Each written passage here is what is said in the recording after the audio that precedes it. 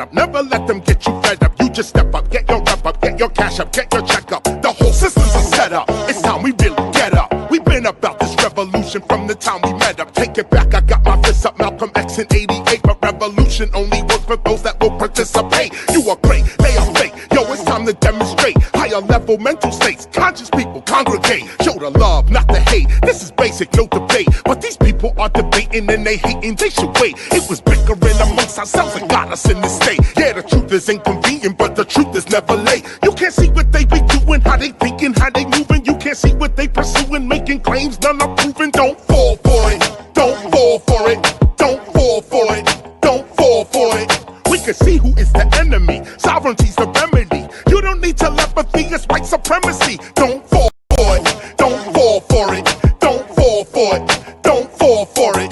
Bringing the raw, doing a tour. Government officials bringing the law. You never see what you never saw. 303, open the door. Knowledge reigns, that is the game. Ignorance, that is insane. Don't fall for it. The reps and the Dems are the same. This one's shooting us up. That one's locking us up. This one got us stuck. That one's out of luck. You can front if you need to, the cycle never ends. No justice, but in 4 years they hyping us again. Don't fall for it. Don't fall for it. Don't fall for it. Don't fall for it. If you thinking and you earning and you drinking and you burning and you really not concerning with the news and what they learning, don't fall for it. Don't fall for it. Don't fall for it. Don't fall for it. If you love it, never hate it, you agree it, don't debate it. HBC, you educated, your degree is highly rated. Don't fall for it. Don't fall for it. Don't you fall for it. Don't fall for it. Yo, me, I'm not a fake dude. I'ma keep it real.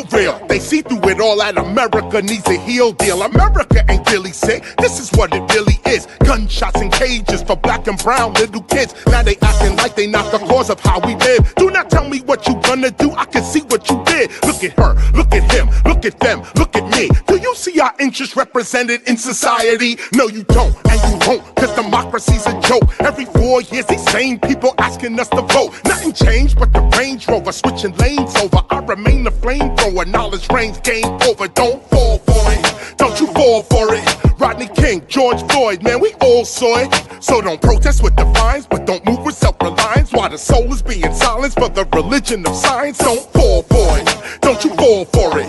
Don't fall for it. Don't you fall for it.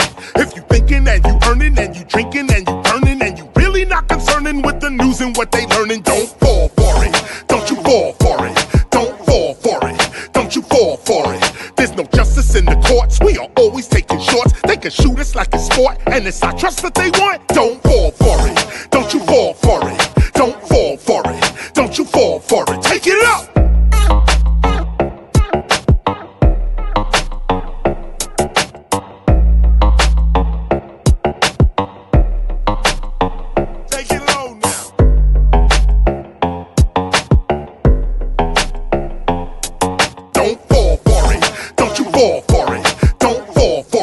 Don't you fall for it.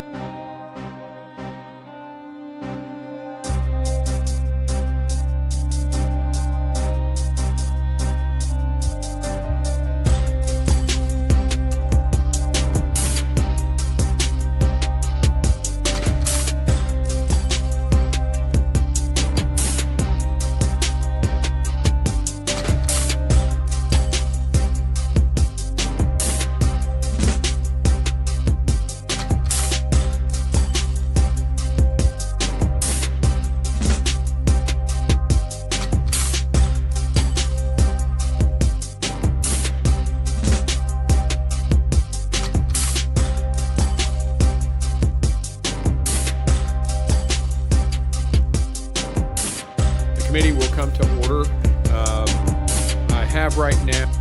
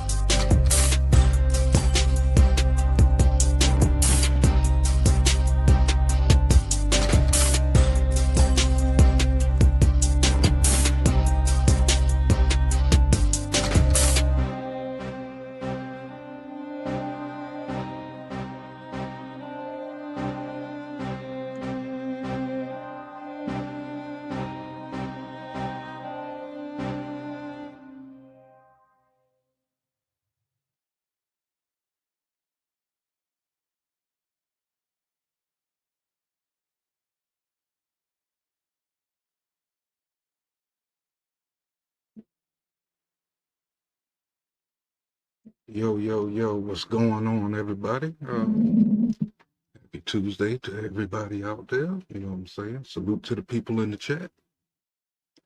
Welcome to Real Mad TV, where you always get a mad reaction, but sometime I come in peace. This here and here might bring out the mad side a little bit, depending on what the hell they say. But this is a hearing on Mayorkas and the border issue. You know what I'm saying? This is his impeachment, and it looked like they're trying to go ahead and push this thing through. I tried to give them a big enough jump start, you know what I'm saying? Like I gave them about 3 hours, you know what I'm saying? Let me get back to the beginning. I did have this preset and it wanted to unpause in the middle of the intro.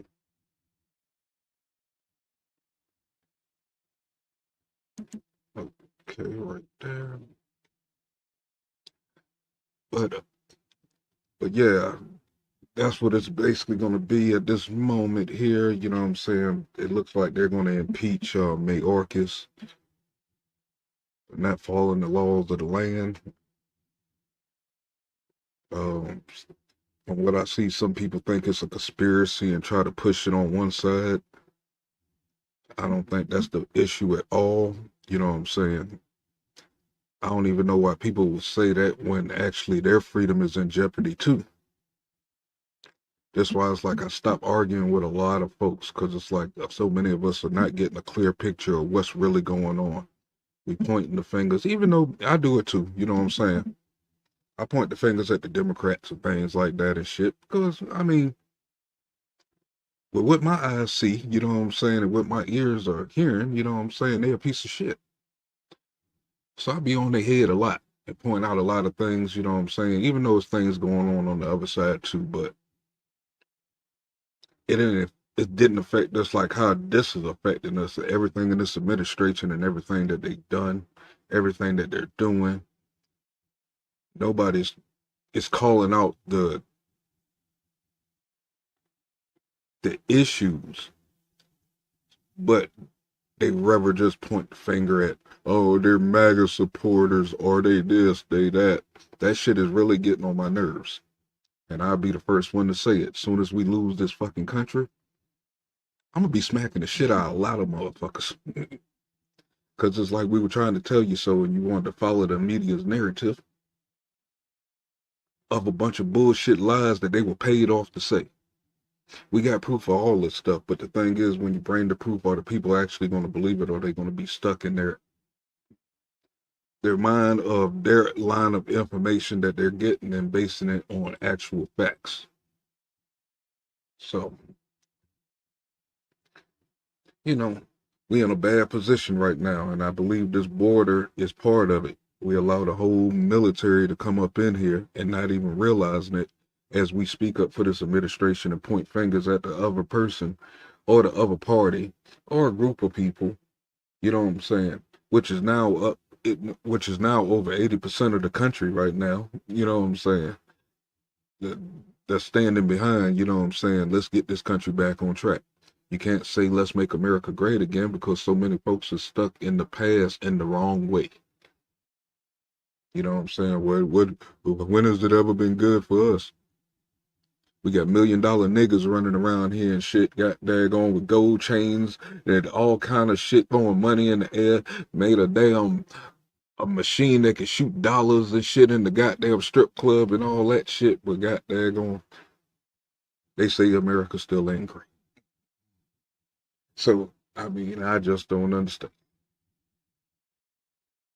I mean, a lot of us, you know what I'm saying, and Vibe, I wasn't talking about you, nothing like that. But we did have that conversation and stuff, but you know what I'm saying? Before we even had that conversation, man, I'm dealing with about 6 or 7 years of debating facts versus, you know what I'm saying, this manipulation propaganda that they forcing on us, you know what I'm saying, through these media networks, the CNN, the MSNBCs, the Fox News, you know what I'm saying, Newsmax.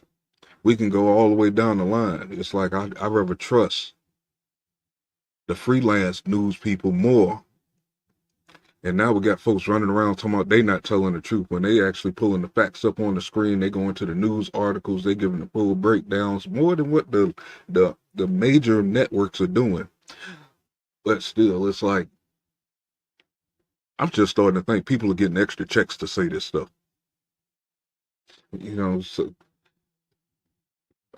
I just don't get it. You know what I'm saying? Again, we in a bad situation, man. We let over 10 million people into this country. We don't know where the hell they at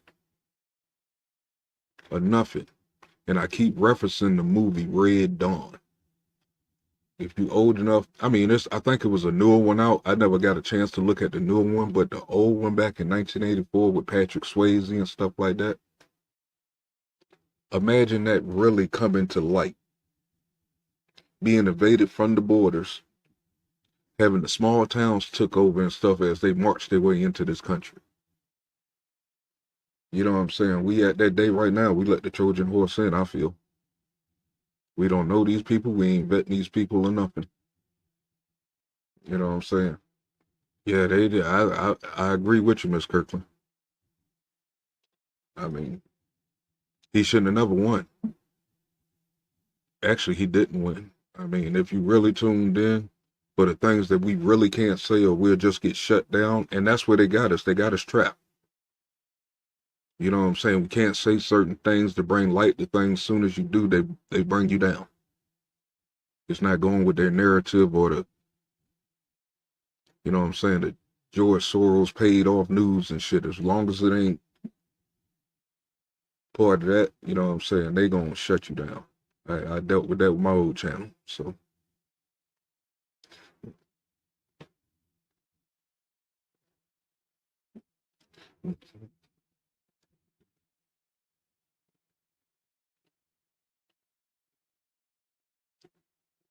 Yeah, buddy. I said that night, man. That's how I meet most of my peoples. You know what I'm saying? First we gonna bump heads. But if you got knowledge and I got knowledge, and we both, you know what I'm saying, fighting in the same direction, you know what I'm saying, might as well put our heads together to help out the people. You know what I'm saying? We can hear both sides.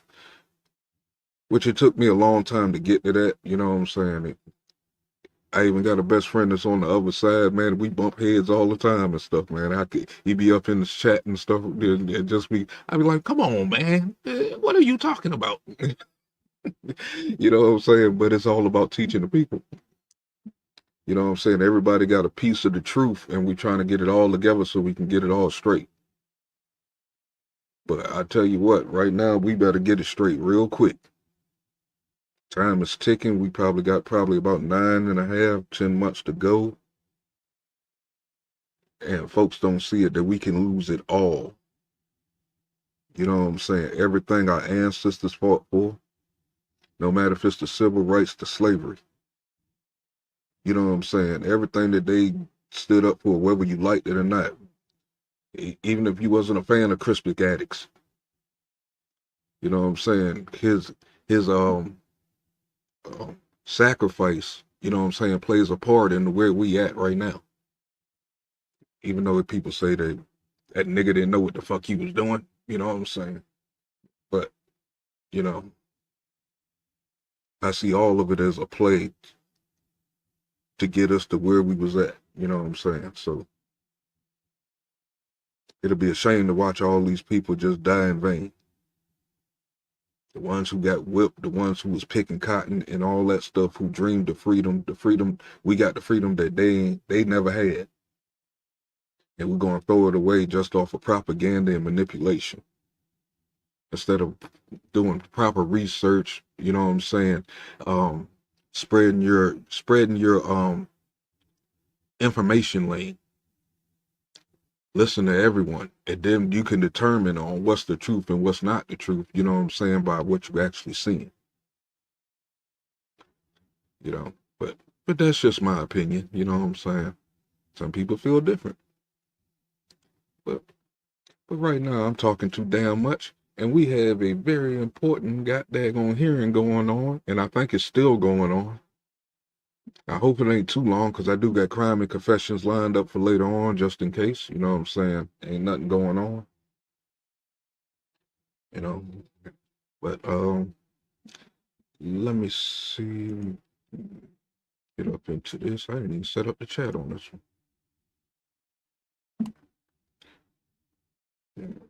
Get out of the studio mode. I have to find my music. I don't know where the hell my music is.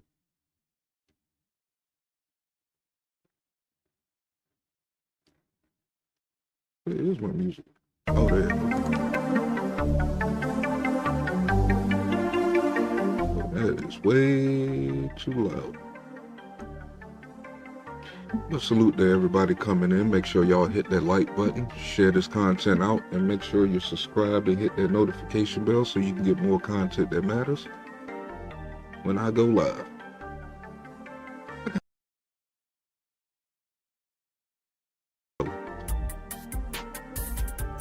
Wait for my other Bluetooth to come on so we can get going.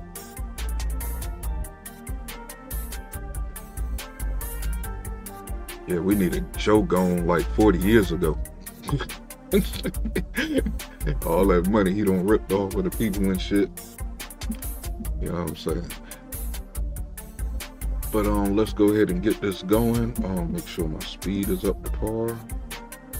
For those who's listening on the replay, I got it pushed up to 1.25. So if it's too fast for you, just go back to 0.5. I think that's what it is. 0.75 or 7 3/4, I would say. You know what I'm saying? And it should play normal. With that being said, let's get into these guys and see what they're talking about. Young Riyadh, salute, brother. Thank you for joining me in Content That Matters. At any point. Pursuant to Committee Rule 7C, any request for recorded votes may be postponed. I now recognize myself to make an opening statement. We're here today not because we want to be, but because we have exhausted all other options, and our duty as members of Congress compels us to exercise our constitutional duty and defend this separate but equal branch of government. At the beginning of this Congress, to support and defend the Constitution of the United States against all enemies, foreign and domestic, and that we would well and faithfully discharge the duties of the office.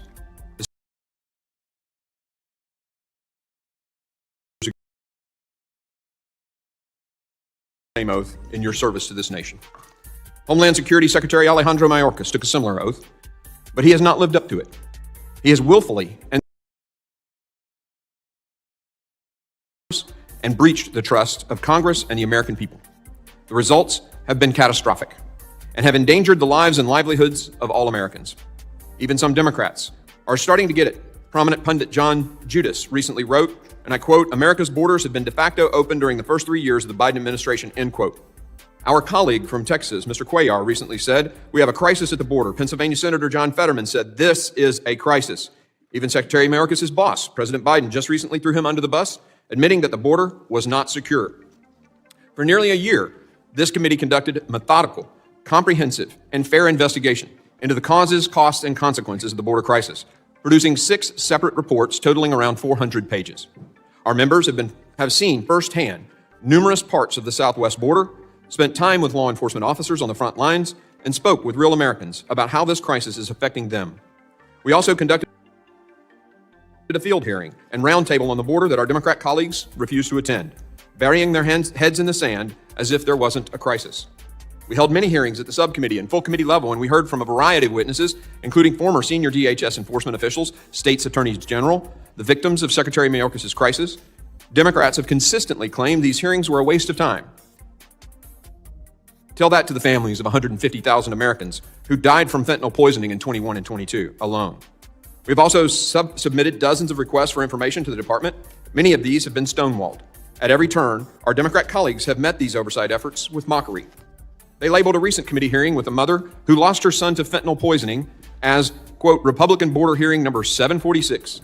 And when we heard from a mother who had lost her daughter to fentanyl poisoning and another mother whose daughter was brutally raped and murdered by an illegal alien MS-13 gang member, the minority labeled the hearing a sham on their website. Are they actually saying these things never occurred? What a slap in the face. During that same hearing, one member from across the aisle even went so far as to lecture the mom who had lost her daughter to fentanyl, claiming that she was being used and didn't have the background to understand the issues before this Congress. On the contrary, this brave American mother who lost her daughter because of our open border is more qualified to speak on this issue than any of us here today. For almost a year, committee Democrats have turned a blind eye to the victims of the border crisis while berating us for spending what they believed was too much time investigating Secretary Mayorkas' handling of the border. Let me repeat that.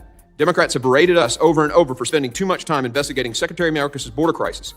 Keep that in mind when you hear them claim today that this impeachment is somehow rushed. The truth is that this process has been painstakingly thorough. We made sure of it. Our intent was to be fair, comprehensive, and meticulous. Unlike House Democrats, we take the use of impeachment extremely seriously. I am proud of the work my Republican colleagues have put in through our 5-phase investigation. We have uncovered a lot.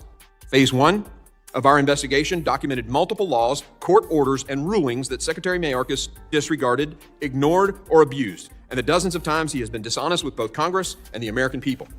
In Phase 2, we learned that Secretary Mayorkas' actions and unlawful policies have surrendered control of the southwest border to the drug cartels and enriched the cartels to the tune of $13 billion per year just from human smuggling alone. The national security implications are dire. More than 300 individuals on the terrorist watch list have been caught crossing the southwest border. In Phase 3, we documented the devastating human costs of the border crisis. The fentanyl epidemic, which is being fueled through the southwest border, is tearing families apart and ravaging communities. Behind every dire statistic is a real human tragedy and a family that has been torn apart. In Phase 4, we learned the exorbitant dollar costs of this crisis, including the increased cost to our healthcare system, our law enforcement. These are costs incurred by every American. As we heard from Mayor Eric Adams, the crisis could destroy New York City. In Phase 5, we learned that Secretary Mayorkas' actions have enabled a consistent misuse and waste of taxpayer resources. Those investigations have led us to the impeachment process. In our first hearing, we heard from 3 state attorneys general who informed us, based on their expert legal opinions, that Secretary Mayorkas' conduct rises to the level of impeachable offenses. In our second hearing, we heard... I'm gonna have to stop him right there.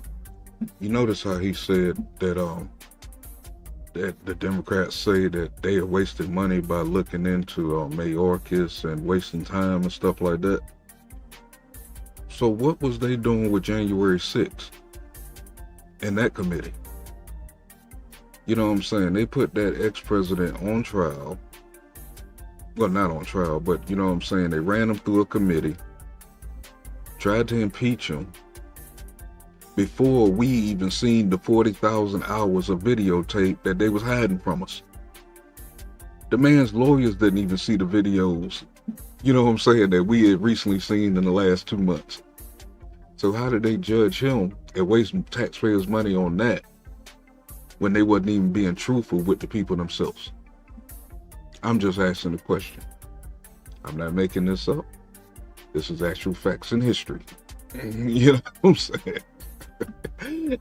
It's like, boy, that's why I be on the Democrats' heads, man. They be saying stupid shit, but not, and deflect from the bullshit that they do. You know, that shit be funny as hell. Heard from 2 victims of this crisis about the deadly consequences of Secretary Mayorkas' open border policies. We also heard from Democrat witness in the past 2 hearings, not in their testimony, but from their previous comments during the Trump impeachment, breach of trust. In your refusal to obey the laws, if your refusal to obey the law leads to the death of your fellow Americans, you no longer deserve to keep your job. You're breaking the people's trust. That's why the framers gave Congress the impeachment power, and why, according to James Madison, the father of the Constitution, impeachment can be used to remove those unworthy from office. Secretary Mayorkas is the very type of public official the framers feared, someone who would cast aside the laws passed by a co-equal branch of government, replacing those with his own preferences, hurting his fellow Americans in the process. House Democrats in the 2019 impeachment of President Trump wrote that impeachable offenses were those that, quote, inflicted grave harm on our political order, end quote. Then Judiciary Committee Chairman Jerry Nadler noted during the Senate trial, and I quote, "That's a nice for the framing generation, moreover, abuse of power was a well-understood offense. It took 2 basic forms. The first occurred when someone exercised power in ways far beyond what the law allowed, or in ways that destroyed checks on their own authority. The second occurred when an official exercised power to obtain an improper personal benefit while ignoring or injuring the national interest," end quote. Chairman Nadler continued. Before he finishes opening statements and stuff, I want to make this very clear, and this is a disclaimer. No, I am not an expert on politics or anything like that. I'm just like everybody else. You know what I'm saying? I'm learning this stuff as I go. I just have a huge interest in the news and politics, but I don't know all the ins and outs. So some things I might say might be wrong. You know what I'm saying? So I think I need to put that disclaimer up on my screen somewhere. Because as people listen to the playback, I don't want them to take that I'm an expert or anything like that. You know what I'm saying? I'm listening to learn. You know what I'm saying? A lot of things I do know, but this is sort of like teach yourself as you go, and share it with my fam. You know what I'm saying? So I'm just a hood dude that like the news. That's all. Speaking of presidents and by extension executive branch officials, and I quote, "Let me unpack that idea. Starting with the first category, conduct clearly inconsistent with the law, including the law of checks and balances. The generation that rebelled against George III knew what absolute power looked like. It was no abstraction to them.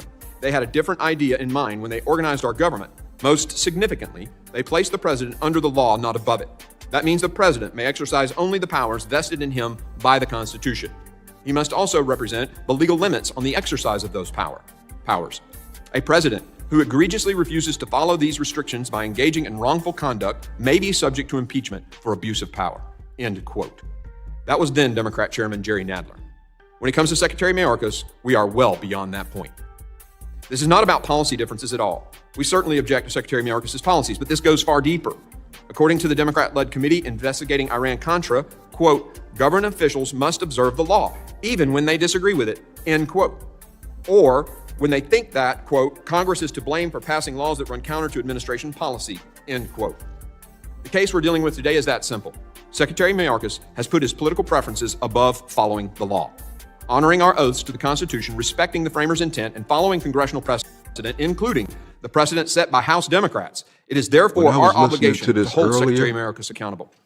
Which brings me to today's proceedings. I believe that this is the impeachment Today is a grave day. We have not approached this day or... And what makes it so crazy, if this is the impeachment hearing itself, they labeled it as something else. So I guess the people are not going to really tune into it if it says full committee markup. That sounds like something to do with the economics or something like that. But I think it didn't fool too many people because I saw like 2,000-3,000 people in this damn room, and it's like 5 or 6 channels doing this. So a lot of people didn't fall for the fake name in the title for what this is.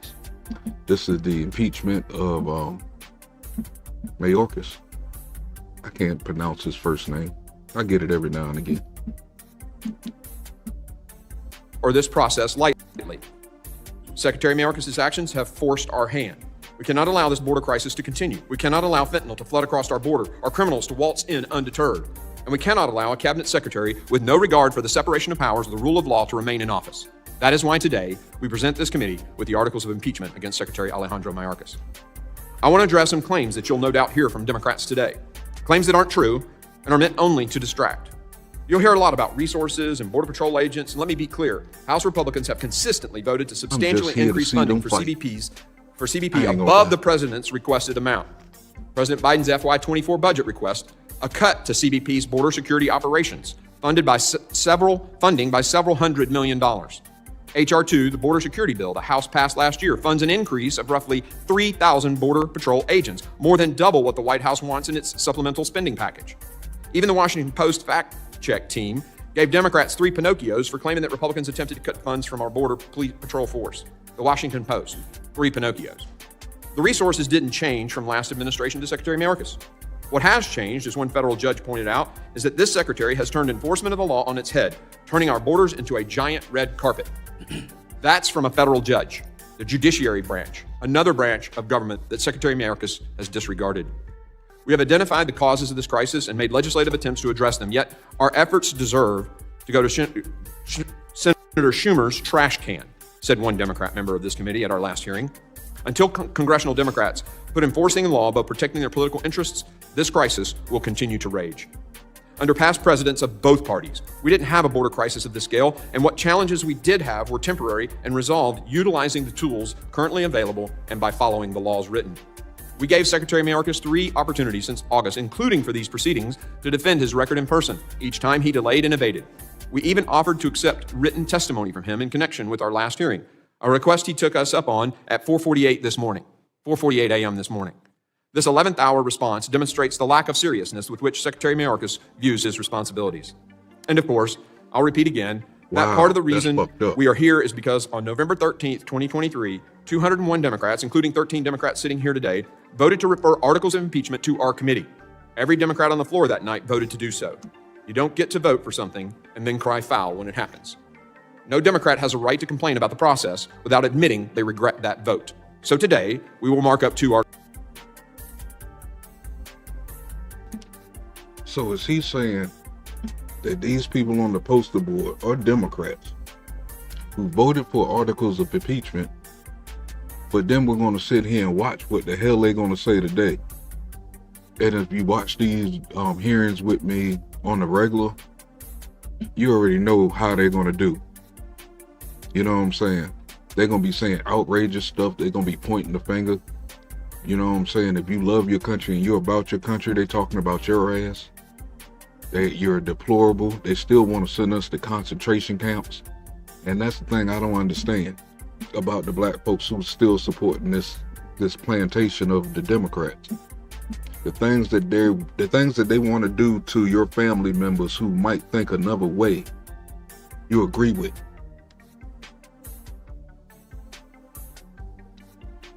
I'm just saying. I mean, when Biden got in office, we heard Hillary Clinton get on TV, call everybody deplorables who voted for 45. You know what I'm saying? And then want to put them in concentration camps to be retaught, retrained. You know what I'm saying? That's slavery. That's Nazism, if that's a such word. You know what I'm saying? They keep trying to paint the other guys a Nazi, this and that, this and that. I didn't feel that way when he was in office. I didn't feel in threat like how I'm feeling in threat now. Unless he covered it up real good. But we're going to see what these fools got to say. Especially that dude on the end there.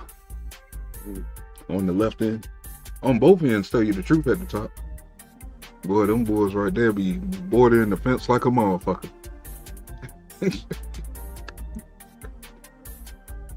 Articles of impeachment. Willful and systemic refusal to comply with the law and breach of public trust. Again, we're here because our oath and duty compel us to be here.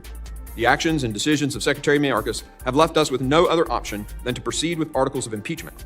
To quote Madison once again, perhaps the greatest danger of abuse in the executive power lies in the improper continuance of bad men in office, end quote. We cannot allow this man to remain in office any longer. The time for accountability is now.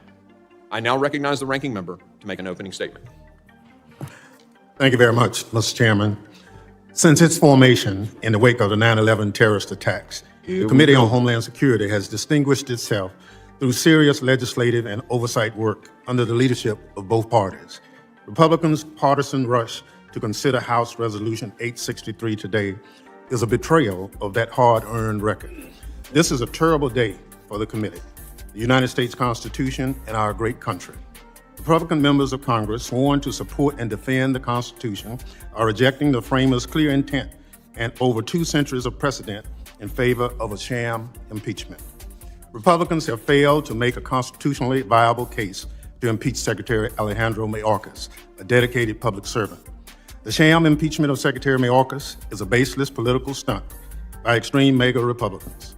Chairman Green, Representative Margaret Taylor Greene, and others have pushed for and even fundraised based on this pre-planned, predetermined scapegoating of the Secretary. In a process akin to throwing spaghetti at the wall and seeing what sticks, Republicans have cooked up vague, unprecedented grounds to impeach Secretary Mayorkas, refusal to follow the law, and a breach of public trust. Neither of the impeachment charges the committee will consider to... Oh, shut up. The thing that surprised me about these fools, is how big of a fucking sellout they are. Now, for them sticking up for Mayorkas, you know what I'm saying, and allowing over 10 million people to come in here, what is that doing to your people's communities? Or you just don't give a shit about the communities? Why the fuck are you on that fucking panel? You know what? It's too early to start. This is just the opening. But this is about how it's going to go today. Every time these dumb motherfuckers say something stupid out their damn mouth. And they keep wanting to point the finger at the same people that folks going to gather around. Congressmember Green and this and that. He fucked up too. But stop using her as a way out for y'all's bullshit. Jim Jordan this, Jim Jordan that. Stop using him for an excuse for your bullshit. They calling out the things that's going wrong and the things that shouldn't be done, going against the law of the country, and they mad about it. They talk shit about them because they want you to turn on them, don't support them and things like that. And I'm not telling you to go to support them just because they're talking bad about them. Do your own homework. You know what I'm saying? A lot of people is here, you know what I'm saying? Some things you might agree with, some things you ain't gonna agree with. You know what I'm saying? So, but as far as right now in our direction, we need to get back to where we want to be independent and not dependent on no other country, and not have a whole bunch of other people in our system leeching off our, resources. You know what I'm saying? Because before they got here, they were starving people in our ghettos and our fucking project. Not once did these black people stand up for them. And if they did, it was some bullshit just to get, just so they can get something out the deal. And it still had no effect on those communities. The communities got worse, no matter if it's Baltimore, New York, Chicago, Delaware, Los Angeles. You know what I'm saying? And all across the country. Fuck that. You know what I'm saying? They not speaking up for these people, but they be real quick to speak up for people that don't belong in this country. This is some bullshit. Y'all, all of us need to open our eyes, man, and really look at what's really going on. A lot of these black folks, especially the black woman sitting beside them, man, she still didn't get her hair done. And I know she's making buku money up here in Congress, just sitting there. Look like she's asleep right now. And I believe that this is a full house on this one. Usually when we watch this, man, it's about 100 empty seats. So this is kind of serious. Today are a high crime and misdemeanor under Article 2 of the Constitution.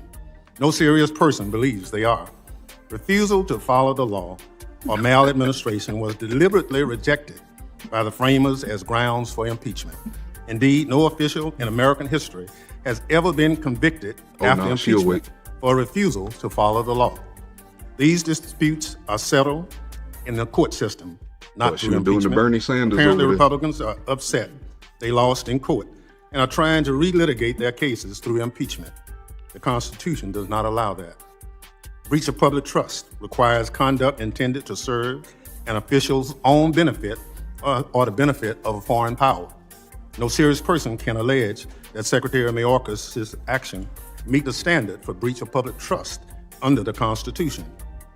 Nevertheless, throughout this truncated impeachment process, Republicans have ignored the facts and misrepresented the law to justify their scheme.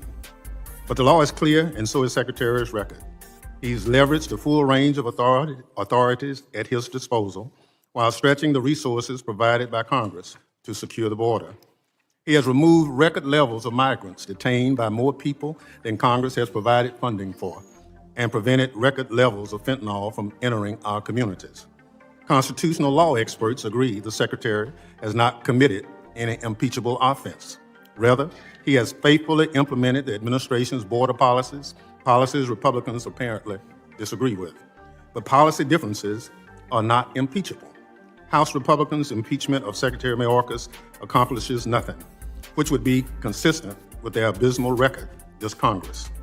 At a hearing before the committee this month, Constitutional scholar Professor Deborah Pearlstein said, quote, "No branch of government has more power under our Constitution to address matters of border security than Congress," unquote.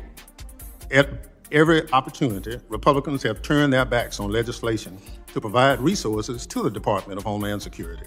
In doing so, they are turning their backs on border agents and officers. If House Republicans were serious about improving conditions along the border, they would provide the department the funding necessary to do so. They have not. If House Republicans were serious about improving conditions at the border, they would negotiate border security legislation with the White House and the Senate. They have not. Instead, they sit on. They have too. And just like the two hearings ago we did on this channel, y'all admitted anything that they proposed was shot down before it got there. So any kind of legislation that you're talking about, you have to talk to your people on why it's not hitting their desk. And if they really felt like that, why are they supporting the convoy that's on the way down there, who's about to have a standoff with the United States government to protect the border? They standing with them. So what are you talking about, you big jelly bean head ass mom? Their hands as a bipartisan group of senators worked with the Biden administration to hammer out a deal. The extreme MAGA Republicans who are running the House of Representatives are deeply unserious people. They don't want progress. They don't want solutions. They want a political issue. And most of all, they want to please their disgraced former president. House Republicans take their marching orders from Donald Trump, who has directed them to reject a bipartisan border bill and urge Republican governors to defy a United States Supreme Court order ensuring the Border Patrol can do its job, including members of the... And again, Ms. Kirkland, welcome to Real Mad TV. I be snapping on these fools. I ain't gonna lie to you. So I hope you enjoy the show. This committee also. The impeachment of Secretary Mayorkas is designed to distract the public from the fact that Republicans have ceded their power to Donald Trump. When Republicans took control of the House of Representatives, they had an opportunity to work with the White House and the Senate to move the country forward. Instead, they have been consumed by petty infighting during multiple speaker contests, unenforced crisis over government shutdowns, and futile political exercises like impeachment to satisfy the extreme MAGA base. The MAGA-led impeachment of Secretary Mayorkas is a baseless sham. And the few rational Republicans left in the House know that, even if they refuse to admit it. The American people deserve better. Mr. Chairman, I ask unanimous consent to include in the record the Democratic report on this so-called impeachment. Without objection, so ordered. I also ask unanimous consent to include in the record a letter dated today from Secretary Mayorkas to you, Chairman Green, detailing the actions the department has taken to secure the border and be responsive to Congress. Without objection, so ordered. Mr. Chairman, history will judge what Republicans are doing here today, and it won't be favorably. This impeachment scheme is a dangerous attempt by House Republicans to distort the Constitution and the Secretary's record to cover up their inability and... Hold on. Time out. Wasn't it your big ass head sitting on that damn poster board he just put up a minute ago, and you was the first person there? Coming from the left side of the poster board. You know what I'm saying? You was the first one at the top on the left.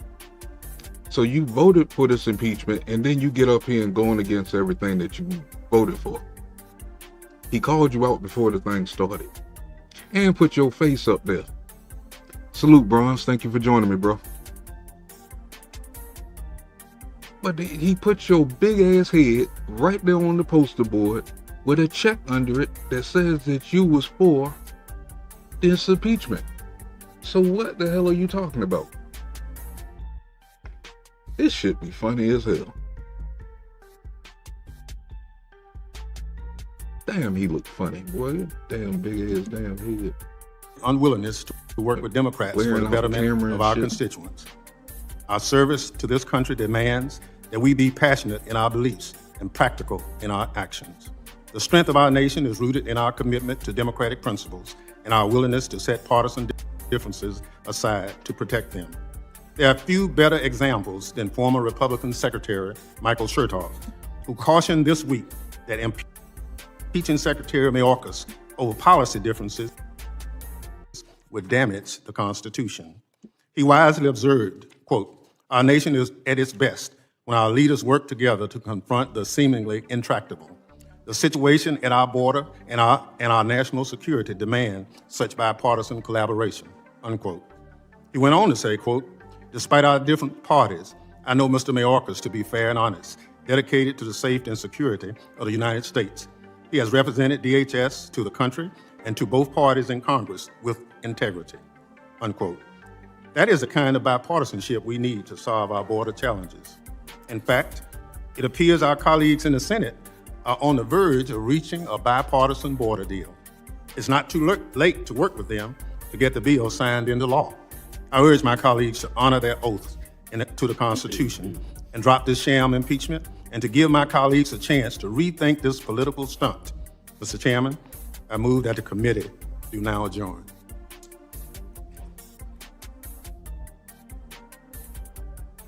The gentleman's motion is privileged and non-debatable. The question is now occurs on the gentleman's motion. All in favor say aye. Aye. Those opposed say no. No. In the opinion of the chair, the noes have it, and the motion is not agreed to. A recorded vote is requested. What? The clerk will call the roll. Come on. Mr. McCall. No. Mr. McCall votes no. Mr. Higgins. No. Mr. Higgins votes no. Mr. Guest. No. Mr. Guest votes no. And it's like, for all the suggestions that they make, it's like they always gonna call for a count. You know what I'm saying? We heard it correct. But this helps the video go along a whole lot faster, because I'm gonna skip the which color. Mr. Bishop. No. No. But it's not gonna sit here and say, Ms. Lee votes oh yeah, and it's a full house too. So this might go faster than I think it will. Mr. Swalwell. If they're gonna do this through the whole hearing. And Ms. Titus. Ms. Titus votes aye. How am I recorded? You are not recorded. The chair votes no. Chairman Green votes no. How is Mr. Garcia recorded? Mr. Garcia is recorded as having voted no. Mr. Garcia votes aye.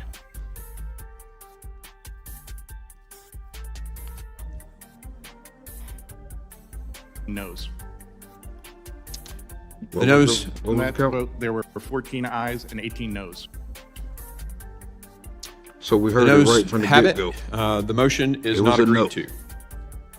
You made that motion in the midst of your Look at him get his opening head. remarks. His head Ranking down. member, are you done with your opening remarks? The gentleman yields. I thank the You ranking heard it member. right Other the members of first the committee time, are making us reminded waste that opening time and statements may shit. be submitted for the record.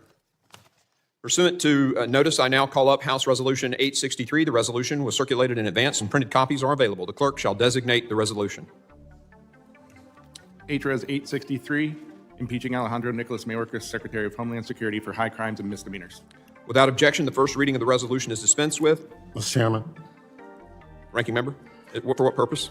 I object to dispensing with the first reading of the bill. What? There's been a privileged motion to dispense with the first reading of the resolution pursuant to Clause 1 of Rule 11. All those in favor say aye. No. You have to, yeah. I only objected that the motion hadn't been made. Oh, you didn't want a reading. No. Somebody else would have to make that. Okay. Well, we're dispensed. What's that? Yeah. It seems Chairman, like I the move to dispense with the Democrats reading. is Okay. doing a The huge motion's been made to dispense with the distraction readings. thing going Now, on. Mr. Chairman, the They got rules something require going on here. that be in writing.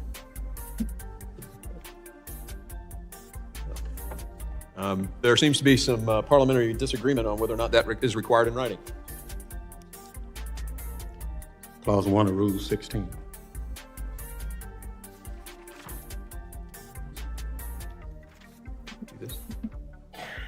So again, a privileged motion to dispense with the first reading of the resolution pursuant to Clause 1 of Rule 11 has been made. All those in favor say aye. No. All those opposed, no. The ayes have it, and the first reading shall be dispensed with. Without objection, the We ask resolution for shall a be... recorded vote. A recorded vote has been requested. The clerk will call the roll. Mr. McCall. What? Mr. McCall votes aye. Mr. Higgins. Mr. Higgins So votes they aye. all gonna waste a lot of Guest. time. Mr. Guest votes. Mr. Rankin Lee votes no. Mr. Payne. No. Mr. Payne votes no. Mr. Swalwell. Ms. Titus votes no. How am I recorded? Chairman is not recorded. Chair votes aye. Chairman Green votes aye. Clerk will tally the roll.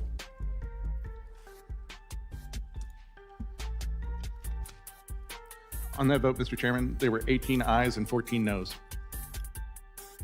The ayes have it, and the reading of the resolution is dispensed with.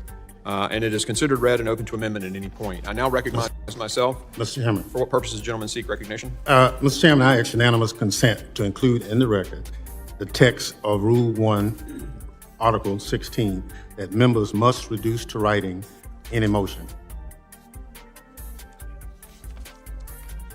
Without objection, so ordered. I now recognize myself for the purpose of offering an amendment. The gentleman, for what purpose? Mr. Chairman, pursuant to Clause 3 of Rule Mr. 16, Thompson, I raise the come on, question man. of consideration. Why you Committee keep will suspend. interrupting?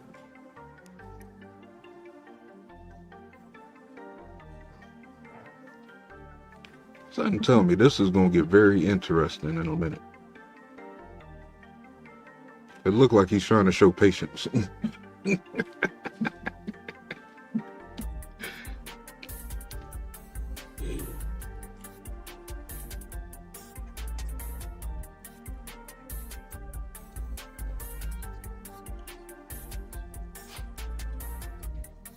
And they gotta have him sitting right up there next to the chair. Gentlemen, what is your question relating Worse to? than his hell. In terms of having right, I raise the question of consideration. Will the committee consider the bill?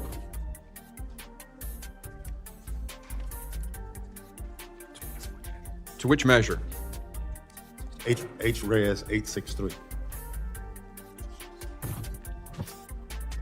The gentleman keep from getting that Mississippi woman's raises the name. question of consideration. The it question looks is, like will she the can't committee even now turn the consider damn paper HRES in the daggone H63? All those in favor signify by saying aye. Aye. Those opposed, no. No. In the opinion of the chair, the ayes have it, and the motion is not agreed to. Mr. Chairman, I ask for a recorded vote. Gentleman asked for a recorded vote. The clerk will What? call the roll. We just heard the McCall. eyes win it. Mr. McCall votes aye. Mr. Get the Higgins. fuck out of here. Mr. Higgins But I'm votes not gonna aye. complain. Mr. That's Guest. gonna speed us up a little Mr. bit. Guest votes aye. Ranking Member Thompson votes no. No. Mr. Goldman. No. Mr. Goldman votes no. No. Mr. Garcia. Mr. Lalota recorded. Mr. Lalota is not recorded. I vote yes.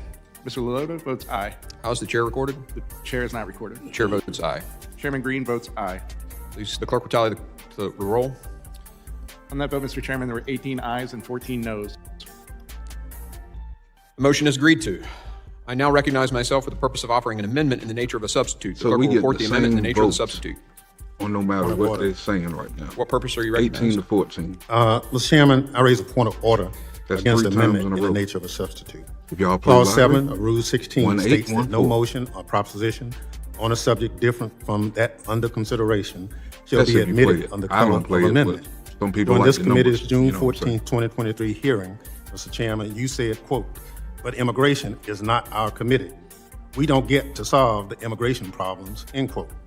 As this amendment falsely alleges that Secretary Mayorkas has refused to comply with federal immigration laws, this amendment is not germane to the committee's jurisdiction according to the chair's June 23rd statement, as well as Clause 1J of Rule 10, and I insist on my point of order. The point of order is overruled, and the reason is that the House voted to send this proceeding to this committee. So we will proceed. Mr. Chairman, I appeal the ruling of the chair. The gentleman appeals the ruling of the chair. We'll now have a vote on the ruling. The clerk will call the roll. The gentleman from Mississippi moves to table. Mr. Chairman, Gentleman's pursuant to recognized. Clause 1 of Rule 16, I demand the motion to reduce to writing and report it by the clerk. The committee will suspend.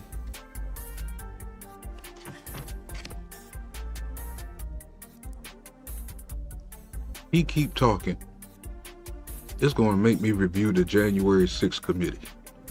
And I'm going to see how he moved through that.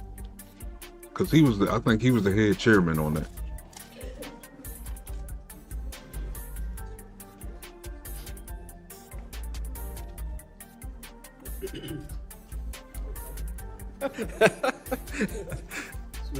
Submitted for the record.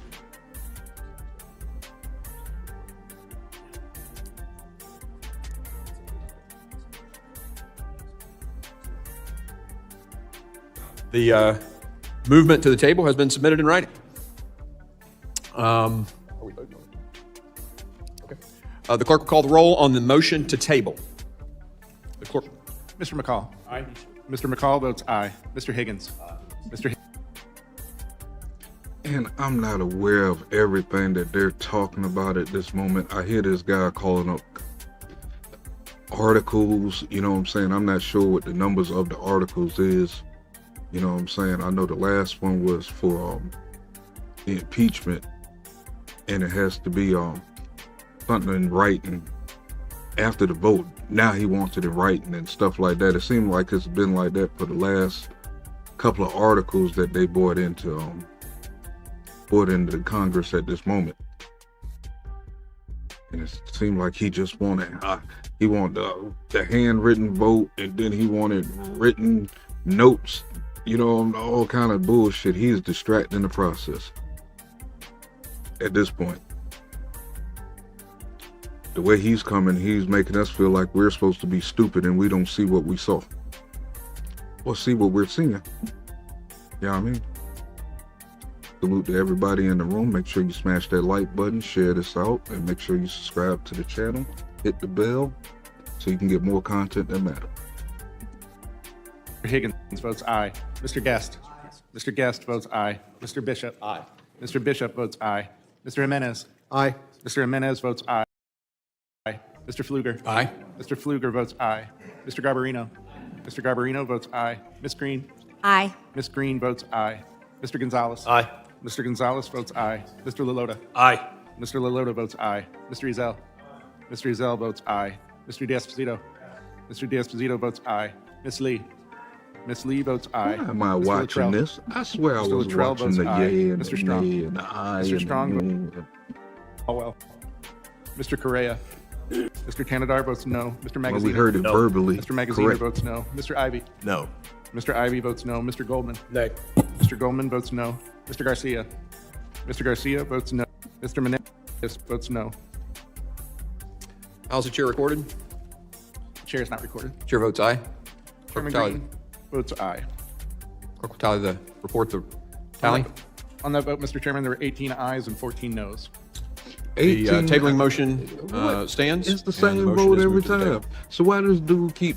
I Without understand objection, it's 4 votes. the clerk will report the They could amendment and swing nature of the either way, substitute. but you know what I'm saying, to make the difference. But An amendment in the nature of a substitute to HRES 863 offered by when he Mr. Green say, of for Tennessee. those for it, say Without aye. objection, the reading is dispensed with.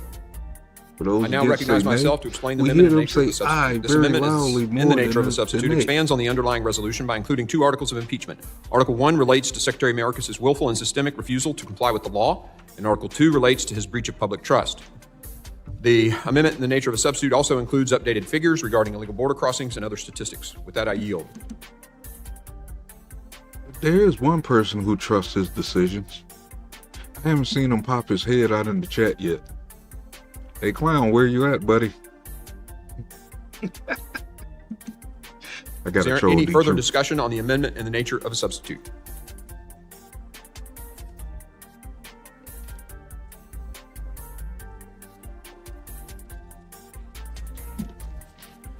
Mr. Chairman, may I be recognized? Yes, you may. You're recognized for 5 minutes. We're here based on 2 completely fabricated, unsupported, and never used before articles of impeachment. This is completely debasing and demeaning the impeachment clause of the United States Constitution, and it is a gross, gross injustice to the credibility of this institution. In your opening statement, Mr. Chairman, you quoted James Madison as saying that the impeachment clause is designed to remove bad men in office. But notably, the impeachment clause is not designed to remove bad policy from the office. And the definition of bad men, as Professor Pearlstein said, is an individual who abuses his power for personal gain. It has there's never been an impeachment in the history of the United States where someone has been impeached for something other than the abuse of power for purposes outside of his official duties. That is for elections, and that is for legislation. This, on the other hand, is an impeachment process that you are moving forward because you claim that Secretary Mayorkas, who's obviously working under the direction of President Biden, is failing to secure the border. Pause. Now, how much sense is it going to make, though? If we sit here and impeach Mayorkas, they hire somebody new, but the policies of Biden created, they still will have to fall under Biden. So if they bring in somebody new, are they going to go against the president? Or are they going to keep following through with the policies? That's the question. So this might be useless. We happy about it, but still this might be a useless process. So I will agree with the Democrats that they might be wasting taxpayers' money and putting on a theater unless the new person comes in and put his foot down. You know what I'm saying? The laws of the land is over the president. I believe. It should be. I mean, those were written, I can't say in stone, but they was written for over 200 plus years, almost 300. Irony of the fact that Secretary Mayorkas has spent the last 2 months plus with a bipartisan group of senators negotiating legislation that would address the problems at the border should not be lost on anyone. You are sitting here right now trying to impeach a Secretary of Homeland Security for neglecting his duties literally while he is trying to perform his duties and negotiate legislation. Now, the real reason we are here, as we all know, is because Donald Trump wants to run on immigration as his number one issue in the November 2024 election. And you don't have to take my... For the people in the bleachers, this shit ain't got nothing to do with Trump. This is about this man not doing his fucking job. I'm just saying. My word for it. Because he said it himself. And last week, numerous Republicans echoed his call. Why would we actually solve the problems at the border when it is such a good political message to use for the election? And Leader McConnell even reiterated in a closed-door meeting of the Republican members of the Senate that we're in a quandary, he said, because our candidate wants to run on immigration, and we don't want to get in the way of our candidate. Now, I know this weekend I saw Chairman McCall on TV and others, and you're changing your tune now because you said the quiet part out loud that this is all about politics, and so now it's, oh no, the president can do it without legislation. Never mind that you've been calling for You know what? Shut the fuck up. This dude here has said this same speech in other hearings, and I'm catching it this time. He say this every single time they allow him to talk on these kind of situations. It's like he got this thing on repeat or something. Just shut up, pass the mic. H.R. 2 this entire Congress. No, now he can do it himself. Well, he's tried to do it himself. He's tried. He's passed numerous policies that would have streamlined the asylum process through ports of entry where migrants are vetted, that would have presumptively made ineligible anyone trying to cross the border in between ports of entry, and would have done a number of different things to address the problems. Republicans went to court to sue him, to stop him from implementing the policies to address the border. So your own party is sabotaging and undermining this administration's efforts to address the border while you are trying to impeach him by saying that they're not addressing the border. The hypocrisy is the least of it. Your attack on the rule of law and our democracy is the worst of it. And you better be careful about the bed that you make. I yield back. The gentleman yields, and I appreciate the gentleman keeping his remarks within the 5 minutes because the day is going to be long. I will not, we're not going to do the typical over 5 minutes if you're continuing a thought. So keep your comments to 5 minutes, please. I now recognize myself for 5 minutes. I'd like to specifically talk about the Supreme Court's ruling, the United States versus Texas. President Biden's appointed Solicitor General, Elizabeth Prelogar, made a stunning claim asserting that no state, individual, or business has standing to challenge an administration's decision to, as a blanket matter, not enforce any particular law. When pressed by Justice Brett Kavanaugh if states and individuals were precluded from challenging this lack of enforcement, the president's own secretary or Solicitor General responded, "That is correct, but the framers intended political checks in the circumstances. Congress has tools at its disposal." Justice Kavanaugh responded, "I think your position is, instead of judicial review, Congress has to resort to impeachment or dramatic steps in the face of such defiance of the laws passed by Congress." Prelogar's rejoinder was that in the face of dramatic abdication of statutory responsibility by the executive branch, such steps would be warranted. In other words, if the Biden administration's own legal position, it is the Biden administration's own legal position before the Supreme Court that impeachment is proper remedy for dramatic abdication of statutory responsibility. Meaning, if a secretary is not adhering to the laws passed by Congress, the only recourse, because the states now don't have standing, is for the Congress to impeach. That is the rulings of the Supreme Court and the argument brought forward by President Biden's own Solicitor General. Will the gentleman yield on that point? I'll finish and then you can be recognized, Mr. Ivey. I think it's pretty clear that in that Supreme Court ruling, the state wasn't given standing. Now, the Supreme Court did not rule on whether or not the gentleman, the secretary, was adhering to the laws or not. But the discussion was about what do you do when they're not? And the conclusion of the court in the majority opinion was, both by Alito and Kavanaugh, impeachment and actions of the Congress are the only place for recourse of a situation like that. That's why we're where we are today. We have a secretary who has, the law is very clear, shall detain. It doesn't say create policies to allow for people to immediately be released in the country. It says shall detain. And that was not done. In fact, systems were created to do just the opposite of that. That is a violation of the Immigration and Nationality Act. It's actually willful and systemic.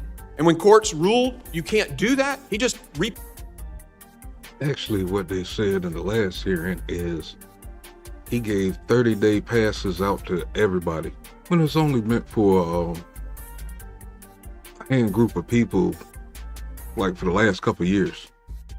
So basically, they give them like a 30-day pass, which turns into like a 7-year pass or 10-year pass, or whenever they decide to bring them into court and things like that.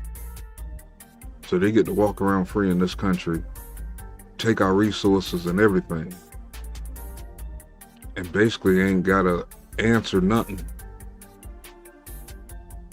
That's what Mayorkas did. They admitted to it on the last hearing, so they can't say I'm lying. And that's the reason why I do bring the news, well, this news, you know what I'm saying, to y'all, so we can get a first-hand listen on what they're really saying.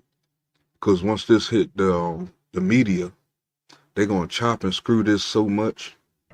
They only going to give you 20 seconds of somebody saying something, you know what I'm saying, and then they'll change the whole perspective of what the whole thing was about. Salute, Aslay. Thank you for joining me. Hope you're feeling well today. But yeah, that's how they do us. You know what I'm saying? That's why I kind of bring it to us in whole. So we can hear everything, the beginnings and the ends, you know what I'm saying? Instead of just hearing a little portion of the middle. And then the news just jump on it for whatever little line that they put out there. packaged it and continued to do just that. And the Supreme Court agrees. The only recourse is for Congress to take action when a secretary and I will use the Solicitor General's own words, dramatic abdication of statutory responsibility. I yield.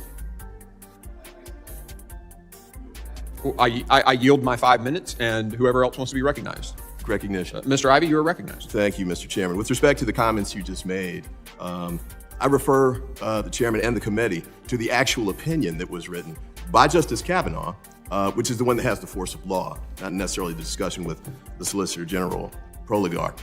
But on this particular point, the allegation that's being made in the articles of impeachment is that there's a willful defiance of enforcing the law.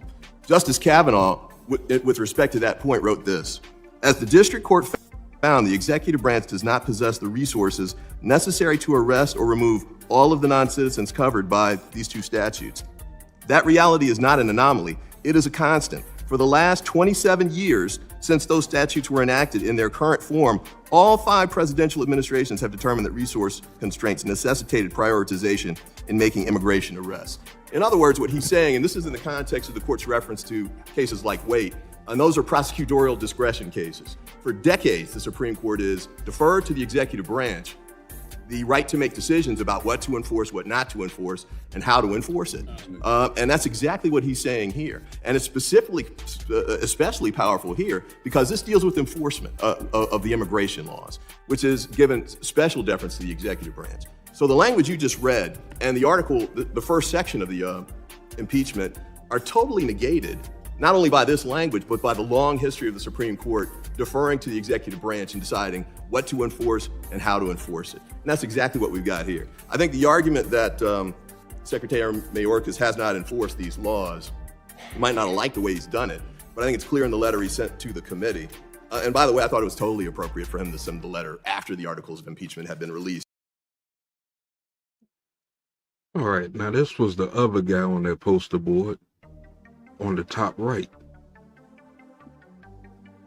Usually I'm 50-50 with this guy. Sometimes I'm with him, sometimes I'm not. I'm gonna leave him alone at the moment because that's a cool ass tie he got on today. Usually he had that ugly one on that he wear back to back to back to back. But I ain't gonna tell nobody else. Since his comments should be related to the articles. But anyway, since May 12, 2023, DHS has removed or returned more than 500,000 individuals. Daily removals and returns are nearly double what they were compared to the pre-pandemic average of 2014 to 2019.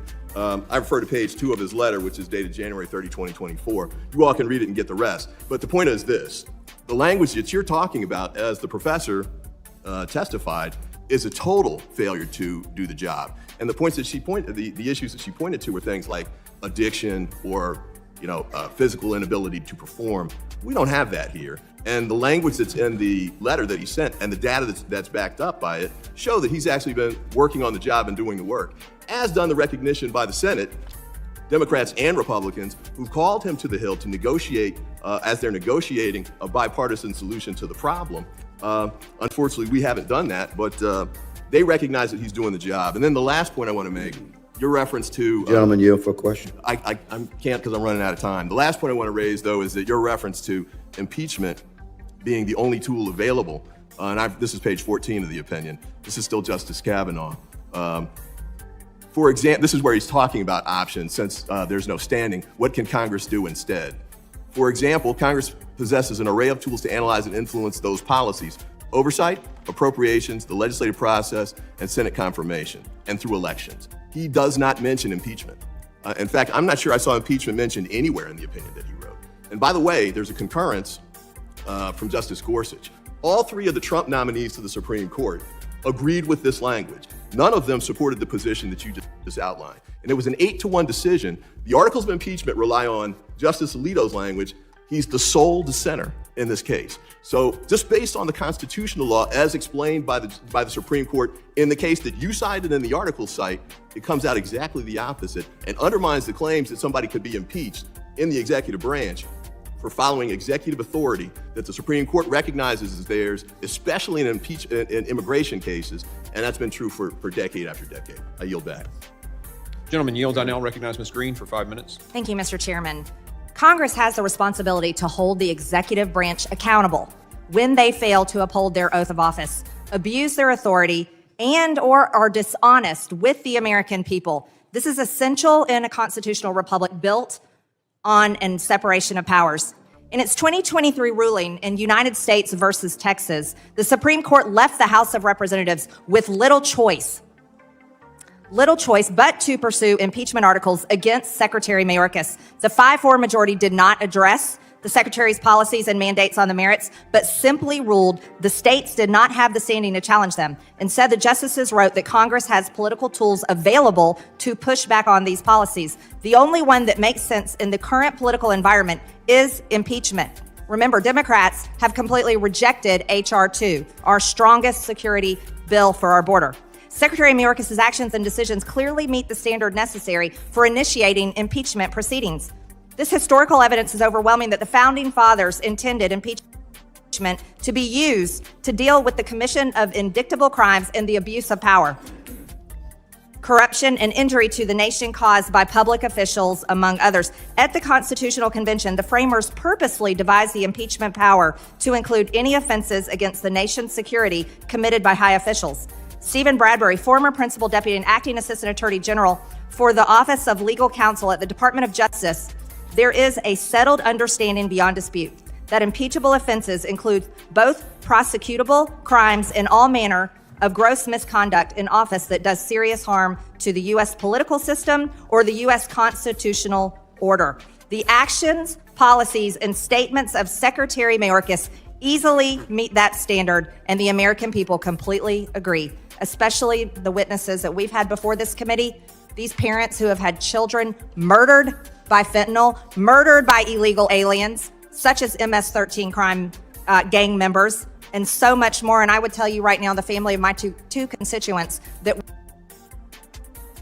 we're just saying that it makes you realize how much news that we're not hearing, because they're not reporting on these illegal immigrants murdering people and things like that. All the illegal stuff that they into in this country. All you do is hear about them in sanctuary cities, which you still don't hear nothing bad, when actually it is. They doing some of everything. They running people out of their own city. I mean, actually running them out of there. You know what I'm saying? were killed in a horrific car accident by a 17-year-old cartel member smuggling illegal aliens into Texas would definitely agree with that. Secretary Mayorkas must be impeached for his failure to uphold his oath of office and for willfully breaking federal immigration laws. Mr. Chairman, I yield back my time. Gentlelady yields. I now recognize Mr. Garcia for 5 minutes of comment on the amendment in the nature of substitute. Well, thank you, Mr. Chairman, and we should certainly, I think, be embarrassed to be here today. This is a complete sham impeachment. I also like to point out that the previous speaker on this committee has been spending a lot of her time actually fundraising off of this impeachment effort, and so the fact that she's posturing to taking it seriously, I think, is quite a joke as well. Now, we've in this Congress, which is the least productive that we've had, as we all know, since the 1930s, we've only passed 23 laws, and that's Hold on. Posturing to taking it seriously, I think, is quite a joke as well. Now, we've in this Congress, which is the least productive. I can go back for it.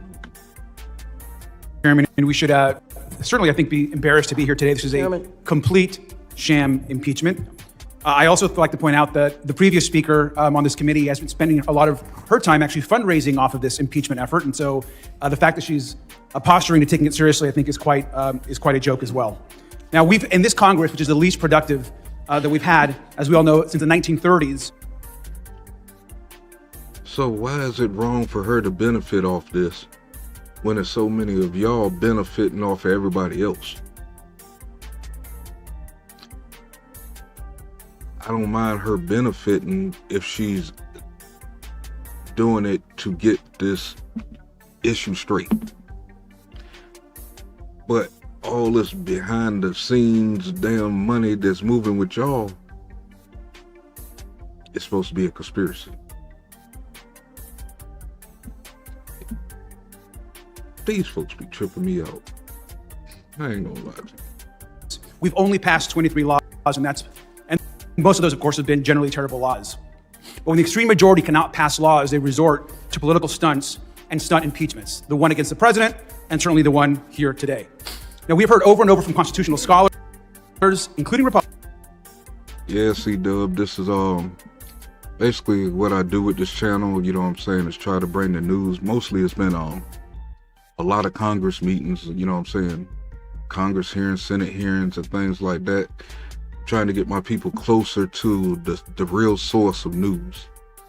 This is the best way to do it, to hear it out the horse's mouth before the main media get to it and chop and screw it up, you know what I'm saying, put the propaganda with it, stuff that wasn't even there from the get-go, you know what I'm saying. So we hear it here, we'll know how to accept what they're saying on the outside. We'll know what's bullshit and what's real, you know what I'm saying. But just by me doing this with this kind of content, I'm not saying that I'm an expert. I'm learning this stuff as I go, just like everybody else might be, you know what I'm saying. I'm just a hood nigga that like news, man. You know what I mean? And I'm tired of my people being lied to. So I kind of bring the meetings in, you know what I'm saying. A lot of them and shit, you know what I'm saying, I just use for jokes and things like that because I'm hip to what they saying and stuff. And it's funny to watch a lot of these people lie. And I just try to have fun with it and try to make it interesting for the subscribers. You know what I'm saying, the ones who never thought about, you know what I'm saying, clicking on the hearing meetings and things like that. Pretty soon I'm gonna get into city council meetings. So if you have a city with a fucked up city council, you know what I'm saying, drop it down in the comments and I'll see what I can pull up, you know what I'm saying, try to catch the next one. Things like that. I know I got Flint lined up and I'm trying to get some Chicago stuff because they really throwing down up there. And I think I just seen one from New York with Mayor Adams was just on a minute ago while this was going on. So I do got that one logged in the cut. So if it's something interesting up there, I'll bring it to the people. You know what I mean? Republicans, that there's no basis for this impeachment. And I want to take a moment to correct the record on a couple things. I've heard my Republican colleagues claim that Trump secured the border and somehow President Biden opened it. Let's be clear and review the facts. The spike in migration started under Donald Trump. Border Patrol apprehensions actually tripled in the last 8 months of the Trump presidency, rising from more than 21,000 in May 2020 to over 71,000 that December as he was leaving office. So the migration spike started under Donald Trump, and we should make that very clear. Now, today, Secretary Mayorkas is also dealing with the fallout of historic crises happening across Latin America. Venezuela has completely collapsed and is in crisis. Ecuador is dealing with a historic gang crisis. Cuba and Haiti are also facing enormous challenges as well. The whole region is struggling to recover from extreme weather, droughts, and COVID-19. Meanwhile, historic economic recovery in the U.S. has created a demand for workers. Now, all of this impacts the border. But we know that's not all. The majority blames Secretary Mayorkas for his policies for the surge of people coming here to seek asylum, but they won't accept any legislative proposals or funding to deal with the problem when the president and the secretary offer them. Speaker Johnson has told Fox News multiple occasions now that he's taking his orders from Trump on the border. And he just said recently, as of today, that he won't even take up the Senate deal. Donald Trump speaks about immigrants with the same rhetoric that Hitler did, claiming that immigrants like me and my family, and I quote, pollute the blood of this country. He wants chaos, and he's admitted he even would like to see a recession happening this year. But I want to remind the public and the majority that Donald Trump... Will the gentleman yield? I will not yield.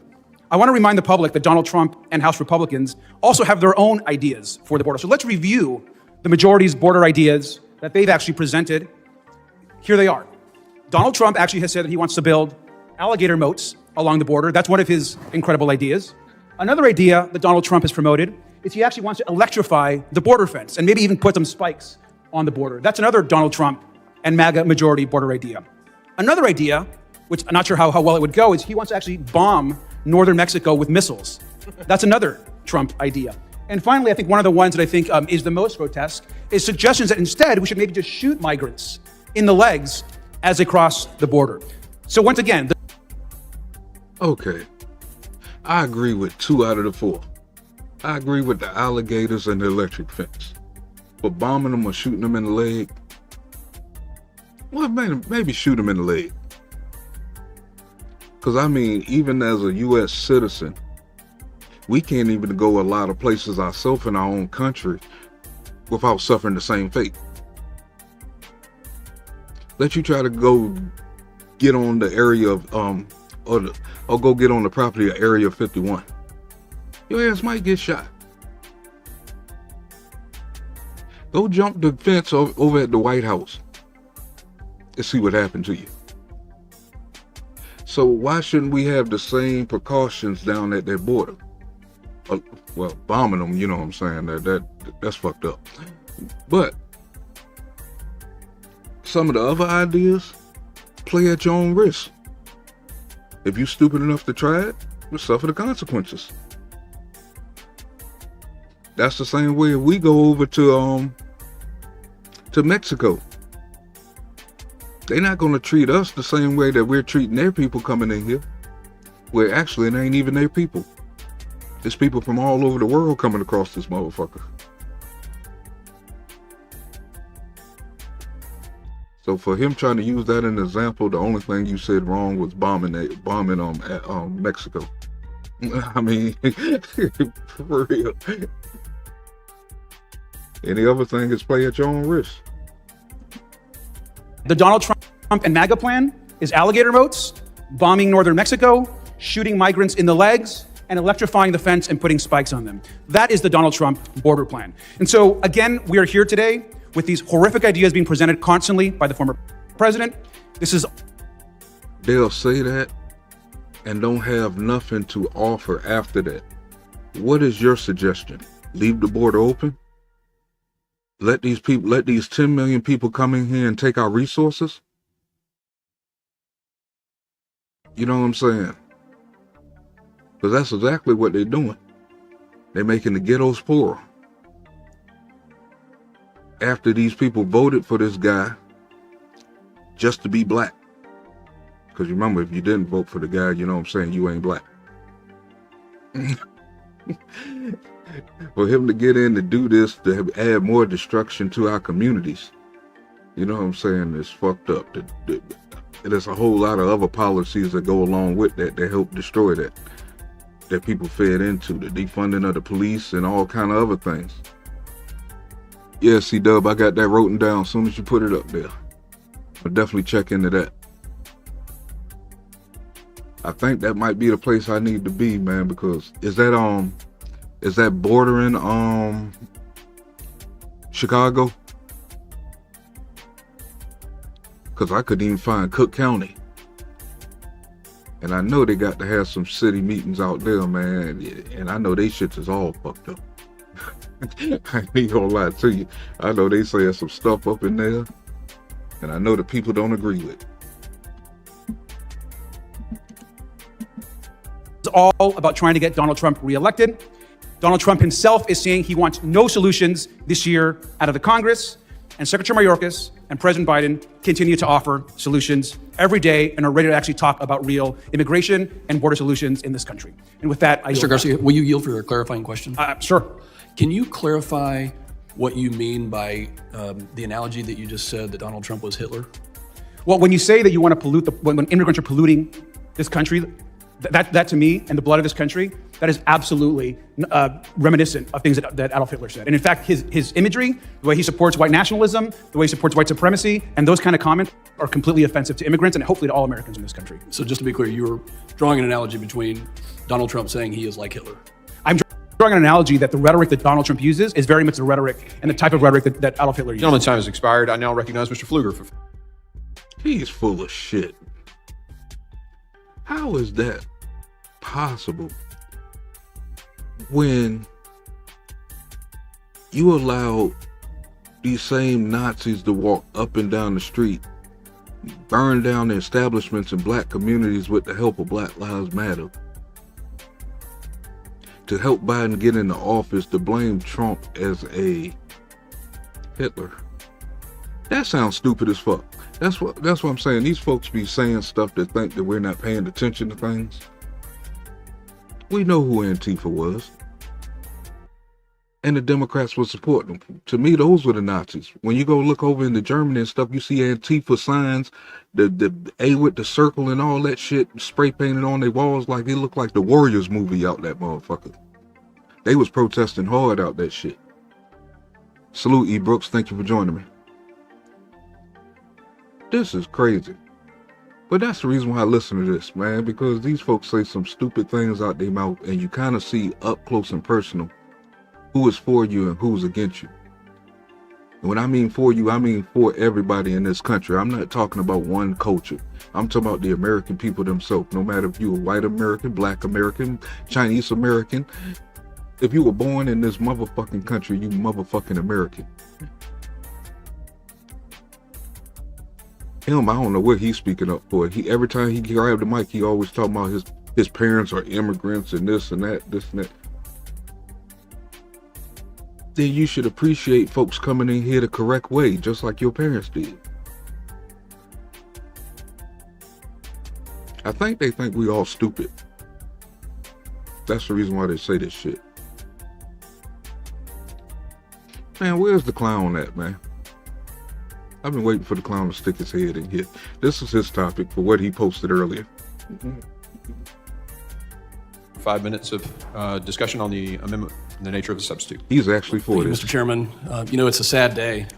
I'm going to troll him today. I don't think anybody takes any pleasure in being here. In fact, this is really the last resort that our founders intended to use an impeachment as a check and a balance.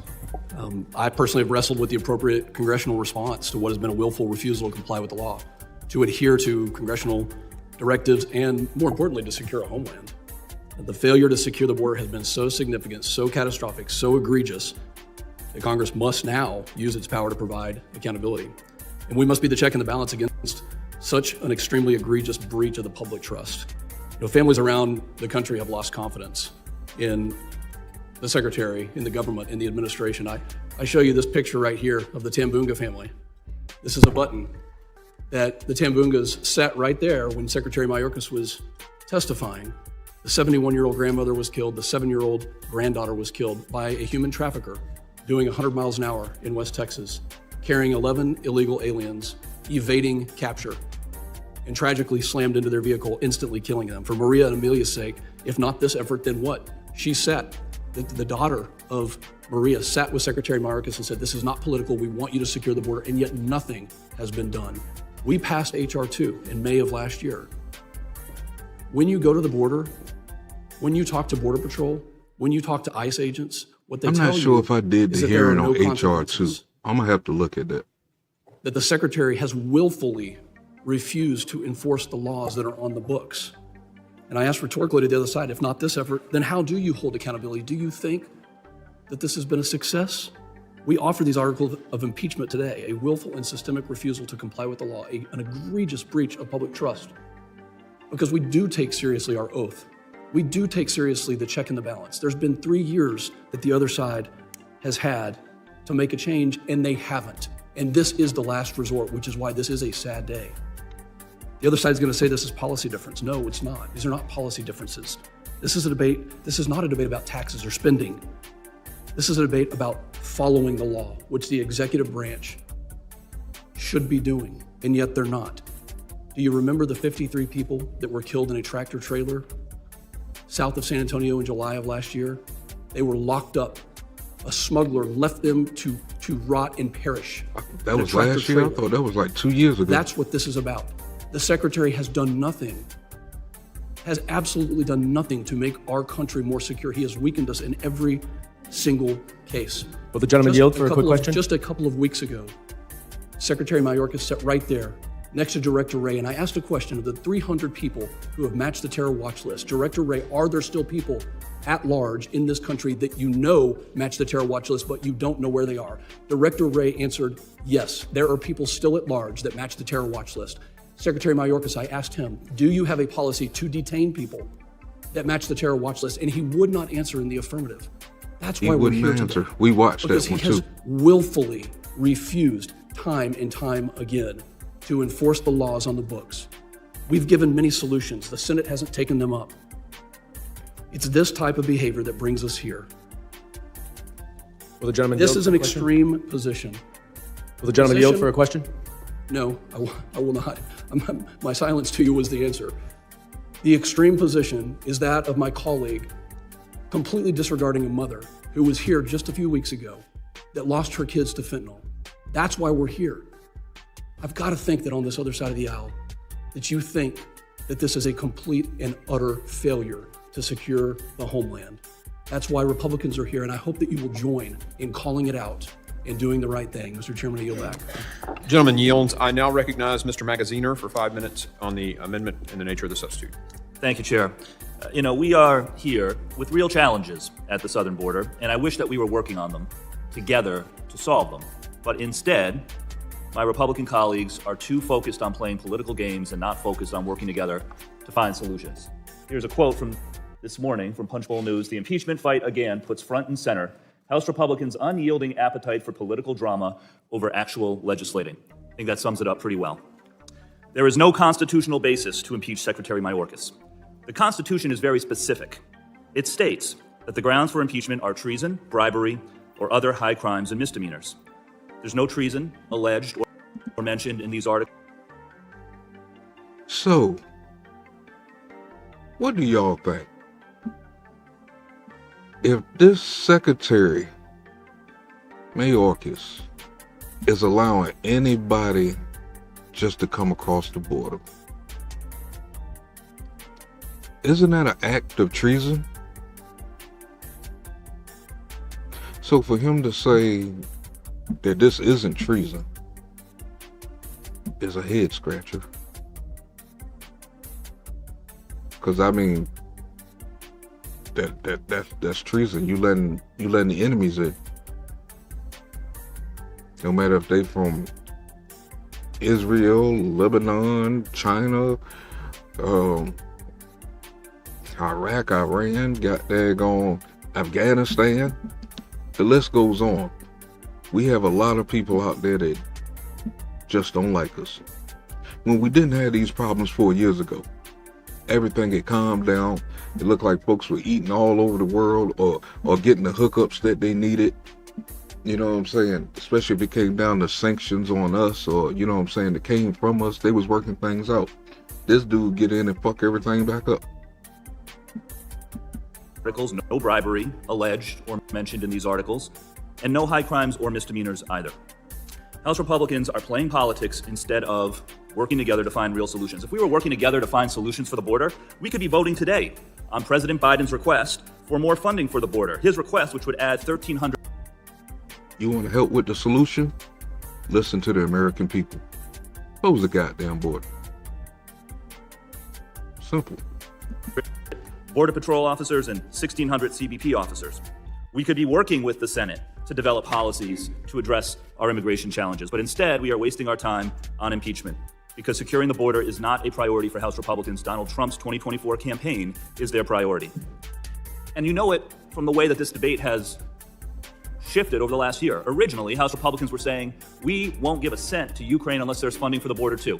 The administration said, okay, and proposed $14 billion of funding for the border. And then House Republicans said, well, no, it's not money. We need policy changes. And the administration said, okay, and has been working with the Senate on policy changes. And now House Republicans just in the last few days have said, no, we don't want policy changes. We don't want money. We don't know what we want. We want to beat Joe Biden in 2024. They keep changing their story about what they want because what they want is the political drama and not the solutions. The real truth here is that the president and the secretary have taken steps to secure our borders despite House Republicans' attempts to obstruct them every step of the way. So there's two impeachment articles that we are being asked to consider today. And I want to make sure that everyone understands what these articles actually say. The first one says in a nutshell that the secretary has refused to comply with the law because some of the migrants he has apprehended at the border have been released from detention while they are waiting for their claims to be heard. That's the argument of impeachment Article 1 in a nutshell, that he's refusing to follow the law because he's releasing a portion of the migrants into the country while they're waiting for their claims to be heard. Every administration has done this. Every administration has released migrants while they are waiting for their hearings. No administration has kept 100% of the migrants in detention because they did not have the resources to do so. Justice Kavanaugh said that in his opinion for the majority of the court. In fact, in the last 2 years of the Trump administration, I want to listen to this, In the last 2 years of the Trump administration, 52% of the migrants encountered at the southern border were released into the United States while awaiting their hearings. That is a higher percentage than during the Biden administration. The Biden administration has detained migrants coming across the border at approximately an 80% rate, which is the same as under the Trump administration. So Article 1... Man, fuck your numbers. Why ain't the border closed? Why won't this man do his job? That's the issue. That's the reason why y'all here. Stop bringing up the old last administration or anything like that. Why is this bald-head motherfucker not doing his damn job? Are you trying to make me upset and get me mad for my show? Sound like a big-ass damn dummy. is trying to impeach the secretary for doing what every administration before him has done, releasing a portion of the migrants, and in fact, a similar percentage as the Trump administration, while they are waiting for their hearings, not because he wants to, but because Congress has failed to give the resources to do it, to detain them. Congress has failed to provide the resources, not just in this Congress, but over the last 20 plus years. So time out. So if the crossings was at a low when 45 was in, y'all open the borders, let all these people in, then point back at the Congress because you can't get no help? Let me make sure I'm hearing this right. Go back 20 seconds. The Trump administration. So Article 1 is trying to impeach the secretary for doing what every administration before him has done, releasing a portion of the migrants, and in fact, a similar percentage as the Trump administration, while they are waiting for their hearings, not because he wants to, but because Congress has failed to give the resources to do it, to detain them. Congress has failed to provide the resources. Why should Congress spend taxpayers' money to help these people out after they chose to travel across the oceans? Most of them traveled across the ocean. Don't ask me where they got the boat from. Don't ask me where they get an airplane ticket from to get on the plane to go to South America and Mexico and stuff, and all these other areas down there. Walk their ass through jungles, swamps, rainforests, and all that shit to get here, and we're supposed to compensate them nicely with taxpayers' money from Congress. Do that shit sound stupid? Most of those people traveling with kids, man, need to be arrested for child abuse. Taking their kid on that long-ass journey. What the hell is going on in your country where you can't stand up and fight for your fucking self? And why do black people support that? We the ones who stood on our shit, man, and got ourselves out of fucking slavery. So why should we keep bowing down to other cultures who's running from things? We didn't have nowhere to go. We ain't had no help. We still ain't got no help. We got an actual place that we call home that we're turning our back on. So why ain't these people have the same kind of fight in their own country but think that they can come here and do better?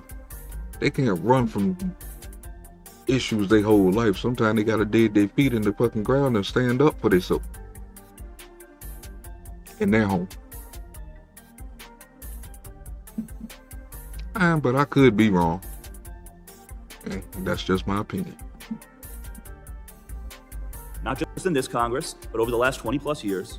And so that is why the secretary has exercised his discretion, just as all of his predecessors have done. And the second article alleges that the secretary lied to Congress, but doesn't actually say any fact or figure that he allegedly lied about. It uses words like secure. He said the border was secure. He said operational control. Phrases which can be interpreted differently by different people. The case here is so thin on constitutional grounds that it's laughable. And what's really tragic is that this is wasted time that we could be spending to work together to actually fix the problem, as the administration is trying to do, as the Senate is trying to do. But instead, we are here debating these very thin, flimsy legal arguments for constitutional impeachment. And I yield back. Mr. Chairman. Gentleman's time has expired. Mr. Chairman. For what purpose do you seek recognition? I ask unanimous consent to enter the case that we're all talking about, United States v. Texas. That's number 22-58, decided June 23, 2023. Without objection, so ordered. Mr. Chairman, I seek For recognition. what purpose do you seek recognition? I ask unanimous consent to enter for the record from the Center for Immigration Studies titled By Admitting Massive Numbers of Parolees, Mayorkas seeks to bypass and subvert the entire lawful immigrant visa system. Without objection, so ordered. Mr. Chairman, I recognize Ms. Sheila Jackson-Lee. Mr. Chairman, I ask unanimous consent to include in the record Article 2, Section 4 of the Constitution of the United States of America, which says the President, Vice President, and all civil officers of the United States shall be removed from office on impeachment for and conviction of treason, bribery, or other high crimes and misdemeanors. Without objection, so ordered. Mr. Chairman, Ms. Titus, for what purpose? ask unanimous consent to enter material into the record. This would be a letter from the future Supreme Court Justice James Airedale's remarks at the North Carolina Ratification Convention, in which he explains policy differences and other matters of judgment are not impeachable offenses. Without objection, so ordered. Ms. Carter, for what purpose?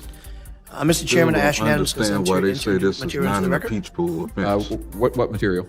Mr. Chairman, I ask that unanimous consent include the record bipartisan letter from 25 of the top constitutional law experts in this country to Speaker Johnson and Chairman Green explaining in no uncertain words that, quote, an impeachment of Secretary Mayorkas would be utterly unjustified as a matter of constitutional law. Without objection, so ordered. Other unanimous consent to enter stuff into the record. Mr. Pfluger, you're recognized. Mr. Chairman, seek unanimous consent to enter the 64 actions the Biden administration has taken to undermine our national security at the southern border from Speaker Johnson. Without objection, I so totally ordered. agree, Scorpio. Ms. Clark, for what purpose? Mr. Chairman, That's my I have whole materials argument. that I'd like to enter into the record. I ask for unanimous consent, and this is a record from a CNN article. What is Title 42, and why is it ending, and what's happening now at the border, which shows that Secretary Mayorkas and DHS enforced Title 42 policy, and that the DHS carried out over 2.5 million expulsions of migrants from March 2020 until Title 42 expired in May of 2020. Without objection, so ordered.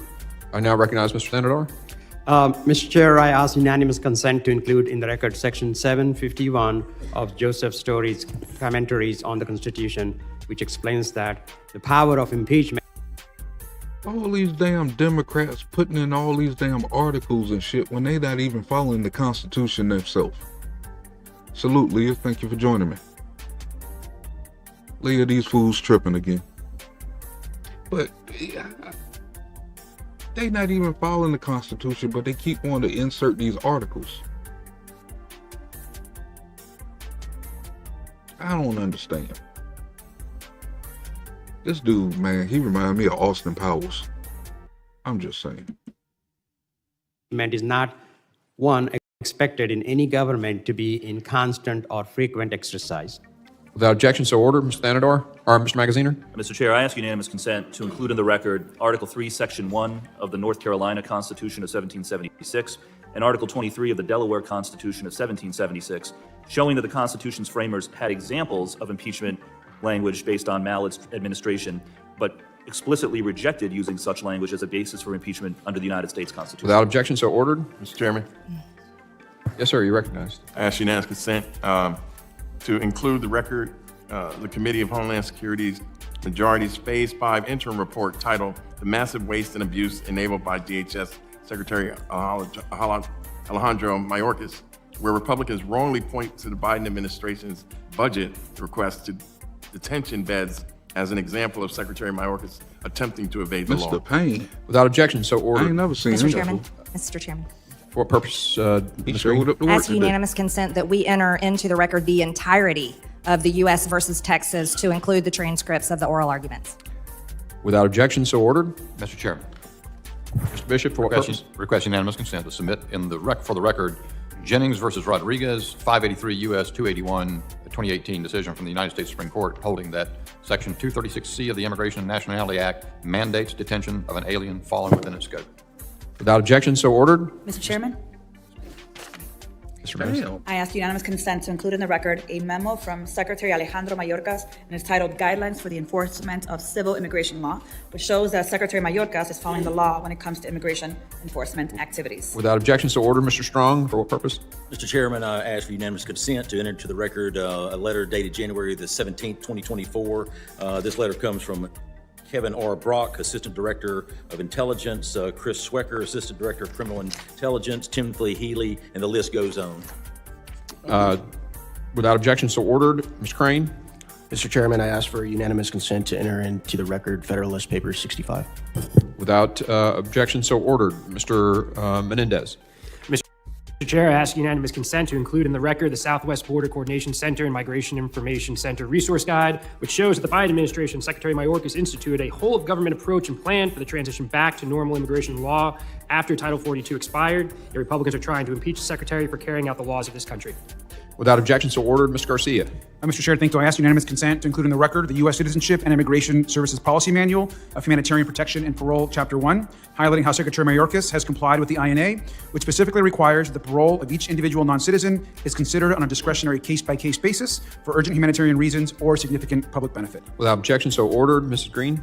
Mr. Chairman, I ask unanimous consent to enter into the record a Newsweek article stating record number of suspected terrorists cross the U.S.-Mexico border. Without objection, so ordered. I think the next person up to make 5 minutes is Mr. McCall. You're recognized for 5 minutes to address the amendment in the nature of substitute. Thank you, Mr. Chairman. I just want to go back to the Supreme Court decision, the United States versus the state of Texas. And the court was examining a statute that provided that the government shall take into custody any alien that has committed an aggravated felony. It's not discretionary, it's mandatory language, shall take into custody. We're not talking about, we're talking about sex trafficking, human trafficking, drug trafficking, money laundering, firearm offenses. These are serious crimes, and the statute in question requires that it be mandatory, not discretionary. And so what the court says is perhaps most problematic is that an officer cannot rely on the fact of conviction. Why? Because the DHS memorandum says, directly contrary to the statute, and this is a quote from the court, DHS personnel shall not rely on the fact of conviction when deciding to enforce the law. In fact, this takes away their discretion and says you cannot detain based upon a violation of an aggravated felony. You cannot take that into account. That's not prosecutorial discretion. It takes away the discretion. And then going back to the oral arguments that were made before the court, and I found this very fascinating, that during the debate with this, Biden's own Solicitor General responds to Justice Kavanaugh, who says, I think your position is that instead of judicial review, if you're saying they don't have standing, that Congress would have to resort to impeachment or dramatic steps in the face of such defiance of the law. The Biden Solicitor General says she agrees. In the face of a dramatic abdication of statutory responsibility by the executive branch, such steps would be warranted. In other words, the Biden administration's own Solicitor General is saying, own legal position that impeachment is the proper remedy for dramatic abdication of statutory responsibility. And then returning to the Founding Fathers, they didn't have a whole lot of criminal statutes back then at the Constitutional Convention. James Madison, when they're forming the Department of State, now it was called Foreign Affairs, says, well, what if they fill the department with unworthy men of public trust? Then he says on the House floor, if an unworthy man be continued in office, the House of Representatives can at any time impeach him. Finally, Justice Story, who was quoted on the other side, a very famous Supreme Court justice in 1833, says, so where a Lord Admiral has neglected to safeguard the seas, that shall be deemed an impeachable offense. I would argue, Mr. Chairman, this is exactly the case we have here. We have a Lord Admiral, a Secretary of Homeland Security, charged with defense of air, land, and sea, as Justice Story was talking about, and is not defending our borders. And to those of my dear friends on the other side of the aisle that say that the numbers did not go dramatically under the prior administration, I don't know where you were. Remain in Mexico, I worked with the administration prior. I passed it out of my committee. Mr. Pfluger is correct. There are about 64 executive actions that this president took to rescind the prior executive orders that were working. For instance, political asylum cannot be adjudicated. Once you're detained, you're removed. They're adjudicated outside the United States, therefore ending catch and release. Therefore, 8 million encounters cannot stay in the United States. Will the gentleman yield for a question? Let me finish. I don't see how anyone with a straight face can argue that the numbers have skyrocketed under this administration. I live in a border state, and I just came back from the border, and I saw the detention space. I've done it many times, overflowing. And it's created a human tragedy. I look at the migrants I look at them with compassion and I see a human tragedy before our eyes when I see them in detention space, knowing that they won't have legal status, that the women are going to go to sex trafficking, the little young men are going to go to MS-13. What are we doing? We're creating a criminal enterprise in the United States, not to mention one of the most dangerous environments I've seen. I chaired this committee, 300 apprehended on the terror watch list. How many more got in? As the FBI director said, it only took 19 hijackers to bring down the World Trade Center. Look, I think there's legal and framer justification and moral justification. Gentleman's time has expired. Mr. Chair? Who's seeking recognition? Ms. Ramirez, for what purpose? Mr. Chair, pursuant to Clause 1A of Rule 11, I move the committee do not recess until 1:30 p.m., and I have a motion at the desk. Committee stands in recess.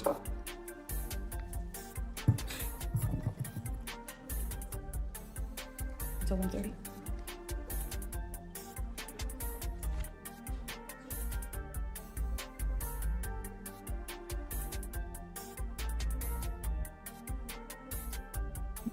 Alrighty. Seems like we're through the first part. That took me unexpected. I was in the next room trying to make my coffee. Listen. Yeah, Mike's. Oh, there it is. Okay. Thanks. Oh. We'll take a brief recess for just a second. Okay. I'm about to say, what the fuck? Made me run back in here for nothing. Well, while I fast forward. Having taken an oath is for the American people. Already. There is no doubt that on this side of the aisle, there is a committed and dedicated concern to the idea of sex trafficking. I'll be right back. Abhor human trafficking. Abhor any form of drug trafficking.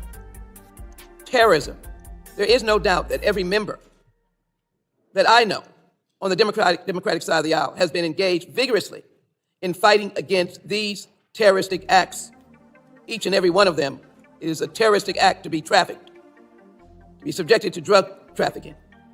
All of these require the work together for the American people. Today, we are being fooled that work is being done against an individual for treason, bribery, or other high crimes and misdemeanors. The American people understand that that is not the actions that we are here for today. Revenge, vengefulness is why we're here. Otherwise, they would understand that Secretary Alejandro Mayorkas is an individual whose family fled the Nazis and then Cuba before arriving here in the United States. That is what he went through. He is the first immigrant to serve as head of the Department of Homeland Security. And yet, this committee seeks to suggest that he is violating the Constitution, when in essence, his freedom is based upon our Constitution.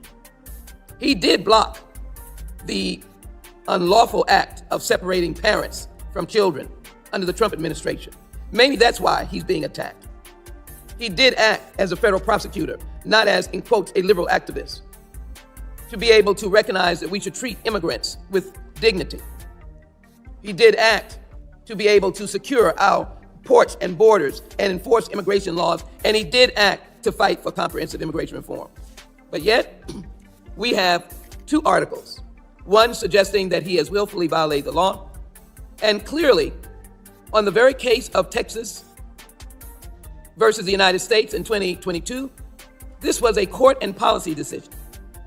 And coming from Texas, one of the few on this committee, going to the border more times than I can imagine, we have an actual standoff right now at the border between the federal government and one single state acting against the authority of the federal government, violating the law.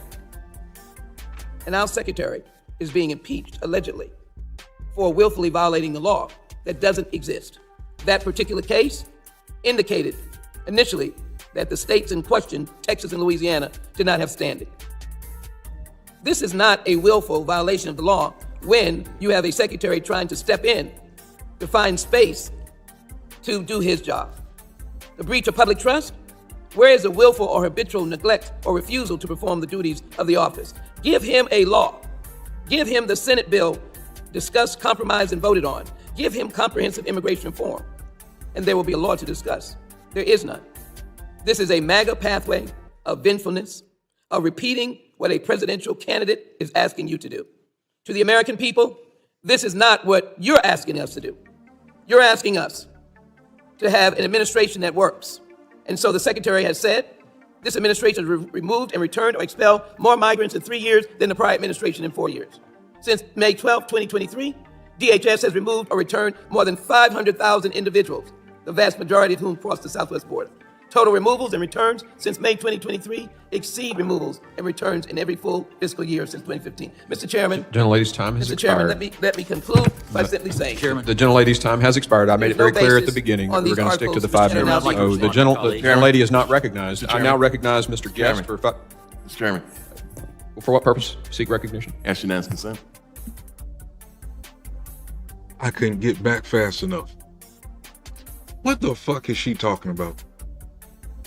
That's another black person sitting up here in Congress speaking up more for the people coming across the goddamn border instead of sticking up for her people. She sounded straight foolish. It sounded like she getting in her feelings like I'm getting in my motherfucking feelings. What is wrong with some of these people? And you already know when they full of shit when they try to blame stuff on the last administration.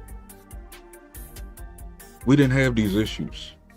They tried to make some of these issues. He tried to clean up some of these issues from his previous administration. I just don't understand, man. You don't never, if she says she's from Texas, she's so proud to be from Texas. How many of those black communities in Texas are you actually helping? Or are you trying to help take them down by help speaking up, bringing in these other people?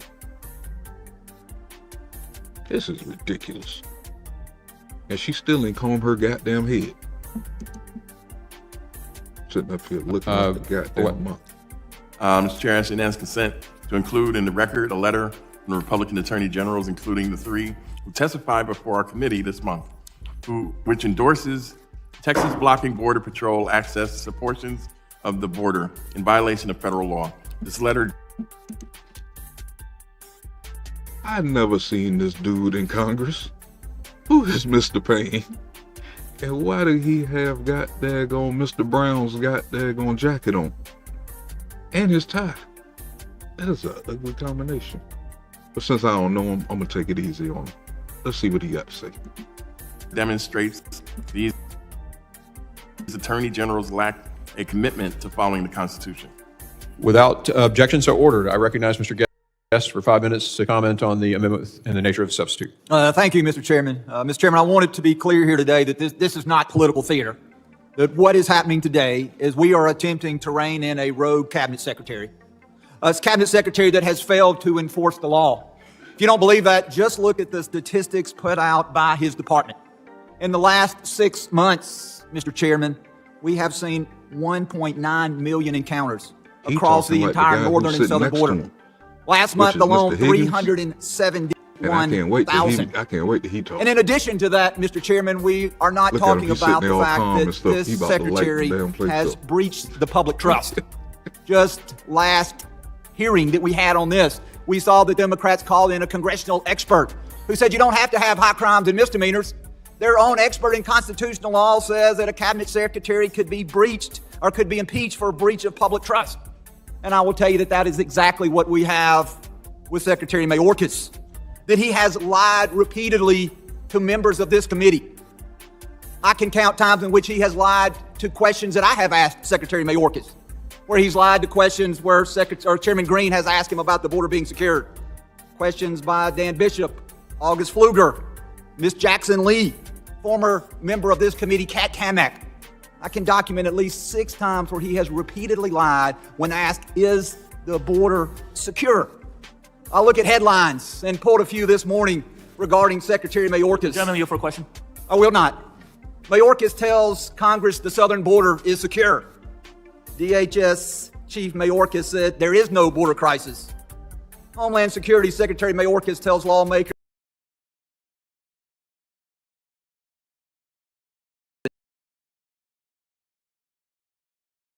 says the border is closed, defends Biden's immigration strategy.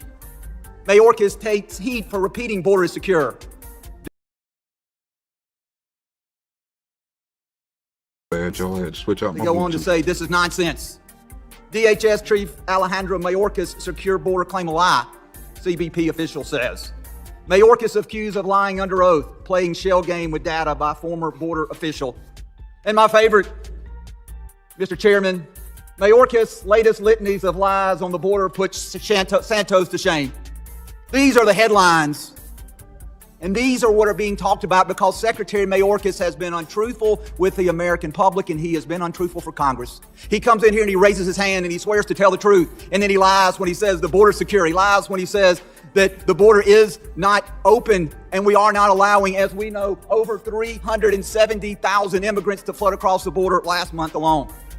I want to talk about what House Republicans have done because my friends... Did this man just say 370,000 illegals came across the border just last month? Where D Truth at? Because that post this morning, man, there you go. I'm not even going to troll him yet. But it's like, how many of these people are just selling us out? Damn. 370 just last month? Man, we in some deep shit. There's nowhere in the world that we can get all those folks out of here. They about to change the whole culture of this country. And we fed right into it. With taco challenges and all kind of shit. No fucking tacos goddamn on Tuesday. Today is Taco Tuesday for most folks. Man, fuck them tacos. Throw them shits back across the border. I'm just saying. On the other side, I'd say that we are doing this again for political theater. Last year we passed H.R. 2, the most comprehensive package that I've seen during my time in Congress. When we talk about funding, and what have we done on funding? I'll tell you that the House Appropriations Bill dealing with funding for the Department of Homeland Security, we went above and beyond what was requested by the President. The President requested a set amount, and we added additional money to that so that the Department of Homeland Security would have the resources that they need to secure the border. And then when we talk about the Senate bill, I have no idea what's in the Senate bill. I'll tell you, I am disappointed that our senators refuse to engage the House of Representatives. They don't allow Chairman Green or Ranking Member Thompson a seat at the table. We don't know what's in that bill. Man, I'm going to turn that into a hashtag. I can't speak of whether I'll support the bill or not. We've seen that. I will not yell, and I have 30 seconds, and I will finish my time. Taco Tuesday. Hashtag I will tell you that for the Democrats to accuse Republicans of political theater is wrong. I want to end with this. I want to end with the fact that there was a recent letter. A letter actually was dated in 2021 by former official Rodney Scott. Rodney was chief of Border Patrol under both Trump and Biden. That letter described how he witnessed a seismic shift in border security and immigration policy that began on January 20, 2021. And that began with a lack of a meaningful effort to secure the border.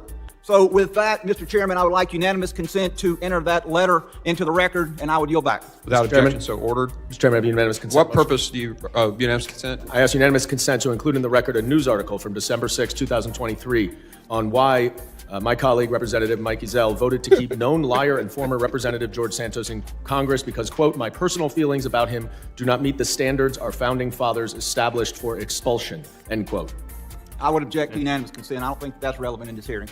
You just brought up Mr. Santos's... Hold on, we're not discussing it. Lies. A motion's been made for unanimous consent. There's an objection.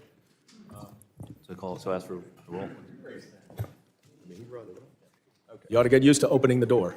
I quoted a headline, sir. I did not open the door to vote. No one's recognized right now but the chair. Nobody's recognized but the chair.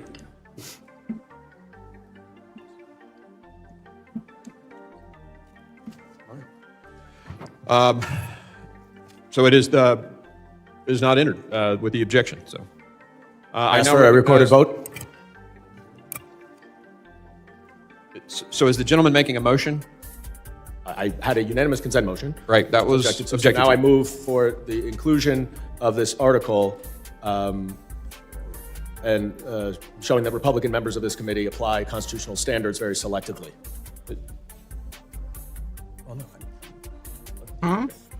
So all those in favor of admitting to the record the article presented by Mr. Goldman of New York and say aye. Aye. All those opposed say no. No. In the opinion of the chair, the noes have it, and the article is not admitted. Mr. Chairman, I ask for a recorded vote. Recorded vote has been requested. The clerk will call the roll. Mr. McCall. No. Mr. McCall votes no. Mr. Higgins. Mr. Higgins votes no. I don't care for this part too much. Mr. Gonzalez. I hope my coffee is almost done. Mr. D'Esposito. Mr. Johnson votes aye. Ms. Jackson Lee. Aye. Ms. Jackson Lee votes aye. Mr. Payne. Aye. Mr. Payne votes aye. Mr. Swalwell. Mr. Magaziner votes aye. Mr. Ivey. Aye. Mr. Ivey votes aye. Mr. Goldman. Aye. Mr. Goldman votes aye. Lulota recorded. Mr. Lulota is not recorded. Mr. Lulota votes no. House of Chair recorded. Chair is not recorded. Chair votes no. Chairman Green votes no. Clerk will, House Ms. Garcia, or Ms. Ramirez. Ramirez. Ramirez. I vote yes. Mr. Ramirez votes aye. Anyone else? The clerk will report to tally.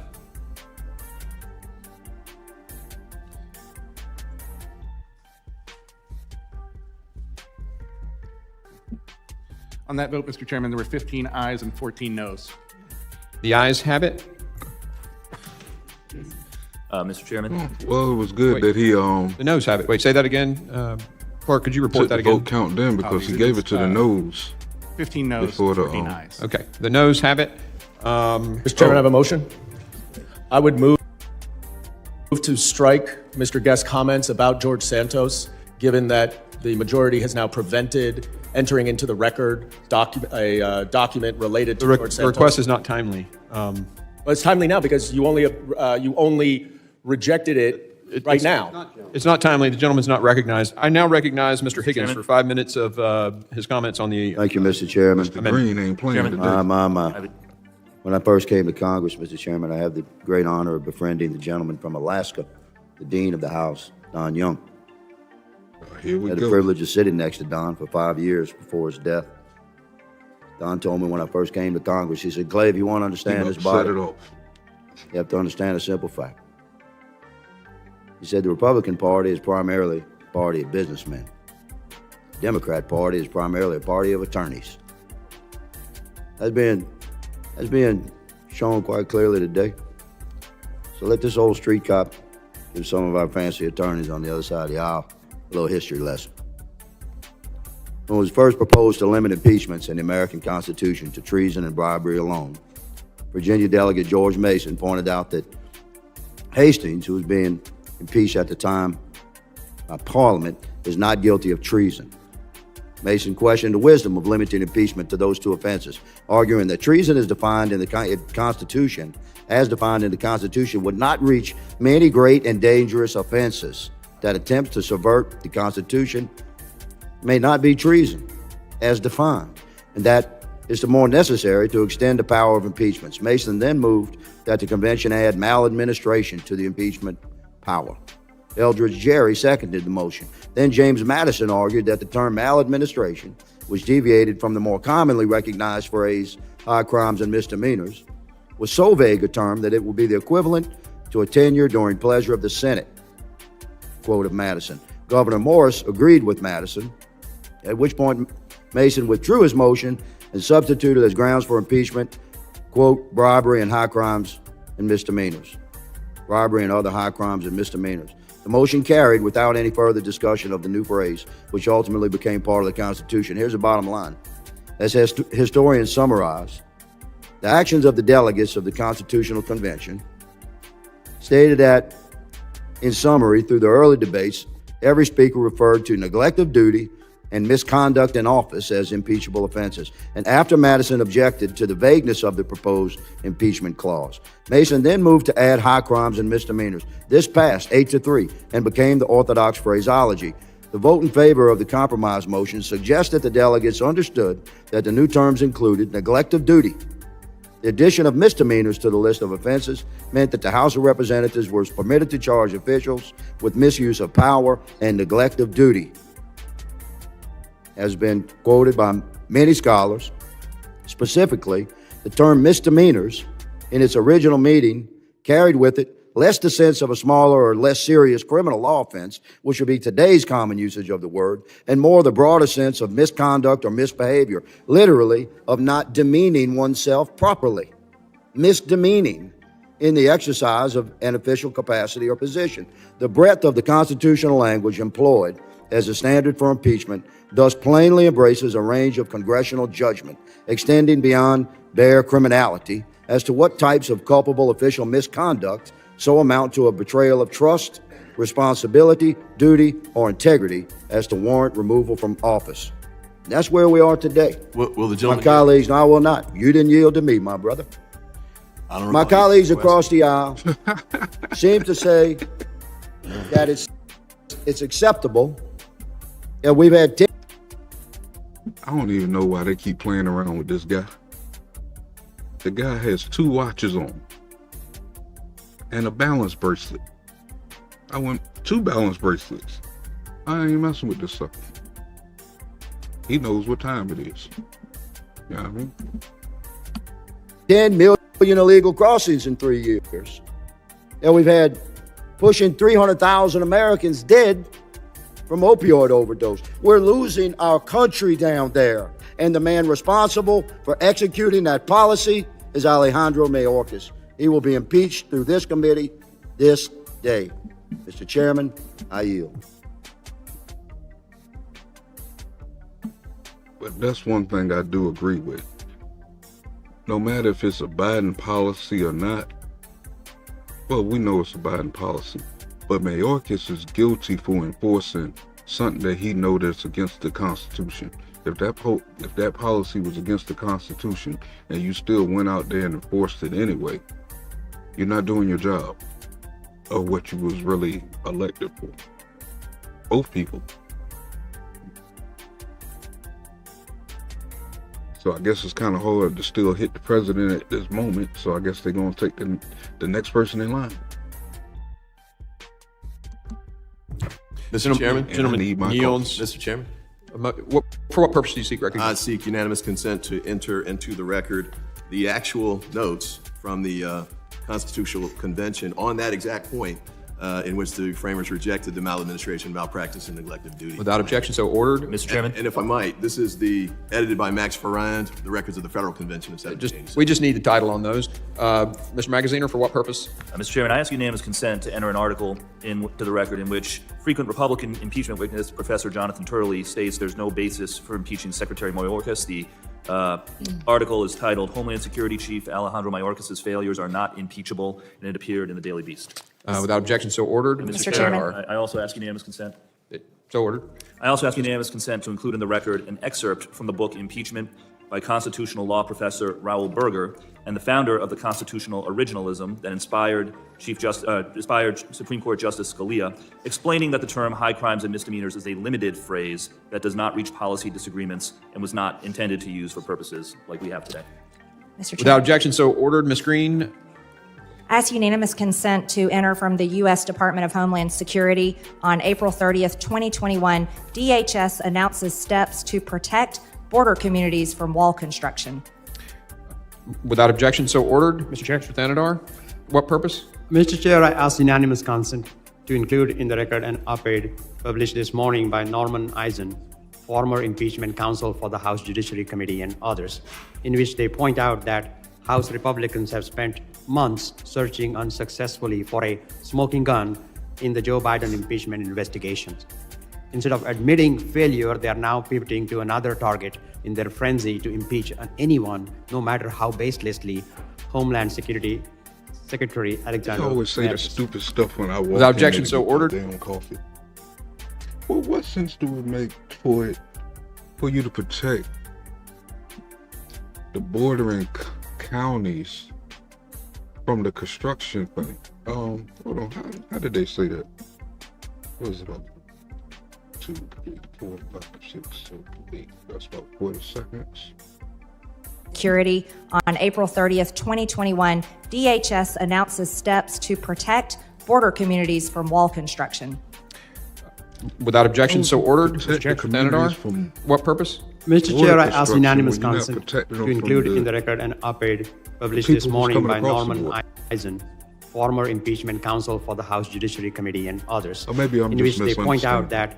that House Republicans have spent months searching unsuccessfully for a There go Austin smoking Powers. gun in the Joe Biden impeachment investigations. Instead of admitting failure, they are now pivoting to another target in their frenzy to impeach anyone, no matter how baselessly, Homeland Security Secretary Alexander Mayorkas. Without objection, so ordered. Mr. Chairman. Ms. Green, for what purpose? Ask unanimous consent to enter a Homeland Security tweet on October 8th, 2021, consistent with the DHS border barrier plan at CBP in coordination with the USA CEHQ intends to cancel the remaining border barrier contracts located within the Laredo sector and all border barrier contracts located in the Rio Grande Valley sector. Without objection, so ordered. Mr. Chairman, I have unanimous consent. Mr. Grove, Request. Mr. Golden. I ask unanimous consent to include in the record a section of the book by esteemed constitutional lawyers Lawrence Tribe and Joshua Matz explaining to Mr. Higgins' point, quote, when the framers replaced maladministration with high crimes and misdemeanors, they sought to narrow, not expand, the class of impeachment offenses, and high crimes and misdemeanors was understood as limited to serious misconduct that inflicted injury on the state itself. Mason and Madison thus rejected a term that allowed impeachment for strong differences over policy and personnel. Without objection, so ordered. And I have one more. For what consent. purpose? From the same authors, another excerpt where they explain that key elements of high crimes and misdemeanors like treason and bribery involve corruption, betrayal, or an abuse of power that subverts core tenets of the U.S. governmental system, proof of intentional evil deeds that risk grave injury to the nation, and they're plainly wrong that the current standards that no reasonable official... Just the title, Mr. Goldman's all we need. Is that the title? You don't like the explanation? No, please read. We're talking about saving some time here. Go ahead. Yeah. Are you done with the title? It is from constitutional law scholars Lawrence Tribe of Harvard and Joshua Matz. Without objection, so ordered. Mr. Menendez, you recognize. Thank you, Mr. Chair. I ask unanimous consent to include in the record testimony from... We're going to be here a while today, it seems. So we're going to do this in as friendly a manner as possible. So we'll reconvene at 12:35.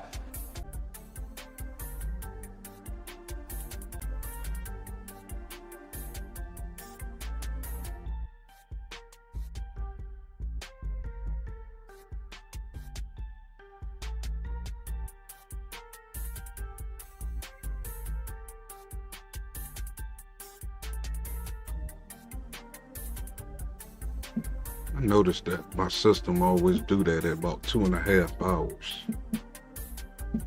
Hopefully it'll straighten itself back out like it usually do. And we finish, get these people off of lunch. Is one of the tools available to Congress to pass statutes limiting the... Because it could get out. They do not mention impeachment. Justice Kavanaugh's opinion does not mention impeachment as a tool for resolving political dispute. And I think based on the other document I entered earlier, which is goes to the maladministration piece, the point there is this isn't for policy disputes. You don't use impeachment for policy disputes because it could get out of control. So we want to make sure that we use it for very limited circumstances, and we've heard some of those as, already. Gentleman, yield for a question? Yes. Is one of the tools available to Congress to pass statutes limiting the discretion of the enforcement discretion of the administration? Yeah, I think that's what Justice Kavanaugh meant by the legislative process. Okay, so that's what Congress has done. That's what the court is dealing with in the Texas case. And the issue is whether or not the administration has flouted, brazenly disregarded those statutes limiting its discretion. Just to reclaim. So how does the Congress deal with the controversy over that? Well, I think that's the point that he's trying to make with the other issues the other options that he lays out. But I'll point this out. Is impeachment one of the options? Not that he mentions here. I'm asking you, sir. This is an 8-1 decision. I think it was said to be 5-4 earlier. And the Supreme Court, the Trump wing of the Supreme Court, is in the majority and the concurrence on this. And the bottom line they're saying here is, even if you think these two statutes are mandatory, which by, I think, Mr. McCall's reading that they were, they're still saying that discretion belongs to the executive. And if I might yield to Mr. Magazine. Because I want to speak on this point raised by Mr. Bishop and Mr. Burkeen. One thing Congress could do is appropriate the funds for adequate detention capacity. Because what we're talking about here is the Secretary exercising his discretion because the capacity of the centers has been reached. So he is exercising his discretion as to who should be released. Would the gentleman just as, in 1 second, Chairman, respectfully, just as the prior administration and the administration before those did as well. Under the Trump administration, again, in the last 2 years, 52% of migrants in detention were released by the Trump administration because they were at capacity. Once again, the secretary then was using his discretion under the Trump administration. The current secretary is doing the same thing. If the gentleman would yield, I want to point out that CoreCivic and the other company that do our ICE detention have been resoundingly filled with empty beds. If you go look at the numbers, as soon as Secretary Mayorkas took over, those ICE detention facilities, there's one in California they're going to shut because it's got 8 people and it holds 3,000.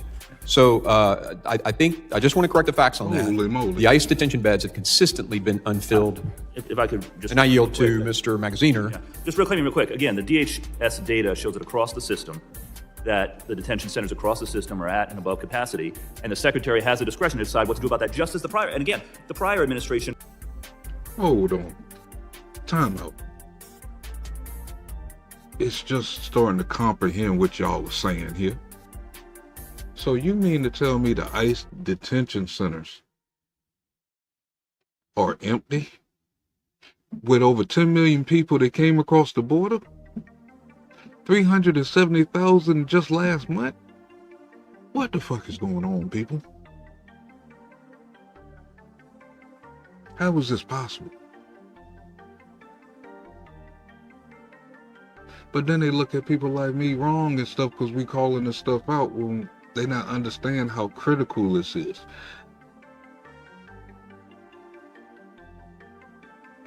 Where'd he get that color tie from? I don't like what you're saying, man, but I like your tie. But this is crazy.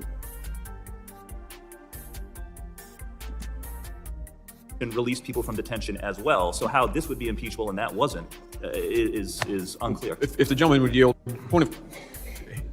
well, he needs to yield back to you, and then you need to yield to the ranking member. I yield back to the ranking member. I apologize. It's to the ranking member, and time has expired. So, Mr. Chairman. Mr. Chairman. For what purpose? I'd like to respond to my colleague's assertion about this being politically political. We got a queue. We got a queue, and I'll put your name down. The next up is Mr. Jimenez for his 5 minutes. Thank you, Mr. Chairman. And look, somebody said that Republicans. And so far at this moment, it looks like I might be splitting this into 2 parts. Whether we get halfway through this or I reach 100 views. One of those will trip me into doing part 2, which might be later on today or tonight. And Leah, I did see you last night in the chat when you said I should go. I go live. I had my computer filled up with so much other stuff I would have had to shut everything down. I was working on little projects and editing videos and stuff like that. And I did see you. Now I was trying about 4:30, 5 o'clock in the morning. I don't know if you still would have been up. But I might split this in 2 here and get rid of it as soon as possible because there's so many hearings popping up this week. It's crazy. Republicans are businessmen and women, and Democrats are lawyers. Well, I'm neither. I'm neither a business person or an attorney. I'm actually just a firefighter. And I'm very proud to be a firefighter, but firefighters tend to look at things, kind of not so much shades of gray as maybe business people and attorneys do. And so, there's a raging fire happening at the border. And that was demonstrated to me pretty soon after the Biden administration took over. And as a firefighter, what you do is you try to put the fire out. And then you look for what caused the fire. Well, the fire in this case wasn't accidental. It was actually lit on purpose. And I've said that for a couple of years. Not just now. I've said it for a couple of years. This was actually done on purpose. And the Biden administration, Secretary Mayorkas, are using policy to mask unlawful behavior. You can talk about policy all you want, but that policy, when that policy actually is unlawful behavior, it's unlawful behavior that we're talking about here. It's not a difference in policy. It's the unlawful behavior of the Biden administration and Secretary Mayorkas that has led to that fire that is putting America at risk. Not only is it putting America at risk, it's putting Mexico at risk too, because the cartels that control the southern part of that border are being enriched by the policies, the unlawful policies of the Biden administration, to the tune of where they were making $500 million a year for illegal trafficking of human trafficking. Now they're making $1 billion a month, over $13 billion. And so the Secretary. And by him saying that, it makes you think all these people who's sticking up for it and he shouldn't be impeached and things like that. how much money did they put in trying to flip off these, off the fentanyl, the human trafficking and all that stuff that's coming over? They gotta have some investment somewhere for them to actually speak up for it and stand on what they're saying. They gotta have their hands in it somewhere.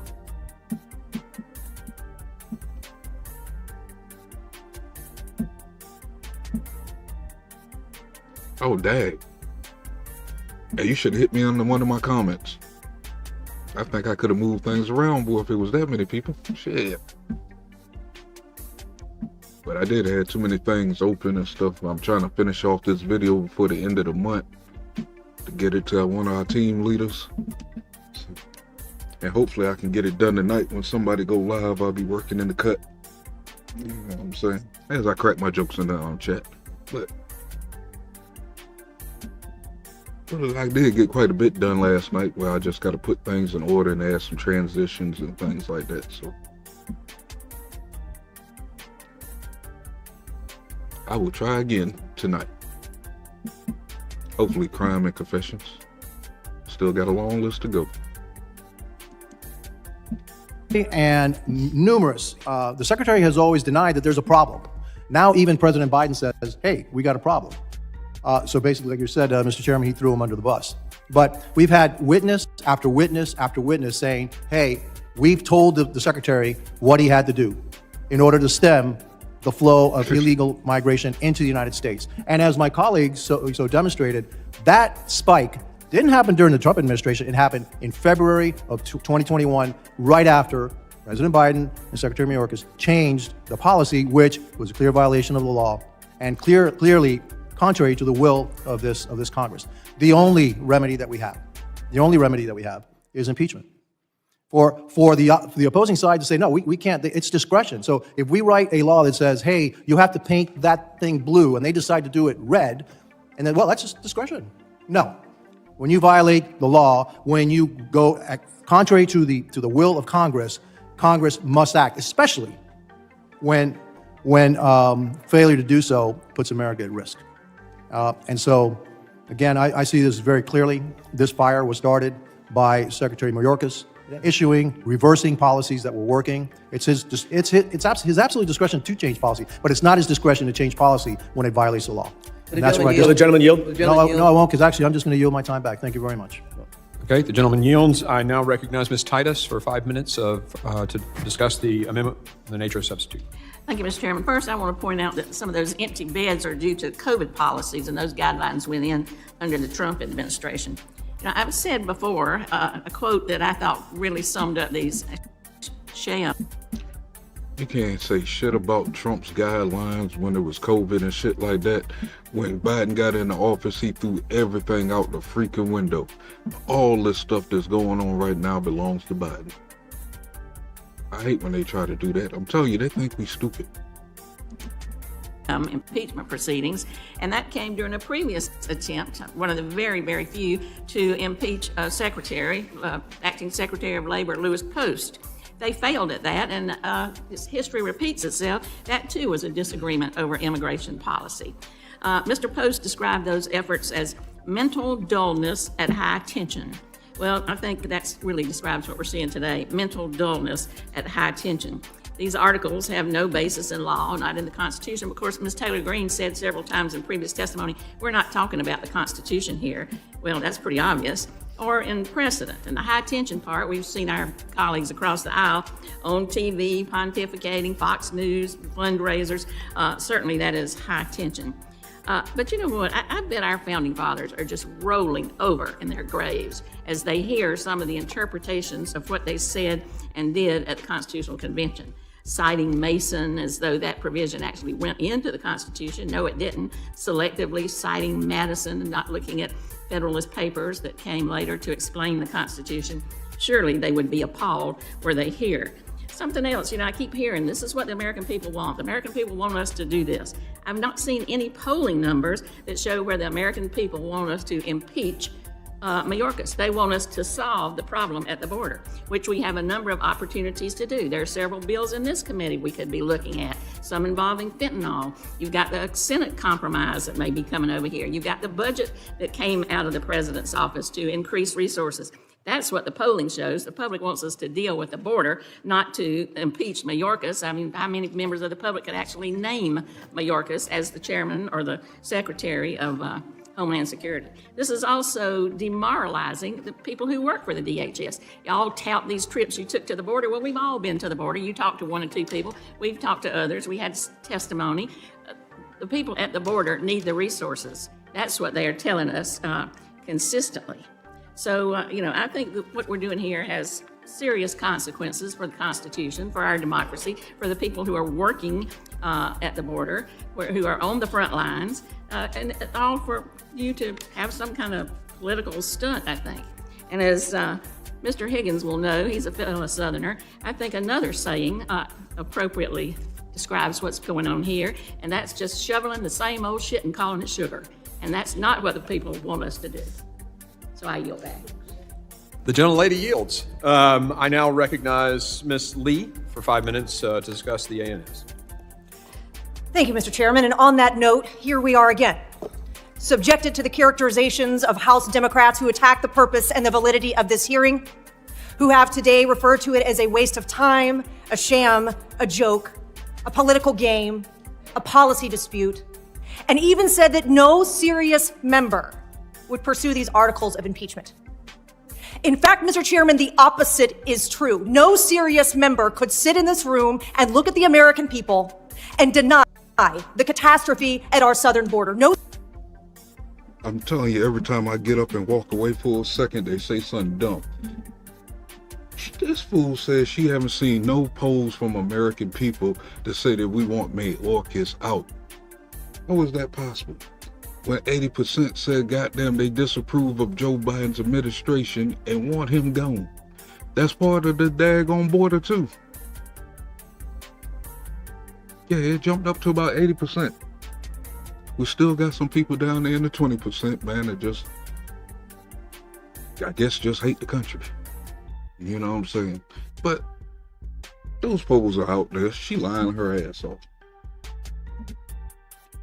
No serious member could deny that it is past time for accountability. No serious member could look at the American people and say that lawlessness is acceptable. That it is acceptable for one branch of government to defy the others, willfully, purposefully, and with impunity. And that is precisely what Alejandro Mayorkas has been doing all of this time. Mr. Mayorkas has indeed defied, first, the courts of the United States of America. Of course, these matters have been litigated. Of course, the states are fighting for safety of their citizens, for the security of our borders. And what has he been told? Courts have ruled that his subversion of the parole process, his use of that as a way to get around the laws of the United States is unlawful. He's been ordered to desist. He did not. He's been ordered to reinstate remain in Mexico. He did not. He's come to this Congress and he's given testimony before us that was demonstrably false, stating that our border was secure, stating that he had operational control of the border, when in fact, every person in this room, and I dare say the vast majority of America, knows that is not the truth. He has misled this committee. He has misled the American people. This process, this committee's process in consideration of this day has been methodical. It has been serious. It has been thoughtful. We have heard from the men and women of local law enforcement. We have heard the catastrophic and tragic effects to their communities that this failure to enforce our laws has caused. We heard from families who have lost their children, deaths from fentanyl poisoning. We've heard the tragic stories of human trafficking, not only of Americans, but of those who are crossing this border illegally that are being exploited. We have heard these stories week after week. And rather than call them a waste of time, as our Democrat colleagues have done, we need to hear them, we need to heed them, and we need to take action. Because here is the reality. Every single day that Secretary Mayorkas continues in his role, America is less safe. We have ceded control of our border to the Mexican drug cartel, and we have seen the tragic and irrecoverable consequences of doing. I'm agreeing with her on everything, but still, I'm trying to figure out, if we get this bum out of there, who are they going to replace him with Because if this is Biden policy, are they just going to reinforce the policy because Biden is over them?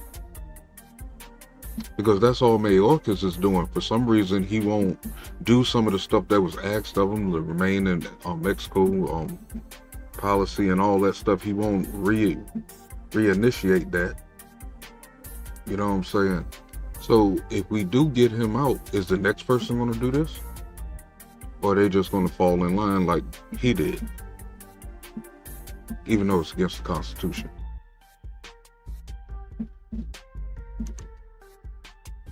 Doing so, not only are these articles of impeachment appropriate and based in law, it is our duty to ensure that the United States of America is a nation of law. It is our duty to ensure that our border is secure. And it is our duty to ensure that Secretary Mayorkas faces the consequences of his actions and the consequences of deliberately and willfully creating this catastrophe. Mr. Chairman, with that, I yield back. The gentlelady yields. I now recognize Ms. Ramirez for 5 minutes to discuss the ANS. Thank you, Chairman Green. Before I go into my remarks, I do want to ask unanimous consent to include in the record Heinz Presidents of the House of Representatives on the last impeachment of Cabinet Secretary William Belknap in 1876. I'm sorry, could you say that again? Mr. Chair, I wanted to ask unanimous consent to include in the record Heinz Presidents of the House of Representatives on the last impeachment of a Cabinet Secretary, William Belknap, that happened in 1876. Without objection, so ordered. Thank you. So, I agree with my colleague who just spoke a moment ago. I want to see action as well. I think many of us coming in here, particularly those that came as freshmen, we came from our districts and we told our constituents that we were going to go to Congress. In some cases, some of us came from state legislatures because we wanted to carry on and build on the work we did in the state legislature and get things done. So as I dress today, I do it with a deep sense of urgency. And I gotta admit, frustration. As we find ourselves amidst a political spectacle that threatens to overshadow the critical issues facing our nation at the border. There are issues at the border. But the call for the impeachment of Homeland Security Secretary Alejandro Mayorkas is not only misguided, but it also distracts us from finding natural and practical policy solutions to the humanitarian crisis within our borders. For more than 17 hearings, and for those of you that have been here through all of these hearings, we've heard colleagues on the other side of the aisle talk about how worried they are about the open borders and how it's hurting our communities. Once in a while, some of our colleagues have even mentioned it hurts asylum seekers. Yet instead of working on solutions to these horrible and painful realities, Republicans continue using our pain for their political theater. My colleagues say they care about the pain of our communities. I've heard them say it.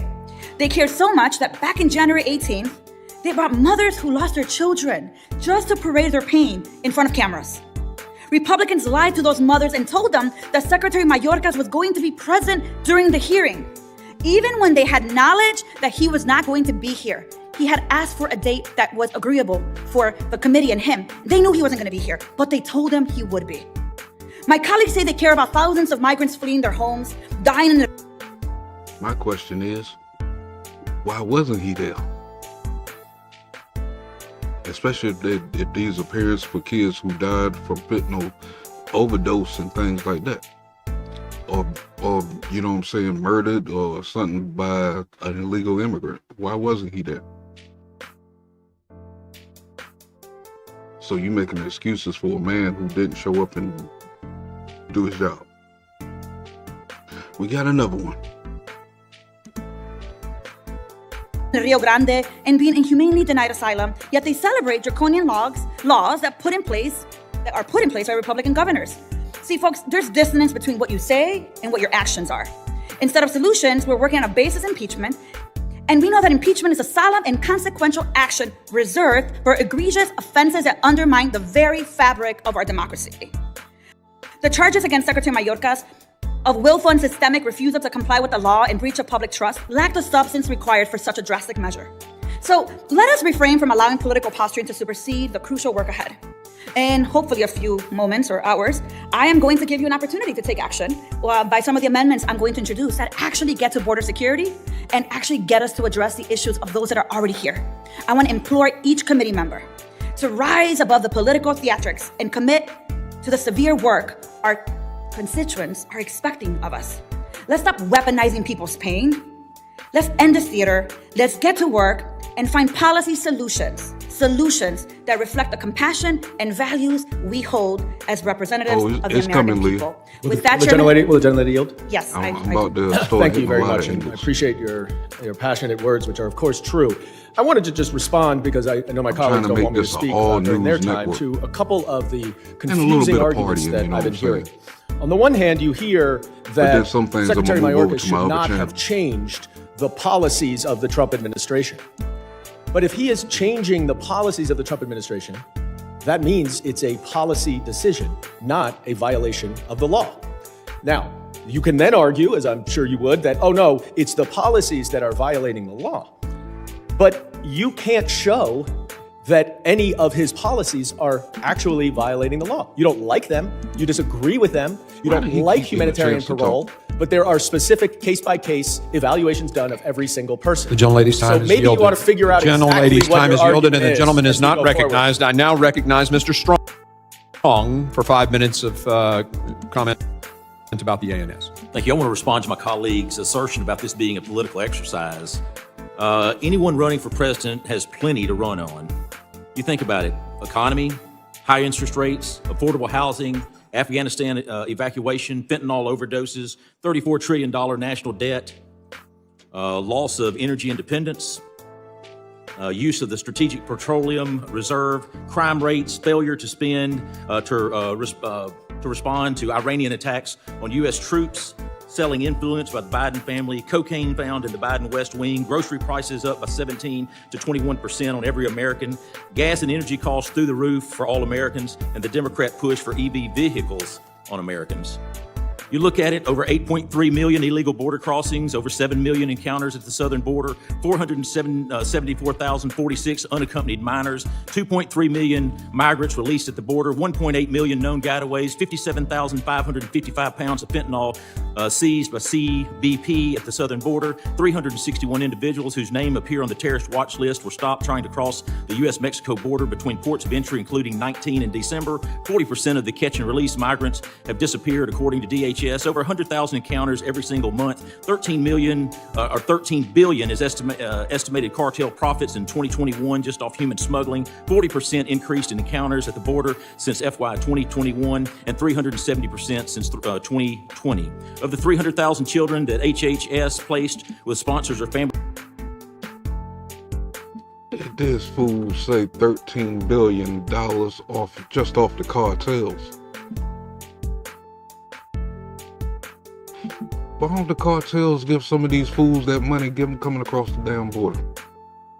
So they'll stop eating up our resources. Not saying that that's right. You know what I'm saying? But I mean, they'll be bringing dirty money into our home economy. But 13 billion? It seems like these numbers get higher and higher every month. They'll tell us that it's false until you go really start doing some research and this stuff be absolutely right. So I don't understand what some of these Democrats be talking about. Like, who paying you? Who sent you? Assembly members in the U.S., more than 85,000 have gone missing as of July 2023. The smuggling of children to America to be sex slaves, I promise immigration, is the #1 issue facing America. But there's a laundry list of failures. You look, the Secretary of Homeland Security failed to comply with U.S. law. The answer is clear: end the catch and release, cease the exploitation of parole authority, reinstate remain in Mexico, expand expedite and removal authority, and renew building the wall. The core mission of DHS is to ensure a homeland that is safe, secure, and resilient against terrorism and other potential threats. No one on this dais believes America is safe, secure, or resilient against terrorism or other threats. Just this month, 10 retired FBI leaders and counterintelligence experts who together served under 7 different presidents sent a letter to Congress January the 17th about the dire threat that Mayorkas border crisis has brought to the U.S. They wrote in part, it would be difficult to overstate the danger represented by the presence inside our borders of what is comparatively a multi-division army of young single adult males from hostile nations and regions whose background intend to do damage to America. You think about it, they're not just coming from a couple of different countries. They're coming to America from 160 different countries. They're flying into Mexico to come across, and they're coming from everywhere in this world. It is unacceptable, and I'll promise you the people of America have had all they can stand. Mr. Chairman. I mean, where did they get money for the ticket? No matter if it was by boat or plane. These people are supposed to be in trouble coming here. Where did they get the money to get on a plane to travel halfway across the world to come here? Because when I start reviewing what's going on down there at the border, you're going to see a lot of these people from Somalia. There's a lot of black folks from a whole lot of different countries that's going to get us up in the mix when it's time to get us up out of here. We talking about police violence and stuff like that. The Democrats don't mind if the immigrants join the police force, so you're going to have immigrants policing over you. You know what I'm saying? And then when ICE decide to do their job, whether it's a change of administration or whatever, you know what I'm saying? These people done came in and blended into our communities. So that means real African Americans are going to be harassed, searched, where's your ID at, all this, all in their own country because they're looking for the illegals. Which is going to lead to, you know what I'm saying, more police on black violence and things like that, allegedly. But this is just my theory of how I'm seeing it. It's like the Democrats are supposed to be for the people. I mean, they say they for the black folks. Black folks keep supporting these people. They keep saying that people like me and stuff is always lying. And we got fake this, fake that. We're lying and shit on everything. But how else are you gonna fucking see this situation? Why you keep standing up for this administration? That almost right. I need to write that down. It's just not making sense to even go along and play along with this party of people. It's like it's not going to do you no good in the future. It's going to put us in a worse position. Whether we're going to lose what we call home is the projects, the ghettos and things like that. They didn't give us no money to help fix them up. We couldn't put our heads together long enough because we manipulated full of propaganda and bullshit. You know what I'm saying? We can't get the things together in the hoods and shit. They know that, and then they're gonna move a whole nother set of people in who they funded with the money that you went out there and worked at McDonald's, Kmart, Circle K, and all this stuff. You worked hard for this shit. They took taxes out your fucking check and they turned around and give it to these people to come take over your motherfucking hood. I mean, I could say it this time, I could be wrong, but I know I'm not wrong. We gotta open our eyes real fast.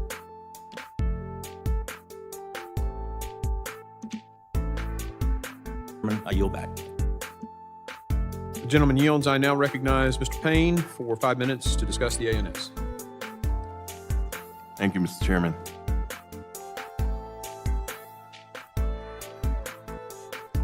Mr. Chairman, I strongly oppose the articles of impeachment offered by the majority here today. Let's talk about the majority's motivations See what to happens bring when I get coffee these articles to be marked up. They claim it's about law and order. However, the two articles we are considering today fail to meet the bar of Article 2, Section 4 of the United States Constitution.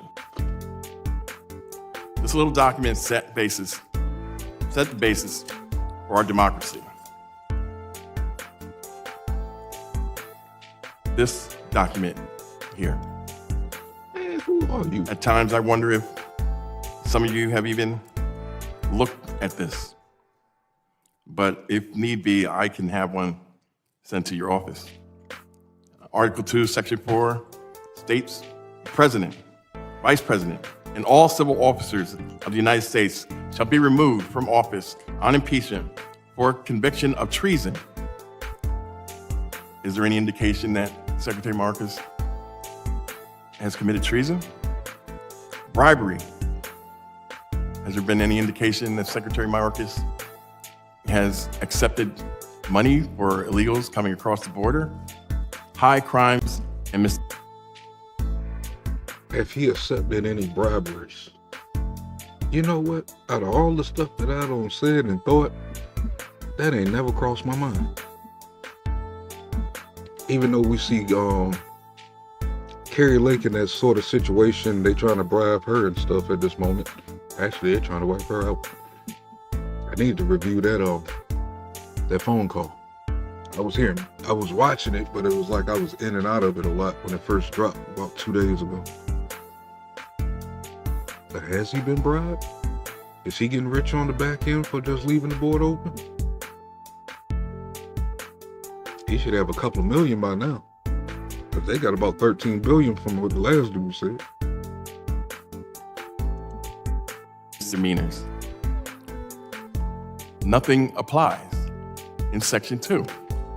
And you can continue to dismiss it in the Constitution. It's interesting how we can ignore the Constitution at times, but then when it presents itself to your need, that you cite it. The accusations levied against Secretary Mayorkas in these articles amount to nothing but more than policy disagreements. Then let's work on policy. Let's work on policy. Man's jacket, boy, goddamn. If there's a problem, he got that out of Mr. Brown's closet. Let's give Secretary Mayorkas. And Mr. Brown got it from Sanford Arms. But you're unwilling. The Senate Republicans are willing to work with it. But you got your that jacket is the dictator for one day telling you not to go along with it. There simply isn't anything regarding treason, bribery, or high kinds of misdemeanors. In his role, Secretary Mayorkas has carried out his duties and responsibilities with unwavering dedication to the public trust. Now, you may disagree with that. So then let's have that discussion. Let's work on the policy that will make it better. He has not broken the law, and he has not done the best he can to keep order, given the tools that the majority has provided him with in terms of resources and tools to humanely address the issues along the southern border. It is not about the law and order, then maybe it's about. So y'all not seeing his head the way I'm seeing his head right now. But this dude's head is so fat that it's bending the arms on his glasses outward. I don't know if y'all can see it on this screen, but it's like his glasses are bowing out on the end just to wrap around his ears. Now that's what you call a meathead. Our policy. As Democrats, we've laid out over the past few hearings, impeachment is a political tool that will fail to solve any issues that requires a policy-based solution. Once Mayorkas is gone, does that mean everything is okay? Is that the real issue? I did want to take it all the way back to the 70s, you know what I'm saying? It's like that jacket is this definitely is nothing from more the than 70s, boy, a that political pattern stunt and everything. on an issue that requires a serious policy solution. Building a wall with taxpayer dollars is not a serious policy solution. Closing our borders in an attempt to ensure no immigrants seeking asylum comes in is not a serious policy solution. Starving our Border Patrol personnel of resources they need to protect the homeland is not a serious policy solution. We should come together and find reasonable, humane, and equitable proposals to address this complex issue and put forth a serious policy solution that upholds our values as a country and a society. Instead, we have Chairman Green and Marjorie Taylor Greene and the other members on the majority seem to believe impeaching Senator Mayorkas. Gentleman's time has expired. Is an action that will fix the gentleman is not recognized. I now recognize Mr. Gonzalez for his 5 minutes of discussion. I yield back. Thank you, Chairman. And one of the best things about Congress is we all represent districts from across the country, and we have debate. And I think that's very positive. One of the most difficult things about Congress is it's filled with nothing but lawyers, and they'll talk all day about this, that, or the other, which is, I think, frustrating to many Americans. This is what's going to happen. The House of Representatives is going to impeach Secretary Mayorkas, and there is absolutely nothing anyone can do to stop it. That's going to happen. In my district, in Texas, we're feeling this. In Arizona, they're feeling it. It's going to happen.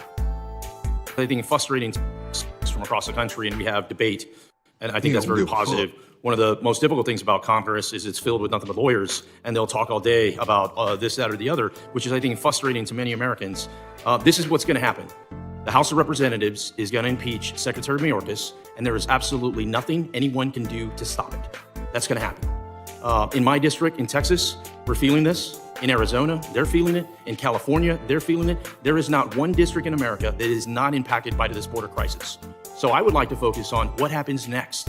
What are we going to do after that? What are we going to do? Are we going to have a conversation on how we secure the border? Or are we going to continue to blame others for everything that's wrong? I would like to see this border secured in a manner that protects everybody. And I do think there's an opportunity to do that. And I look forward to working with my colleagues on both sides of the aisle to come up with a conclusion that makes America on the track of keeping people safe and secure. With that, Chairman, I yield back. The gentleman yields. I don't have anybody else in the queue. Is there anyone else who would like to? Mr. Thenadar, have you had? I don't think you have had 5 minutes yet, have you? Okay, the gentleman is recognized for 5 minutes to discuss the ANS. Thank you, Chairman Green, and I would yield my time to the gentleman from New York. Thank you, Mr. Thenadar. Funny that members of Congress would want to focus on the law, given that our job is to write the laws, interpret the Constitution, and implement and pass laws. Crazy to have so many lawyers here when we're dealing with laws every day. And unfortunately, what we don't have is anyone on the other side of the aisle that seems to understand what a high crime and misdemeanor is. Now, I know that's part of the law, so you don't want to talk about it, but it is the requirement for impeachment. Now, we agree on a lot of things that have been said today, as surprising as that may be. The situation at the border is untenable. Migration patterns have dramatically changed over the last 5 years. It started in the middle of President Trump's administration as migrants were coming more and more to the border. Not every single person who came over the border without documents. I mean, at that time, I was trying to figure out how all those people coming across the border was wearing a Biden and Harris damn t-shirt. If y'all remember that. Since he want to be smart to say that, you know what I'm saying? How did those people on the other side of the border get Biden and Harris t-shirts before they even cross? I'm just asking. There was people coming up to the border when Trump was in office. Shut the hell up. Some of us pay attention. Was deported under the previous administration, and in fact, that has never happened. So if you are going to impeach Secretary Mayorkas because you say that he fails to adhere to the letter of the law under operational control, then you better impeach every single Secretary of Homeland Security that was during the past 5 administrations and will be going forward, because it's an impossible standard with the resources that they have. We have not increased the resources that the Department of Homeland Security needs to actually stop every single person from coming over the border. So I hear a lot of other things about different areas. I'm sorry, Mr. Pfluger, but you did not yield to me, so I will continue. I will mention one thing, though, you say, Mr. Pfluger. You mentioned the horrific story of 53 people who died effectively by heat and suffocation south of San Antonio, which is absolutely horrible. And if you had evidence that Secretary Mayorkas was working with the driver of that truck who abandoned them and left them there, then you would definitely have good evidence of an impeachable offense. But the notion that you would say that the cabinet secretary who oversees 260,000 employees is somehow willfully and intentionally responsible for that single incident is preposterous. Secretary Mayorkas has not disregarded any court order. Not one.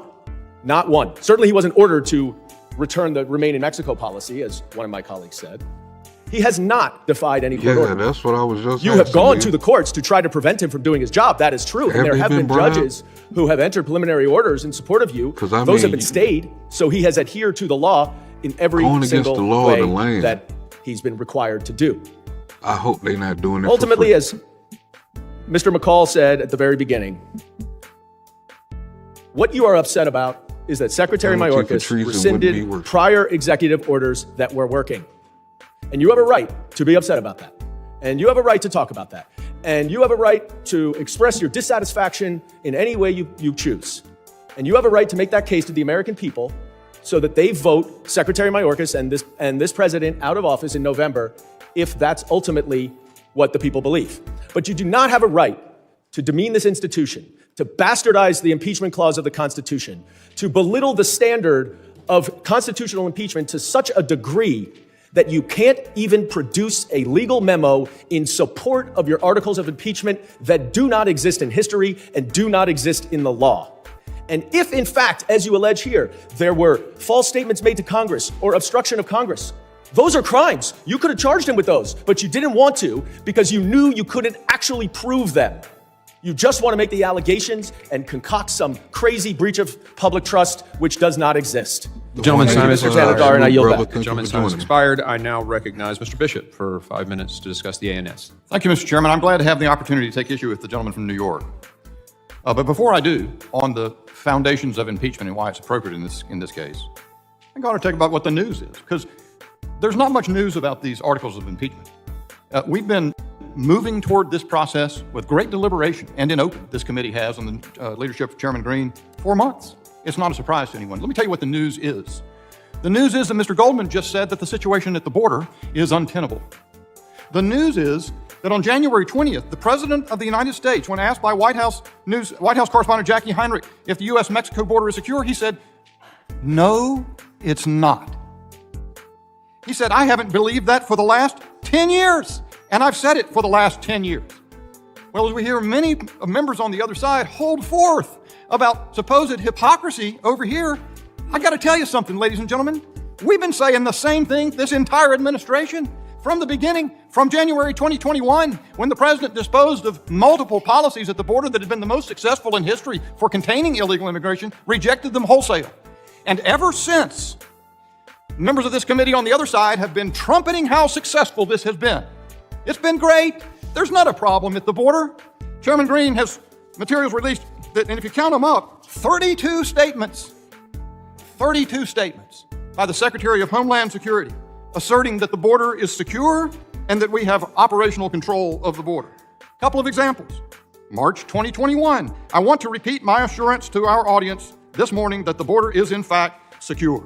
September 2021, Senator Ron Johnson, you have repeatedly stated that our borders are not. Salute 6ix9ine. Thank you for joining me. Man, when you gonna get the party going back again? I mean, we supposed to be doing the WAP right now. You know what I'm saying? It's about 6:01, man. We supposed to be jamming right now. I'm just saying. You know what I'm saying? Coming from a supporter. You know what I'm saying? Not open, they are closed. Do you honestly believe that our borders are closed? Mayorkas, Senator, I do, and let me speak to that. In July 2022, to ABC's Martha Raddatz, just a simple question. Do you think it's working? Mayorkas, I think we are doing a good job. Me, November 2022, Secretary Mayorkas, do you continue to maintain that the border is secure? Mayorkas, yes. Goes on and on, 32 times.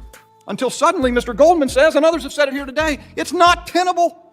Maybe it was because Eric Adams from New York said you're destroying New York City. Maybe it's because the mayor of Chicago said, you got to send us more money. We're in crisis over here. Or Denver, or any of a number of other Democrat-run cities. That's the news. That's the news. This impeachment, these articles of impeachment present a very narrow question, which no one seems to want to follow. Well, all righty then. Yes, sir. Get that money first. You know what I'm saying? Fuck the YouTube. Yeah, buddy. I totally agree. The line of reasoning long enough to get to. What the Supreme Court said in United States versus Texas, both the majority and the dissent, is that Congress, 20 years ago, mandated restriction of the administration's prosecutorial authority. In certain specific cases, you will detain, and detain until you have removed. And yes, Secretary Mayorkas has brazenly flouted and disobeyed those laws, those statutory laws. He wrote guidelines that said it shall not be a basis to detain anyone if they're in those, just because they're in those categories that Congress declared in law. So that's what's happened over and over again. The articles of impeachment specify 7 separate statutory commands by the Congress that Secretary Mayorkas has similarly flouted and brazenly disobeyed. And I ask the question, if someone wants to take it up, if the Congress does not impeach, what indeed is the remedy? I'd love to take it up. I'm going to legislation. I'll pose it. I got 37 seconds, and you'll have plenty of time to address it. I'd be glad to have the colloquy. But what is the remedy? Well, Secretary Justice Alito made it clear in the dissent what the remedy is. Congress can impeach. Yes, Congress could do something else. Congress could cut off the money. But there are limits to what Congress can do. I mean, you can beg the question whether Congress has any power to restrict the discretion of the executive. The Supreme Court seems to think that it does, but it has said we are not the forum to vindicate those restrictions. That's what this process is about. It is about vindicating the rule of law in our constitutional system. The gentleman yields. We are now up against vote.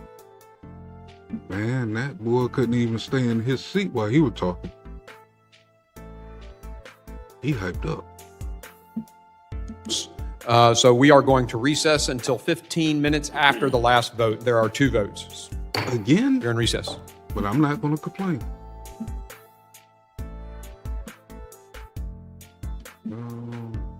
Where's the which part of screen at? Oh, fuck it, never mind. 15 minutes.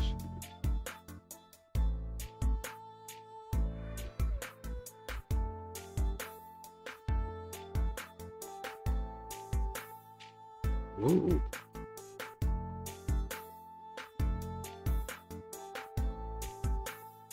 That was longer than 15 minutes.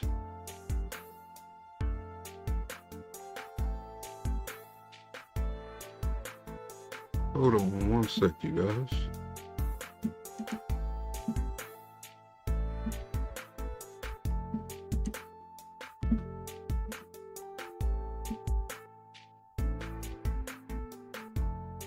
Hell yeah, now 6ix9ine, your money do come first now. I got there, gonna get the money first. But can I borrow your playlist?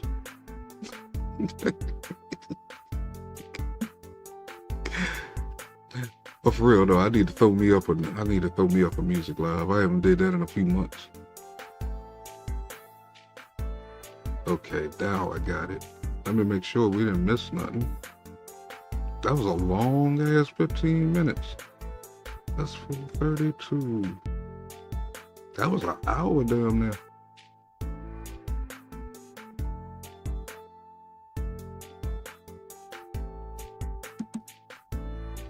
Let's go.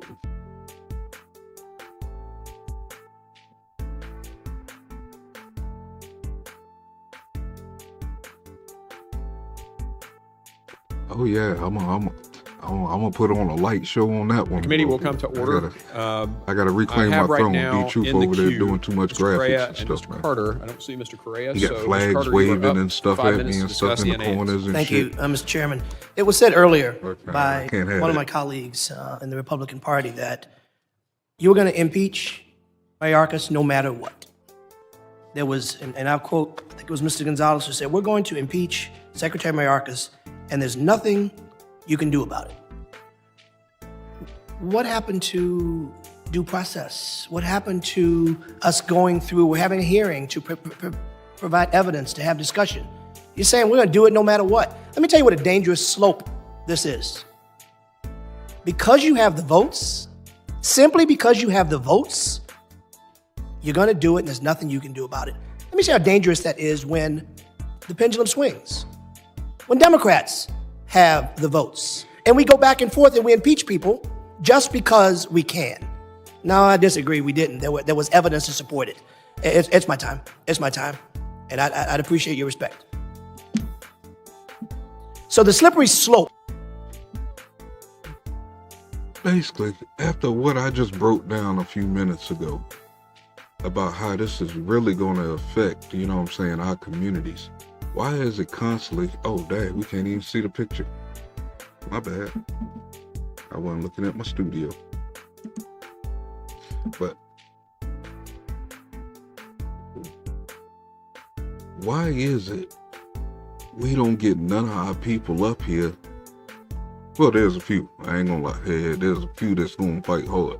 But then we get some of these who we know that's representing the Democrats have nothing. They're not thinking about their culture and their communities. It's like they overlooking them and just going with the flow, even though they know that this is wrong.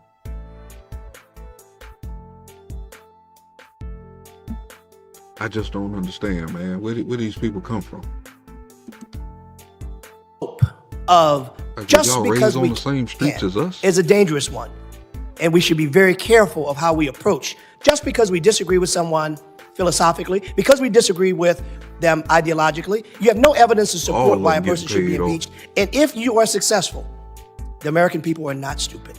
They're watching, they understand. Demonstrate that you really want to fix the border. Someone mentioned a minute ago, what do we do next? Why do we have to wait until next? Why aren't we doing it now? Why aren't we doing it now? Why aren't we funding and providing resources so we can fix the border instead of using this as a way to play political games and make political points? Shame on you. I yield the balance of my time to Ms. Titus. The gentleman yields to Ms. Titus. So evidently you saying that it ain't a problem. You asking them why ain't they putting up the money? Why ain't you putting up the money too? You know what I'm saying?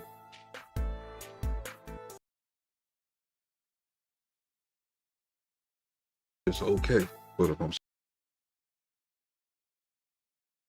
there, okay.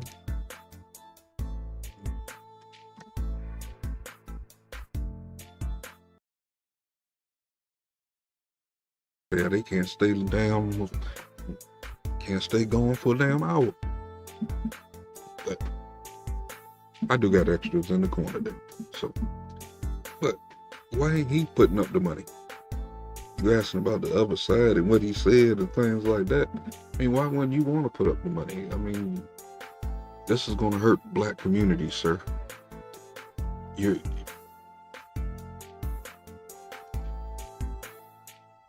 guess you don't care about those communities. You got yourself, paid yourself into your position and said, fuck them niggas. All of them saying that. Because I haven't seen Hunt or nobody up in sitting in the crowd and he haven't spoke yet, so I don't think he there. There's a few others, but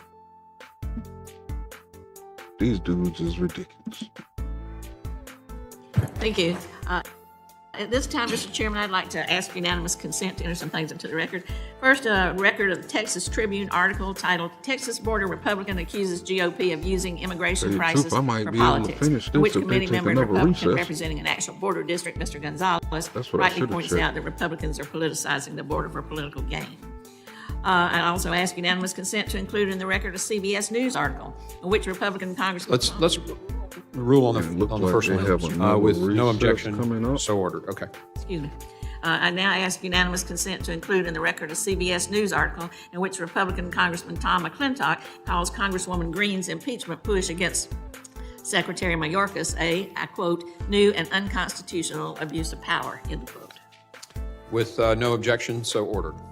Thank you, Mr. Chairman. Oh, I yeah, ask it don't look unanimous like it's that consent to much more include to in the go. record a Bloomberg It News was a article long day, entitled but it's like Mayorkas they, uproar puts DHS look in like they familiar took lunch spot most of the as day. political football, 'Cause there's another, describing how the Republicans' sham impeachment against Secretary another one coming Mayorkas up, another is break threatening the coming up ability in of about DHS 40 employees and minutes, officers which we're going to at do a their high job, speed. So disrupting DHS operations and hurting their ability to then they recruit. got another Without long objection, so ordered. recess and then another I now short ask session. unanimous consent to include in the record an op-ed by Michael Chertoff, published just this week, entitled "Don't Impeach Alejandro Mayorkas," in which the former Bush-era DH secretary way over says, halfway quote, done. House Republicans are misusing the process for that to long target break an they just official had. who has done nothing wrong. Political and policy disagreements aren't impeachable offenses, end quote.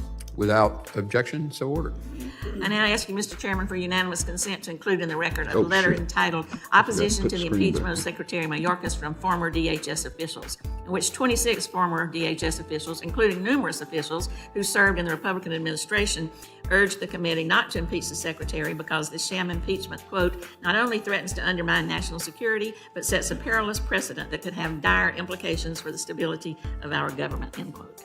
Without objection, so ordered. I got two more minutes. Want me to wait? You got 13 seconds. Oh, I ask unanimous consent to include in the record a News Channel 5 Nashville article entitled Representative Green on Impeachment. I can't imagine the founders support anything like this, which demonstrates that Chairman Green had a different standard for the impeachment process of then President Trump.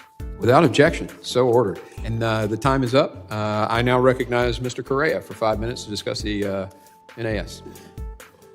Chairman, before I begin with the amendment that I'm going to present, I'd like to, with unanimous consent, include to the record a number of articles. First one, United Nations High Commission for Refugees Global Trends Report for 2022.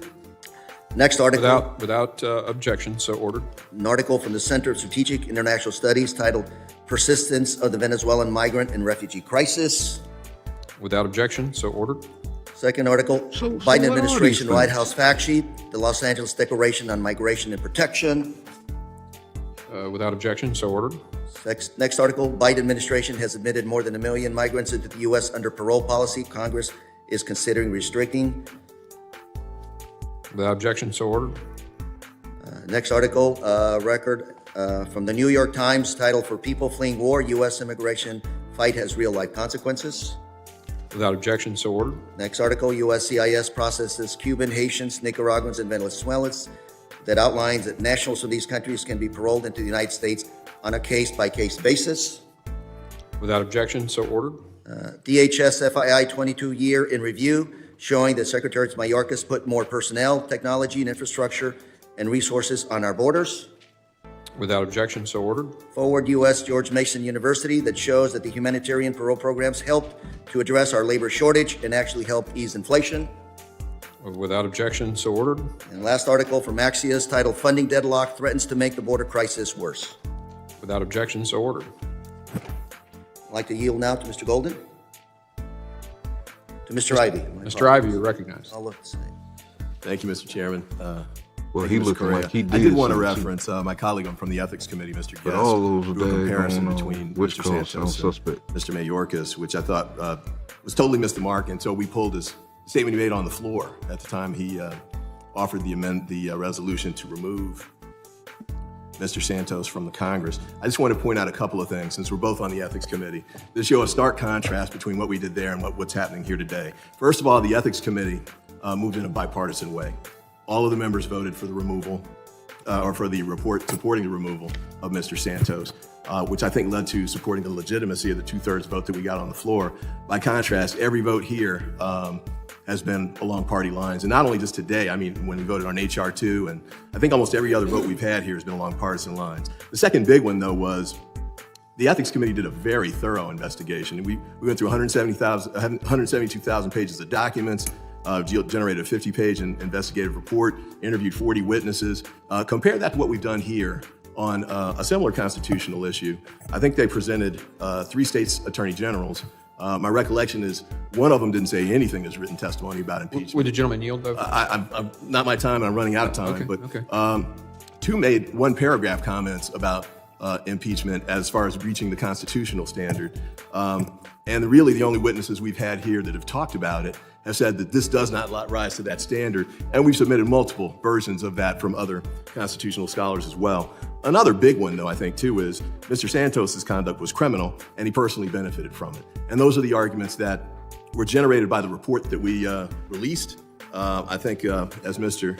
Guest said on the floor, Representative Santos sought to fraudulently exploit every aspect of his House candidacy for his own personal profit, blatantly stole from the campaign, deceived donors into providing what they thought were contributions. In fact, payments were payments for his own personal benefit. We don't have anything like that with respect to Mr. Mayorkas. In fact, we don't have anything that reaches the constitutional standard that we've been discussing here today. And I think we've mentioned Mr. Chertoff. In fact, Ms. Titus just put that article in a few minutes ago, but he basically says all of that, impeachment's inappropriate here, and that Mr. Mayorkas, good public servant in a tough job. With that, I yield back, and thank you, Mr. Correa, for the time. The gentleman yields. I now recognize Mr. Kane for 5 minutes of discussion on the ANS.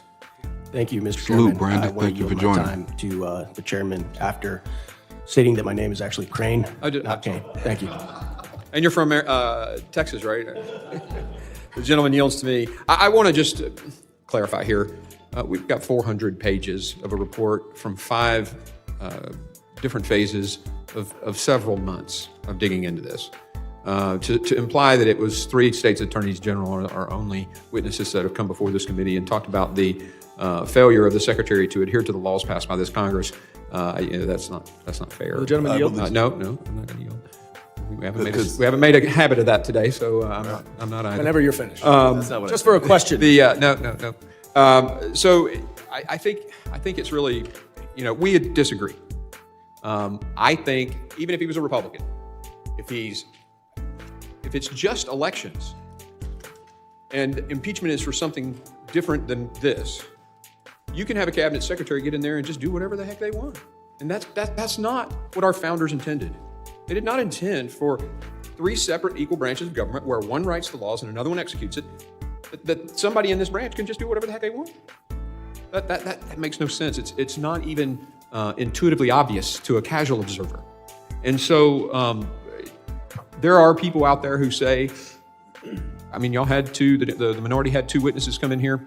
It was fascinating, though, when we went back to their statements on the Trump impeachment, they talked about policy. Even one of them, even policy is a justification for impeachment. But of course, now that it's this situation, that's not the case. And I actually played the podcast. So, I played it on the overhead. So this is a disagreement. But I genuinely believe at the core of who I am, when you take an oath to defend that Constitution, that means the principle of the Constitution of separation of powers is entertained. And I quoted earlier, or someone quoted earlier, a case where lawlessness is not, one of the founders said it, I think it was Madison, not acceptable. And so, I know we disagree, but in my heart of hearts, if this was a Republican, I'd be doing the same thing. And I yield back to Mr. Crane. I yield. Gentleman yields. Are there any other members who wish to speak on Mr. Menendez? You're recognized for 5 minutes to speak on the amendment. Thank you, Mr. Chair. I'd like to yield to my colleague from New York, Dan Goldman. Thank you, Mr. Menendez. Mr. Chairman, you had an opportunity to address a Republican subject to impeachment. And at the time of Donald Trump's first impeachment, you made a number of statements talking about the high bar for high crimes and misdemeanors, that this did not meet it.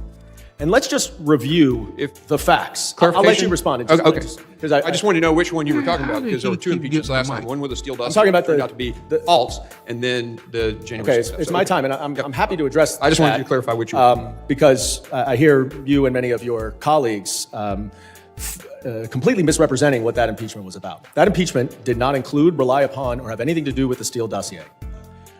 Go look it up, Mr. Bishop. It did not. It absolutely did not. It started with Rudy Giuliani in Ukraine doing Donald Trump's bidding. Absolutely did not. Check the black dude behind do with the Steele dossier. Completely misrepresenting what that impeachment was about. That impeachment did not include, rely upon, or have anything to do with the Steele dossier. Go look it up, Mr. Bishop. It did not. It absolutely did not. It started with Rudy Giuliani in Ukraine doing Donald Trump's bidding to try to extort the president of Ukraine to open an investigation that would help Donald Trump's political re-election chances. Now, whatever you think of whether that rises to a high crime or misdemeanor, it was clear, based on a bipartisan vote in the Senate, that Donald Trump used the power of his office purely for his own personal gain. He did not use it for any official purposes. And even one of his lawyers went on the Senate floor and tried to make the argument that whatever is in Donald Trump's personal interest is in the national interest, and that's why impeachment should not apply. You're saying I said that? No, I said one of his lawyers. Oh, okay. I'm sorry. So that scenario, no matter if you want to misrepresent the Steele dossier or any of the other red herrings that you all cite, showed an official using his official duties for his personal gain, just like every single other impeachment in the history of the United States. And so what we have here is an official acting in his official capacity for the benefit of the public interest, as he has done for his 22-year career in government service. And you like to quote Ms. They must be paying him real good. he must be at the top of the scale. Because how he jumped in just on that part, you know what I'm saying? Everything that you did to that man, goddamn, we know is bullshit. No matter how much you try to sit here and convince the people. I mean, there is some people out there with weak minds that still believe a lot of shit that you say. But there's a lot more. I ain't going for it no more. Some of them just weren't going at all. But there's a new group, man, who's just not falling for it no more. It don't make sense. Where's your proof? Like how they did Biden, man, I pulled that up, man. They was pulling out the receipts, the hotel, gas stations, grandkids, the bank accounts, all kind of shit that you were pulling. You know, they was pulling out and shit, but these people just get up here and keep saying stuff, and where's your proof? We saw actual receipts. You know what I'm saying? I mean, the crime family was the crime family. Those niggas had money going from funneling all over the place. Ms. Pearlstein, on the other side of the aisle, I believe talking about your made-up, fabricated article of impeachment of breaching the public trust, and that she said that actually could be an article of impeachment. And what she said is, offenses against the public trust are instances in which an official is willfully acting for his own benefit or the benefit of his own power or on behalf of a foreign power, which of course was what the framers were worried about when they talked about unworthy men who would take bribes from foreign governments when they created, as Mr. McCall said, what is now the Department of State. Too. So we can disagree on what's going on at the border. We can disagree about how. I pay attention to everything. Why did you glance at the clock like that? All you're doing is burning up fucking time. Bribes from Things foreign are starting to government. get hot. When they talked about unworthy men I saw that who shit. would take bribes from foreign governments when they created, as Mr. McCall said, what is now the Department Watch of him State. look up at the clock right there. So Caught you. we could disagree on what's now the Department of State. When they created, You on as Mr. somebody McCall else's said, what time or is you now on the your Department time? of State. Because you're just burning up So, a lot of fucking time. We could disagree on what's going on Saying at the nothing. border. We could done disagree spoke 20 about times how today. to solve it. That's what Congress is about, and that's what the Senate is going through right now to give the administration the authorities that it needs to be able to address the situation at the border. do look like But he's you are related to sitting there Gargamel. saying that he is violating the law by failing to detain every single person who comes over the border when they do not have, what do you mean false, Mr. Bishop? It's in the articles of impeachment. You just listed 7 of them. He cannot put them all in detention because they don't have the funding, the resources, or... Boy, he talking just like a Democrat. All in their goddamn emotions. And ain't saying shit. Keep trying to convince people with bullshit. Like, folks ain't got logical common sense. for the beds to do it. You are trying to hold Secretary Mayorkas And the more you don't believe in to the a more puritanical you don't fall standard for that what you they have saying, never held the anyone more- else to the more before, sensitive they including start Donald acting Trump, and just who let 1 million migrants too go much. Well, they do in the United States while he was president. And yet, you say that only when Secretary Mayorkas does it Gentleman's time does has it rise to expired. the level Gentleman's of time has expired. Is there anyone further who would like to comment on the amendment in the nature of the substitute? Ms. Clark. I noticed, man, I spend a lot of time on these things. I wonder, can I pull off a 12-hour show? That's going to be my goal. I'm going to try to set one up where I can go a whole 12 hours. Or maybe 24 hours. Try to get myself to 1K. Do a 24-hour stream. I'm going to try 12 first. I ain't going to say 24. Man. Maybe if I had a panel or something, I can, you know what I'm saying, I could possibly do it. But 12 hours with this format would be dope. You are recognized for 5 minutes. Not doing this kind of show, of course, doing other things, but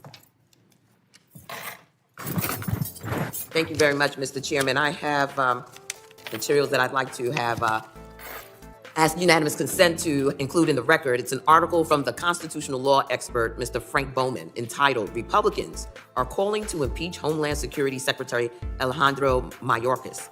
Here's why their case is bunk." That explains quite well why, and I quote, "There's no case for impeaching Secretary Mayorkas." Without objection, so ordered. Very well. And I yield time now to Mr. Ivey. Thank you. Mr. Ivey is recognized. Thank you, Mr. Chairman. I just wanted to follow up on some of the comments that Mr. Goldman made. But with respect to this breach of the public trust article that's in the articles of impeachment, I just want to refer to what Mike Chertoff wrote, who was the predecessor for Mr. Mayorkas. And I suppose by the standard that the committee's talking about now, he could have been impeached because he wasn't able to stop everybody else crossing the border either. But he points out, since Mr. Mayorkas took office, the majority of migrants encountered at the southwest border have been removed, returned, or expelled. In fact, since the pandemic-era Title 42 policy was ended last May, DHS removed, returned, or expelled more non-citizens than in any 5-month period in the past 10 years. The truth is that our national immigration system is outdated, and DHS leaders under both parties have done their best to manage our immigration system without adequate congressional support. He goes on to say that he doesn't agree with every policy decision made by the Biden administration. There are aspects of immigration strategy that are worthy of debate, but House Republicans are ducking difficult policy work and hard-fought compromise. Impeachment is a diversion from fixing our broken immigration laws and giving DH the resources needed to secure the border. In your initial comments, Mr. Chairman, you referenced somebody mentioning that H.R. 2 was in Schumer's trash can. That was me. You left out, though, that I also said that H.R. 2 was in McConnell's trash can, too. And both of them said, when H.R. 2 was passed, that it was too radical for them to take up. So when you all talked about why they're doing it in the Senate and not sharing it with you, it's because they had to start from scratch. H.R. 2 was so extreme. Would you you rejected, yield? Not yet. Okay. You rejected every amendment, not you personally, but the Republicans voted down every amendment that they offered, even though you, on some instances, said, there might be some merit in that. That's why they rejected it. So they're starting from scratch over there because of what they got from us, well, really, House Republicans on this committee. And then on top of that, I just listened to Senator Langford's comments over the weekend. I don't know him, not familiar with him. He sure didn't sound like a liberal to me. But he really did sound like he was deeply concerned about what's going on at the border. He sounded like he had deep Republican roots. He sounded like he had constituents that were worried about what's going on there. But he's anxious and working hard to pass legislation that can make a difference, which is what we've been requesting here too. And if it's all right with Would the gentleman yield? It's my time, Mr. Yes, it is. He's Clark, yielding would you back to you. yield to additional time to me, please? Mr. Goldman. Oh, word? Mr. Goldman, you're recognized. Thank you. How many? How We hear a long? lot Oh, you said all from weekend. my Republican colleagues today about how this is our only option. And in fact, if you go It's to the possible. articles of If I'm impeachment, set page up 15, for it, it's possible. it says, in light of the inability of injured parties to seek judicial relief, impeachment is Congress's only viable option. That's funny. I thought Congress was supposed to pass legislation. I thought Congress was supposed to address the problems in this country through legislation. And I'm not the only one who thinks that, nor are House Democrats the only ones who think that. Your hair started to get all stringy. Senate Democrats think that. Senate Republicans think that. And the President of the United States thinks that. So there are 5 entities that are involved in the legislative process. 4 of them agree that we need to pass legislation. 1, the House Republicans are doing everything they can at Donald Trump's direction to sabotage any legislation because you don't want solutions, you just want politics. And I yield back. The gentleman's time has expired. I recognize Mr. Garbarino for 5 minutes to discuss the amendment in the nature of a substitute. Thank you, Mr. Chairman. I yield to the chairman. Okay. Well, interesting that we talk about legislation as a solution to the problem. We did pass H.R. 2, both out of Judiciary Committee and this committee as a combined bill on the floor. And it is over there. Some say it's too radical. But we did do the work of passing the legislation.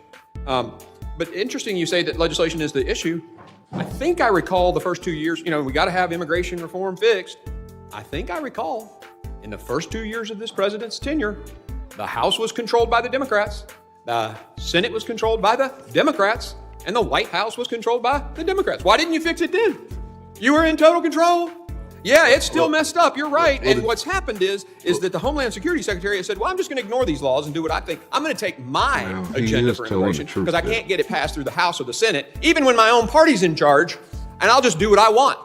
And that's not what the founders intended. Would the gentleman yield? I yield back to Mr. Garbarino. Thank you, Mr. Chairman. I yield to Mr. Pfluger. Just to set the record straight here on this discussion of resources and not enough bed space, I want to ask a question. Has any Democrat been to the facility in Adelanto, California? Okay, so you haven't actually been to the facilities that have 1,940 bed spaces there, yet only 8 are full.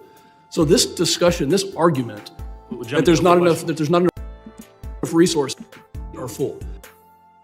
Haven't actually been to the facilities that have 1,940 bed spaces there, yet only 8 are full. So this. Wowzers. Damn. Let's hear that number one more time. To the facility in Adelanto, California. Okay, so you haven't actually been to the facilities that have 1,940 bed spaces there, yet only 8 are full.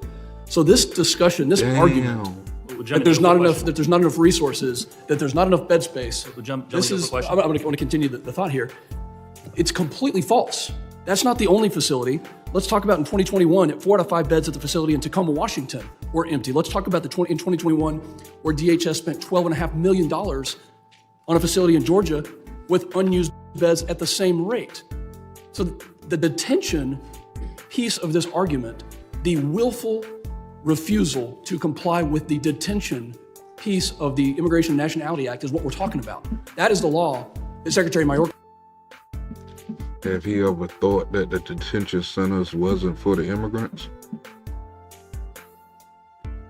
Like I said, we had somebody get on TV call more than half of the Americans in this country damn deplorables, and they should go to concentration camps to be retaught. So are the detention centers made for the immigrants or somebody else? Because that's a lot of money to be putting into that and you ain't using it. Mayorkas has not complied with. He has not enforced. He has not done anything, in fact. And he had the resources, he had the bed spaces, he had the ability, and he didn't do it. So when I hear my colleagues on the other side of the aisle, and by the way, how many Border Patrol agents have you actually talked to over the past year? How many people have you actually heard from? Mr. Chairman, I'd like to enter into the record the Border Patrol Union document that talks about the fact that they don't have the ability to actually do their job. And this is called Agents Are Not Violating the Law or Following Unlawful Orders. I'd like to enter this into the record. Without objection, so ordered. Gentleman yield for a question? I'll yield back to Mr. Garbarino. I yield to Mr. Bishop. I thank the gentleman from New York. And there's one other thing to add to the cogent point being made by the chairman and then by Mr. Pfluger. It is a straw man argument to say that Republicans are doing this because Mayorkas has not detained every single migrant in a particular category. And what I endeavored to suggest a moment ago was that the articles, I would ask somebody to point to me the page in the line where it says anything about every single migrant. What it's saying is, of course, there remains, even when Congress passes a law to restrict prosecutorial discretion from being exercised in a certain way, obviously there are certain circumstances where it can't be avoided. So if an administration is doing its best, the secretary is doing his best or her best to abide the law, but circumstances prevent it. But when you're reducing the amount year over year that you're asking for detention beds from 54,000, it goes up to 60,000, then down to 32,500, down to 25, those are the requests of the department. They're creating the circumstances under which they are accomplishing what they want to do, which is preventing themselves from being able to follow the law in the main. They're trying to change the categorization of migrants by which they detain or do not detain. That's different than not being able to detain every single migrant. And I can tell you this, if Secretary Mayorkas were trying to follow the law and there were circumstances that were preventing it, there would be a wholly different reaction from this Congress. I yield back. Mr. Bishop, I would point you to page 16. The gentleman yields and his time has expired. His time has expired and you are not recognized. Now, is there anyone else who would like to speak on the amendment? Hearing none. Are there any amendments to the amendment in the nature of a substitute? Amendment at the desk. The gentlelady from Texas has an amendment at the desk. Mr. Chairman, we don't have an amendment at the desk. 117. Point of order is reserved. An amendment to the amendment in the nature of a substitute to H-Res 863 offered by Ms. Jackson Lee. Without objection, the reading is dispensed with. Chairman, I object to waiving the reading of the amendment and ask that it be read in full.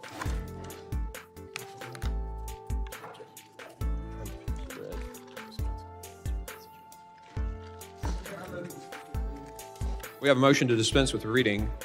I object. All those in favor say aye. Aye. All those opposed, no. No. The ayes have it. I call for a and roll call.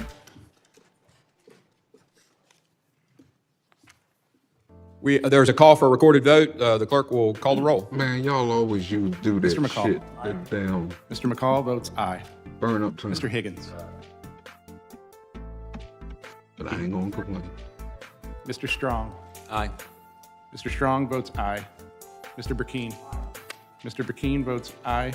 Mr. Crane. Mr. Payne votes no. Mr. Swalwell. Mr. Correa. Mr. Correa votes no. Mr. Carter. No. No. Mr. Ivy votes no. Mr. Goldman. No. Mrs. Ramirez. Mr. Menendez votes no. Ms. Clark. No. Ms. Clark. What the hell? This vote seemed that strong. Can I ask what the tally is?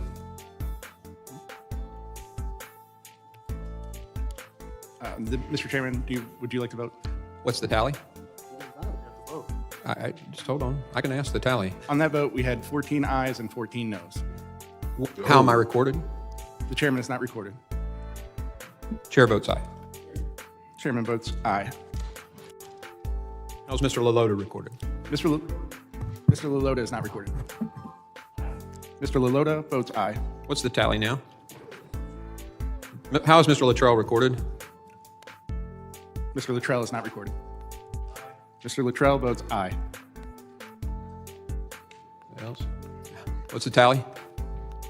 On that vote, there were 17 ayes and 14 noes. The ayes have it. The clerk will distribute the amendment.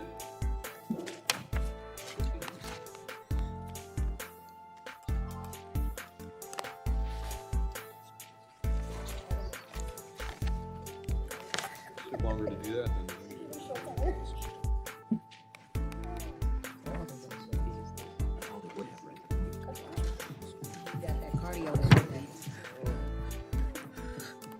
Mr. Chairman, question on procedure. If the minority is going to require that every amendment they offer be read, not dispense with the reading, I said, let them read it. We can be here all night, it's fine with me. We look forward to your vote.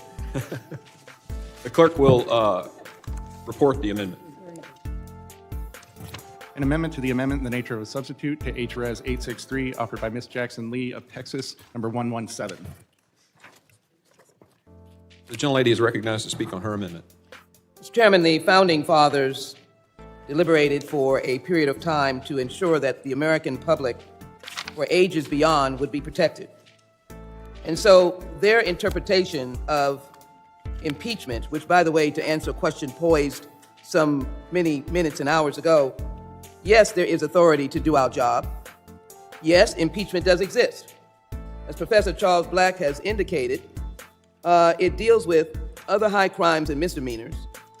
In particular, impeachment is focused on the idea of treason, bribery, high crimes and misdemeanors.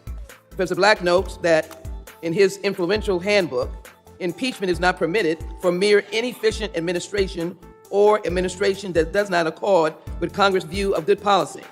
Simply put, the Constitution forbids impeachment based on policy disagreements between the House and the executive branch, no matter how intense or high stakes those differences of opinion are. I would venture to say that the disruption of a presidential election in 2020 was not a mere disagreement between Congress and the executive, a direct connection to disrupting the election and changing the election. Woman, what are you talking about? This is about the border. not the election.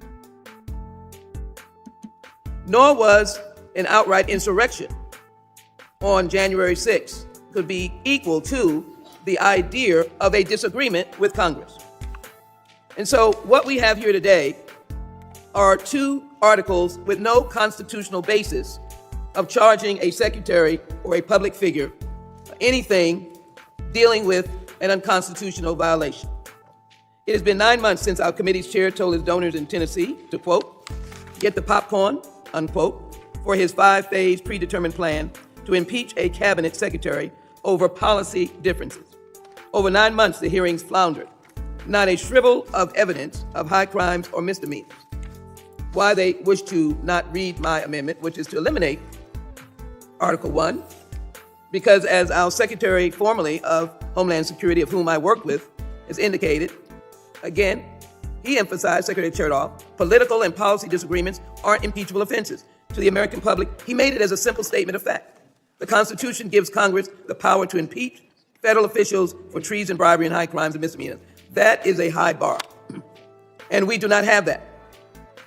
And now, after 2 impeachment hearings with no Republican-invited constitutional experts, my colleagues across the aisle have rushed to their pre-planned, predetermined conclusion to impeach Secretary Mayorkas. As I said earlier, this is revenge impeachment. I got you. That's despite Republicans not affording Secretary Mayorkas any rights to participate in the process, unlike the previous impeachments of former President Trump. They claim that the Secretary is playing a game of cat and mouse, but my Republican colleagues rejected the Secretary's offer to testify before the committee on a different day. He details that in a very effective, lengthy letter that, yes, we did receive in the early morning hours, but he did provide that with us, for us. A day where he was not already planning to host Mexican officials to do what our colleagues want him to do, the job of stopping fentanyl. The meeting was to collaborate on clamping down on fentanyl trafficking and reducing unlawful crossings. Isn't that interesting? Performing his constitutional duties, and he was rejected.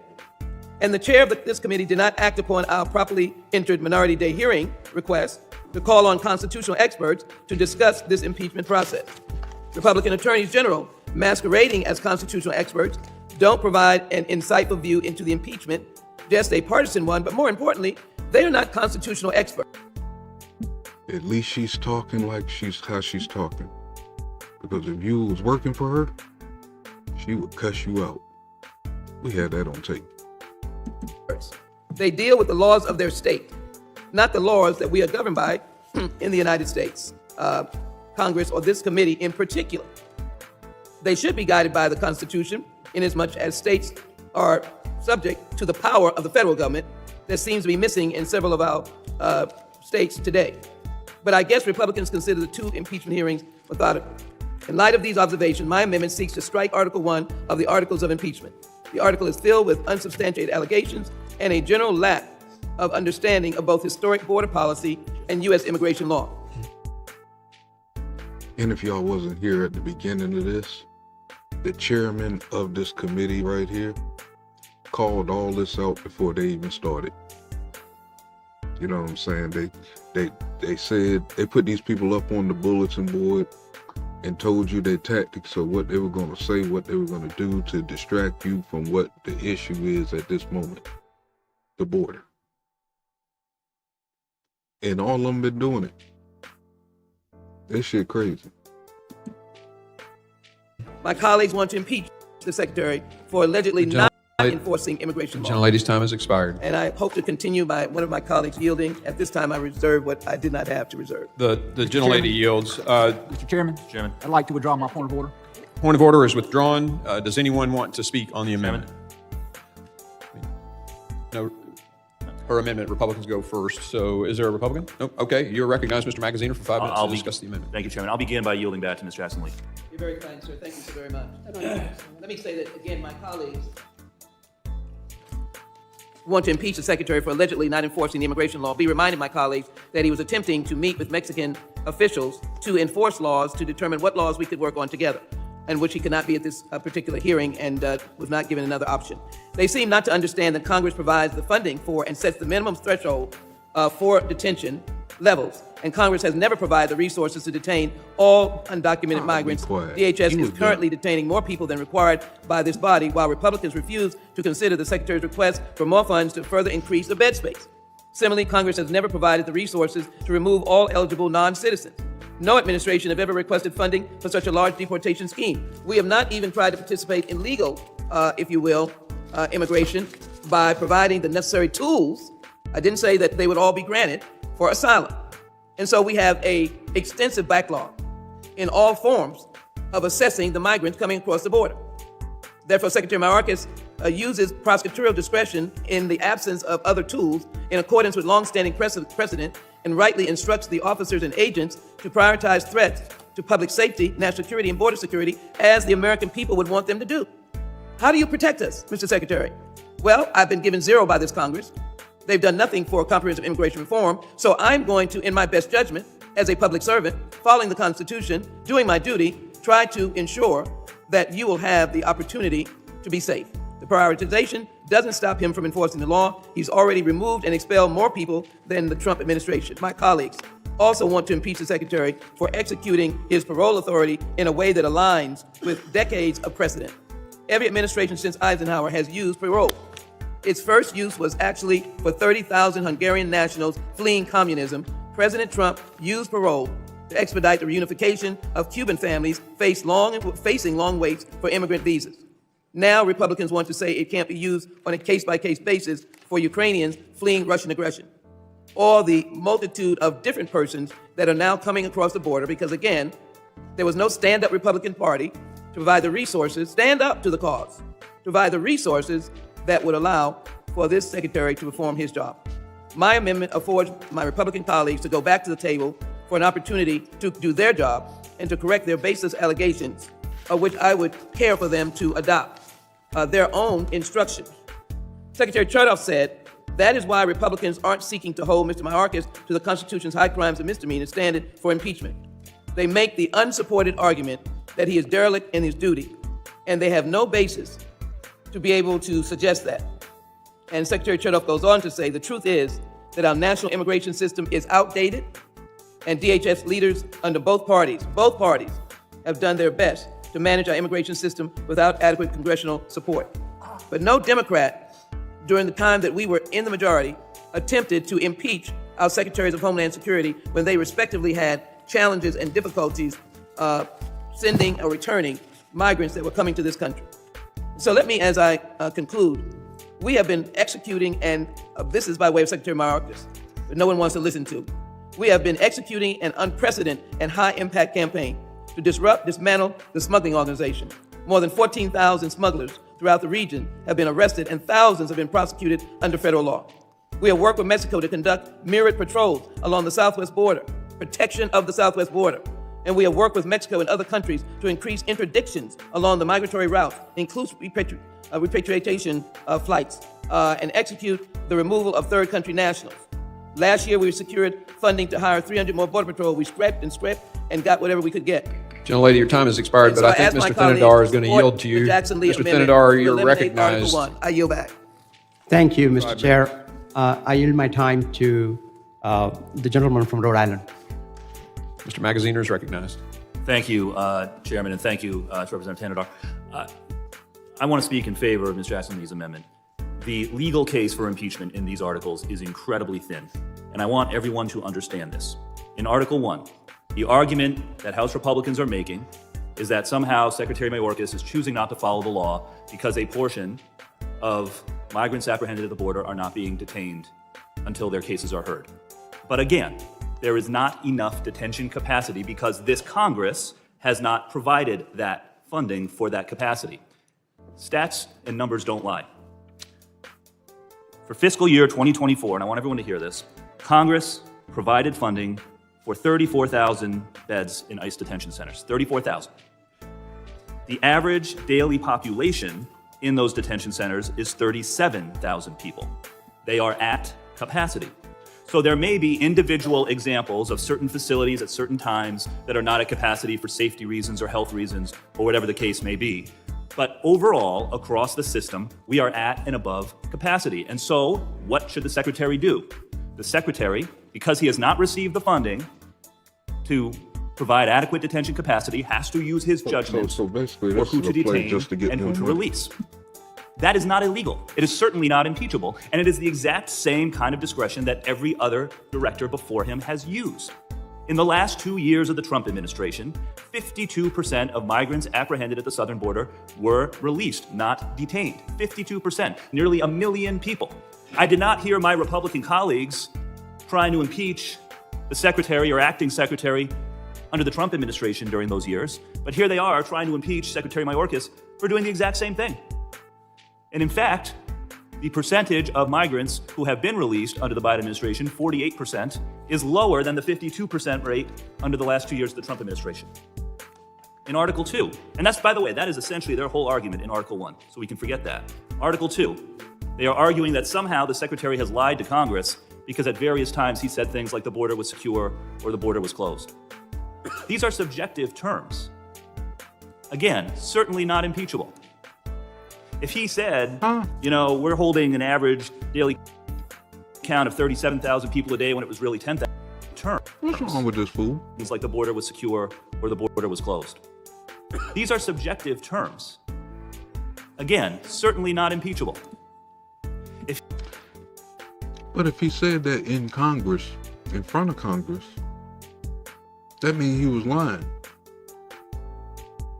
Because he said the border is under control, but the border ain't under control. If you said like 37,000 came through just last month. What is wrong with these people? If he said, we're holding an average daily count of 37,000 people a day when it was really 10,000 a day, well, that would be a lie. That would be misstating a fact. But characterizing the situation on the ground in a way that my Republican colleagues might disagree with is certainly not impeachable. And or they did a lie. say most of these people If I are say lawyers. to you, it's hot outside and you think it's cold, So they got a way I to haven't try lied to to you. persuade people. If I say to you it's 80 degrees and it's actually 40 degrees, well, that might be a lie. Would the gentleman yield? But I'll just say once again, you're talking about terms like closed, secure, that are inherently subjective terms. Oh, okay. I mean, there are certain terms like operationally 6'9", welcome operationally back. secure that may have a legal definition. But again, the idea that this would be an impeachable offense is ludicrous. There is no law that my black guy colleagues just pointed to that has cannot been keep a broken, straight and face. particularly when it comes to the It's your Secretary people using his talking, you discretion to can't keep a decide how to straight face, manage boy. You the are lack of funny as capacity hell. because Congress has not provided the resources that he has asked for. He's using the same discretion that every secretary before him has used. So, gentlemen, yield quick for... Yield to Mr. Goldman. Just to follow up on Mr. Magaziner's point on the operational control of the border, as that term is defined in the Secure Fence Act of 2006. That, of course, requires 0 immigrants from crossing the border in order to achieve that standard. And of course, that's unreasonable, unattainable. So in 2007, under the Bush administration, the department issued guidelines to redefine what operational control is. So if you are actually trying to point to this and the letter of the law, then you ought to talk to your colleagues in the Wayback Machine in 2007 who changed that definition. Gentleman's time has expired. The gentleman- The gentleman's time has expired. I now recognize Mrs. Green for 5 minutes to comment on the amendment. Too, that it makes Hey, sense. thank you, Mr. Chairman.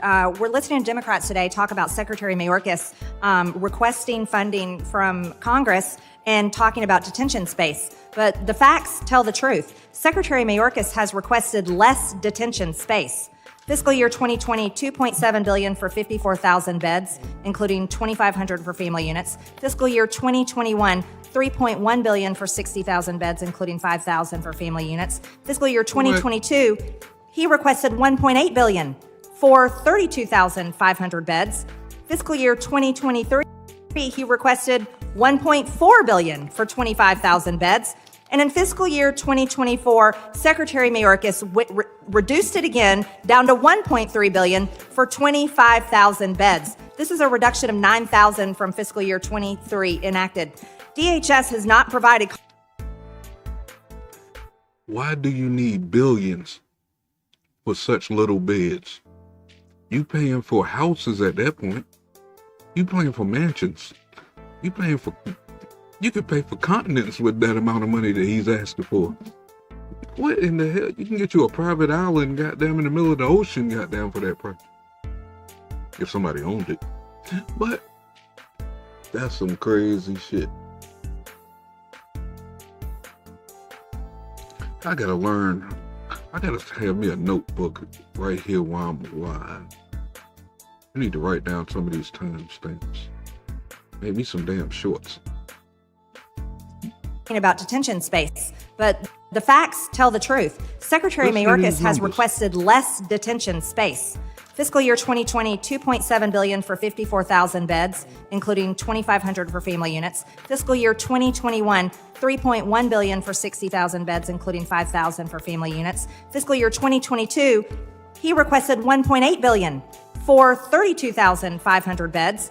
Fiscal year 1.8 billion. Not million, billion.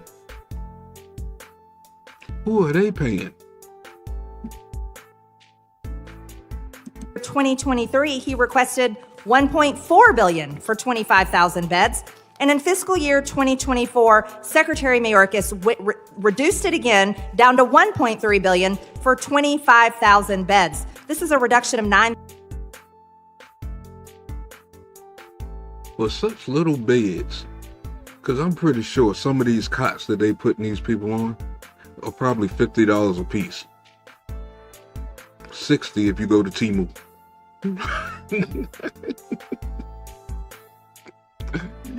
I mean, man, what the hell you need 1.8 billion, 1.8 billion, 1.4 billion dollars? That shit crazy. 1,000 from fiscal year 23 enacted. DHS has not provided Congress with statutorily mandated reports on detention needs as required under 8 U.S.C. 1368 and requested by the committee in a letter on January 4th, 2024. Also, DHS... Leah, evidently they haven't got the memo on how valuable Temu is, how much things cost, how much you could save.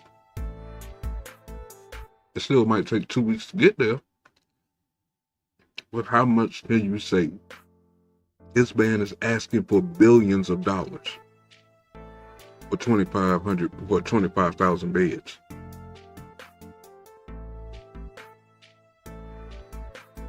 To house the witch call, they ain't getting nothing but cots. Are you buying beds with headboards with lights under it? You know what I'm saying? With a bar hooked to the headboard and all that shit? Or are you just buying a cot? DHS claims in fiscal year 22 and 23 budget requests that a reduction in detention capacity level will not impede ICE's ability to apprehend, detain, and remove non-citizens that present a threat to national security, border security, and public safety. Secretary Mayorkas closed detention facilities, closed them, while paroling en masse. But I'm gonna tell you where we at right now as far as everything that she could be saying is fact. And just because somebody don't like her, they'll write off everything that she's saying. Just as well as how I do some of the Democrats that be talking. You know what I'm saying? But whatever they know about her, just discredit everything she's saying, even though it's a fact. We discredit the Democrats because we know that they're just lying. You know what I'm saying? Millions of illegal aliens into our country. Not saying By that December the 2021, Republicans or DHS anybody stopped else is using telling family the detention truth. centers Either, for family you know what I'm units. saying? In March 2022, ICE announced it would close an Alabama detention facility and limit the use of 3 others in Florida, Louisiana, and North Carolina. Secretary Mayorkas refused to utilize MPP. But let's talk about what has been the result of that. Human trafficking is a $150 billion a year industry. And what has this done for the cartels? Cartels and coyotes are making over $13 billion a year in human trafficking alone off of Secretary Mayorkas's willful breaking of federal immigration laws. This revenue is 26 times more than cartels earned under President Trump, approximately $500 million under Trump, according to the New York Times. But what is that doing? This is trafficking children trafficking women. This is what he is not holding these people. He is not detaining these people. He's not coming to us and asking us for more money. He's asking us for less money. He's asking us for less beds. And then he's closing down detention facilities.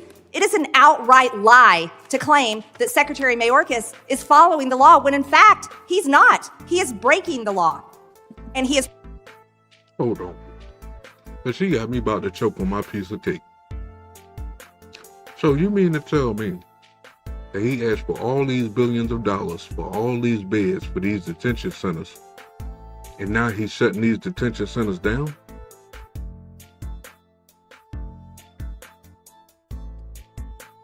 And they wonder why motherfuckers want him impeached. Something ain't right. Paroling them by the millions into the interior of the United States. What else has happened since then? Fentanyl, the number one killer for Americans between ages 18 and 45. Let's also talk about how many Americans are dying. 300 Americans a day are dying. Let's talk about what that does to people like two of my constituents, Jose and Isabel Lerma, who were killed in a human smuggling pursuit caused by Mayorkas's open border policies. What about 20-year-old Kayla Marie Hamilton? Remember her mother?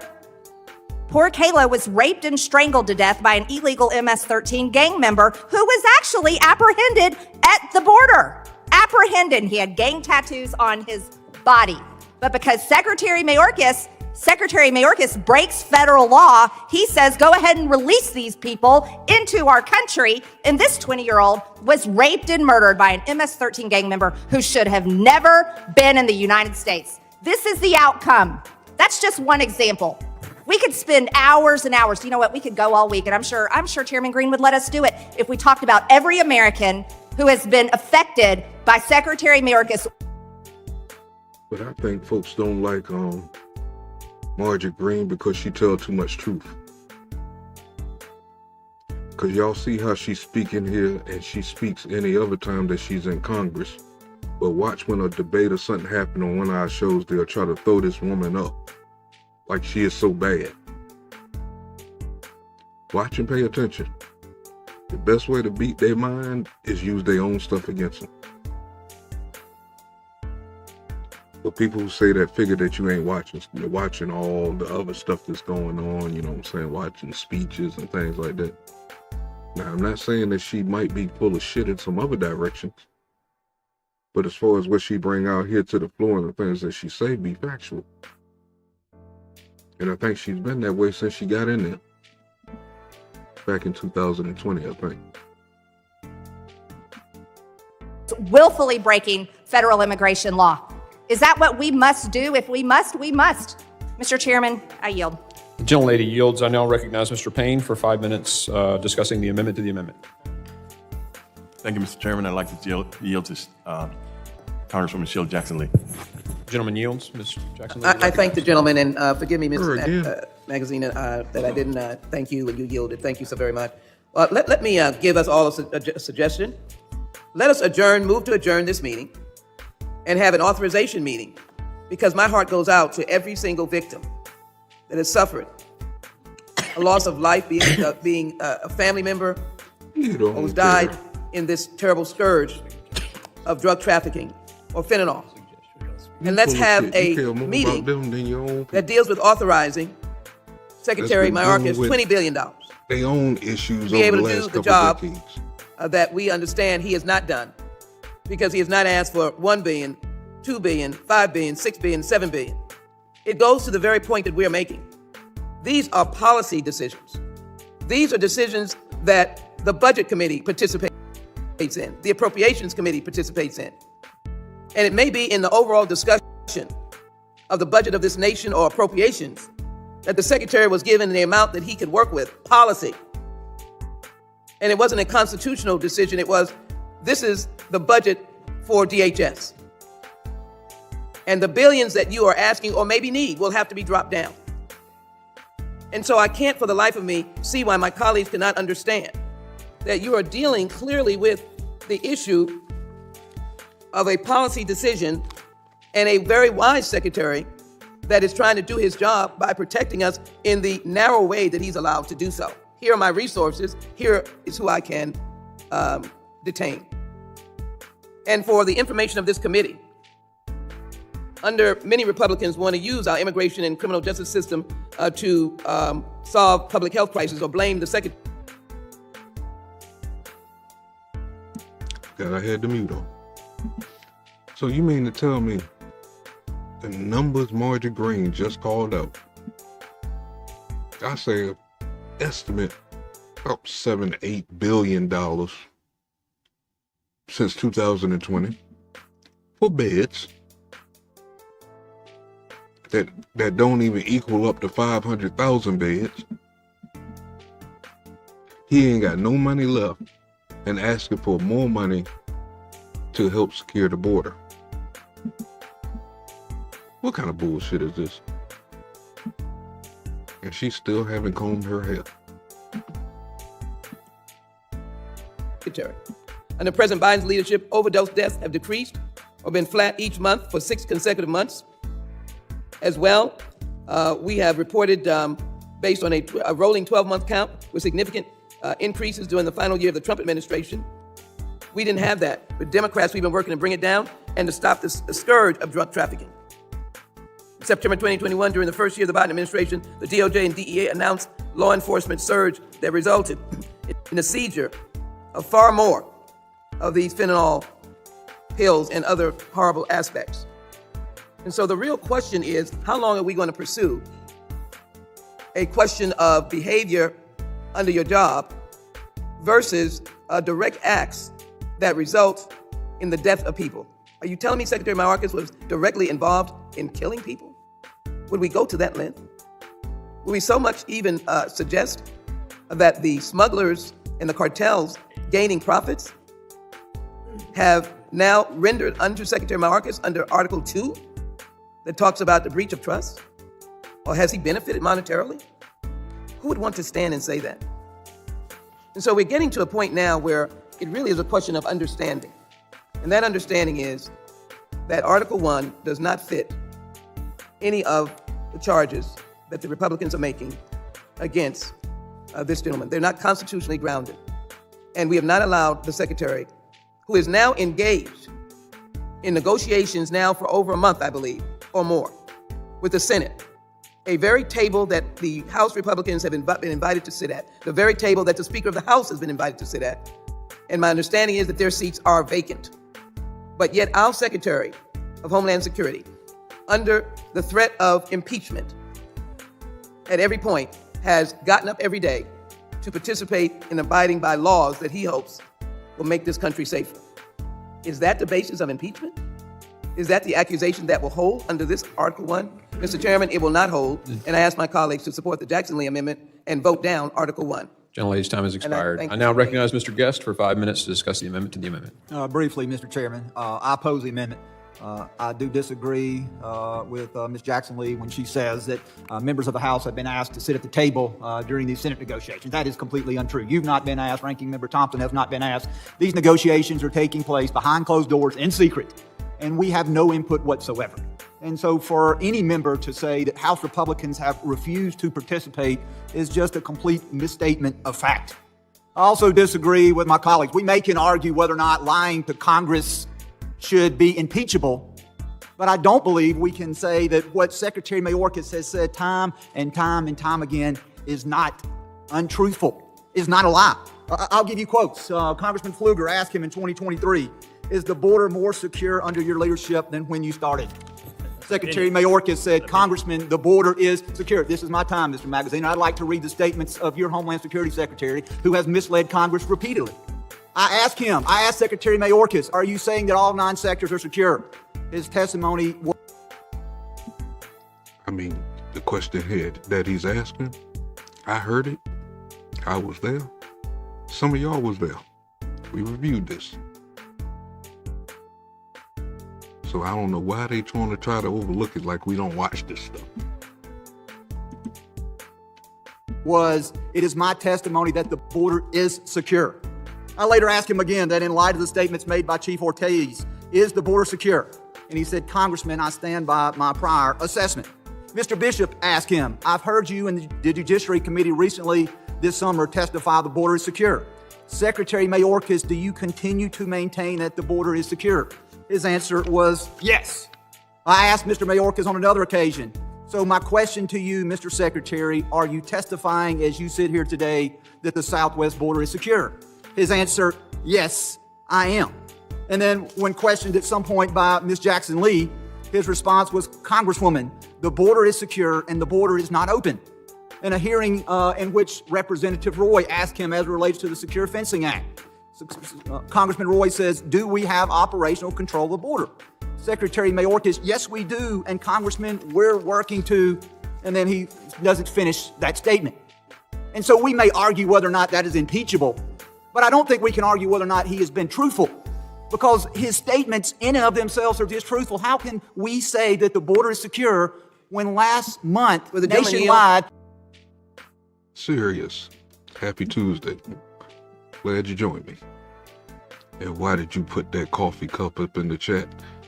I'm going to get me a refill. There were over 370,000 immigrants come across the border. Would the gentleman yield? I yield to the chairman. So I also think it's very important to point out, as you brought up the Chip Roy testimony in judiciary, that Chip Roy read the definition of operational control from the law passed by Congress, and said, do you have operational control by this definition? And the secretary said, yes. In another hearing, he had already said, I don't know if it came first, I want to be very clear here, which came first, before this in another hearing or after.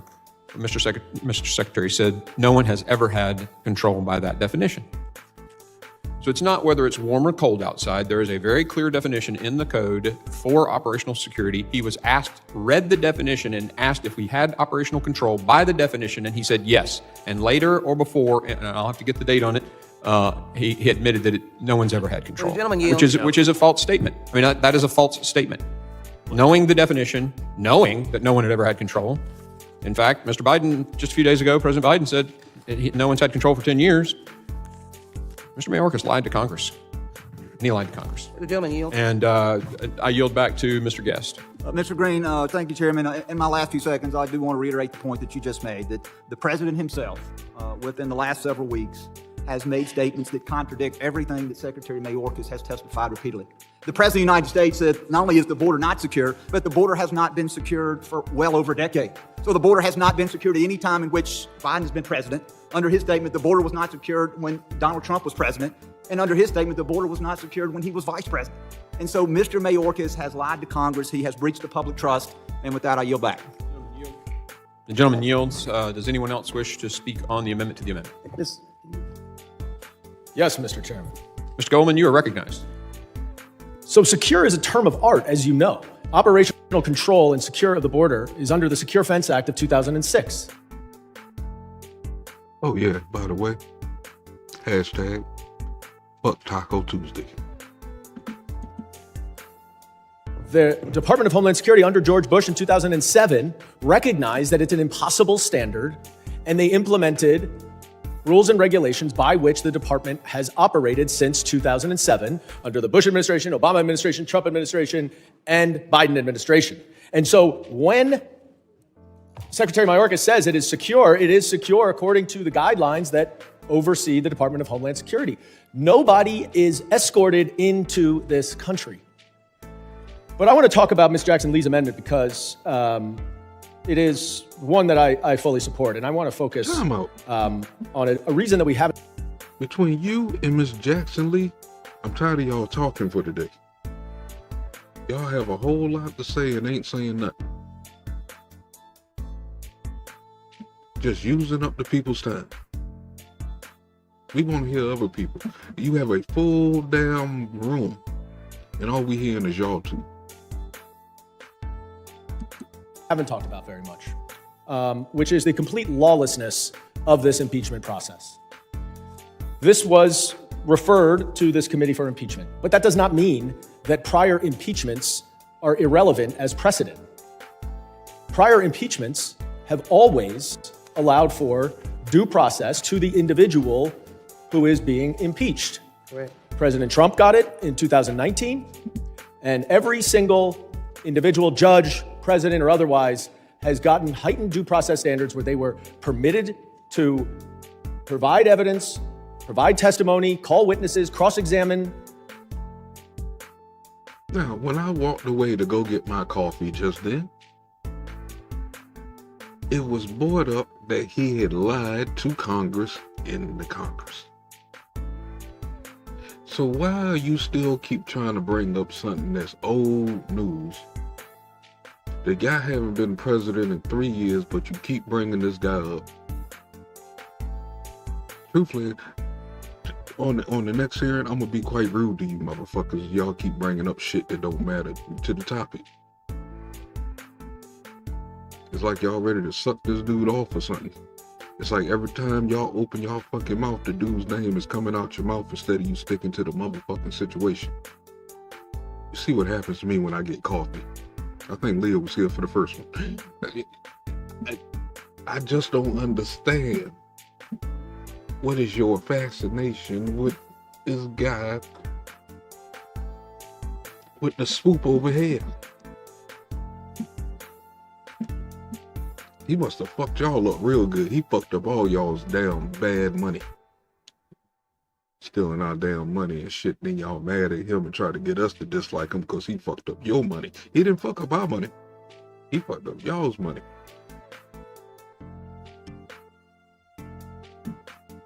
I'm just saying. The witnesses, what we had in this impeachment process was one hearing where the Republican witnesses were all state attorneys general who are suing the Biden administration. Pretty clear conflict of interest. No impeachment knowledge or expertise. And another hearing where we heard stories, tragic stories from parents of children who have died.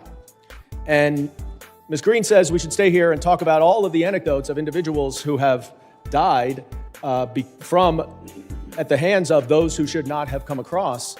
Well, I'll tell you what would be much, much longer than that, is going through every single victim of mass shootings around this country with assault weapons that have no place in our society.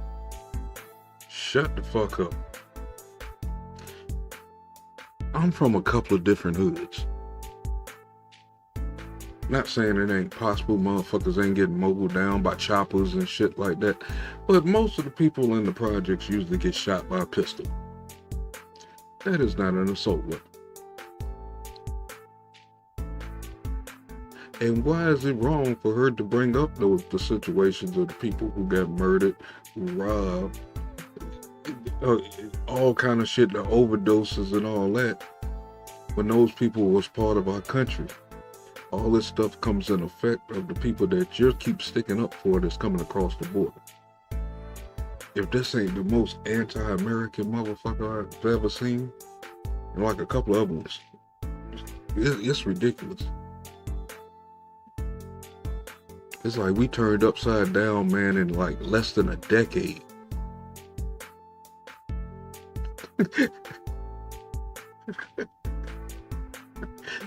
Yeah, but I'm telling the truth, man. It's like, damn, man, what is wrong with these people? I think I've been asking that all damn show.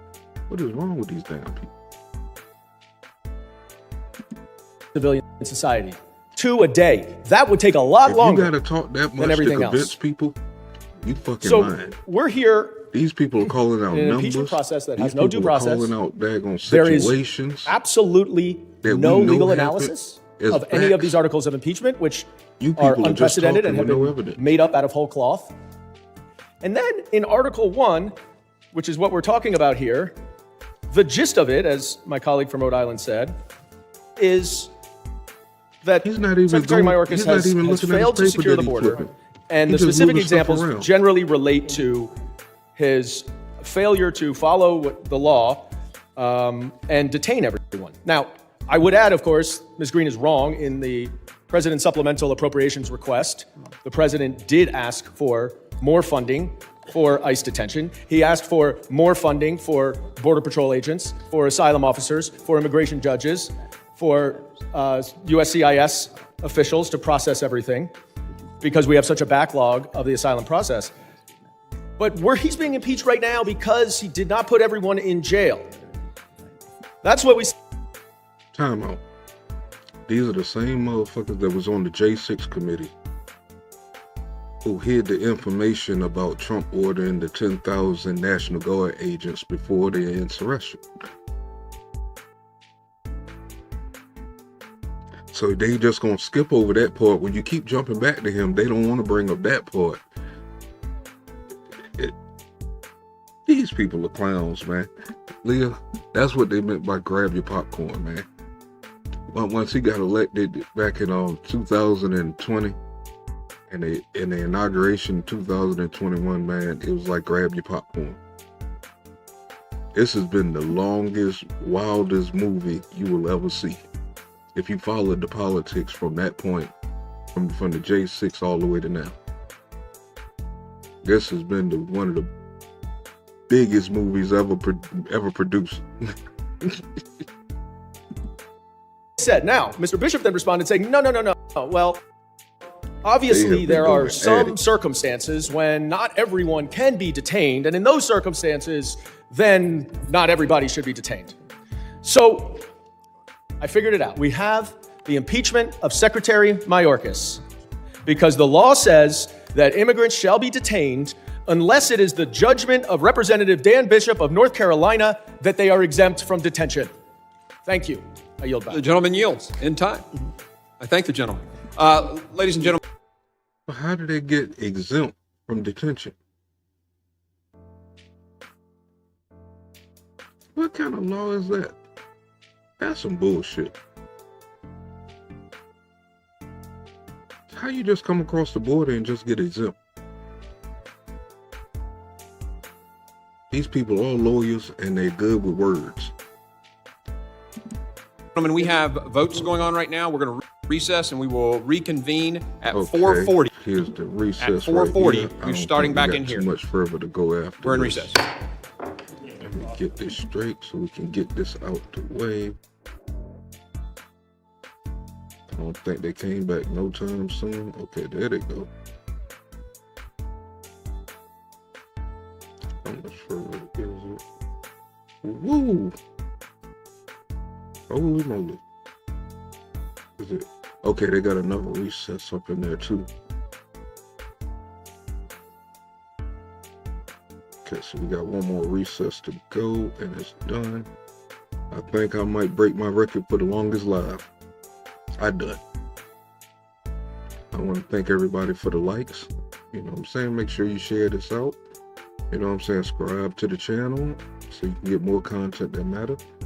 And remember, you could also donate to the channel, $RealMadTV.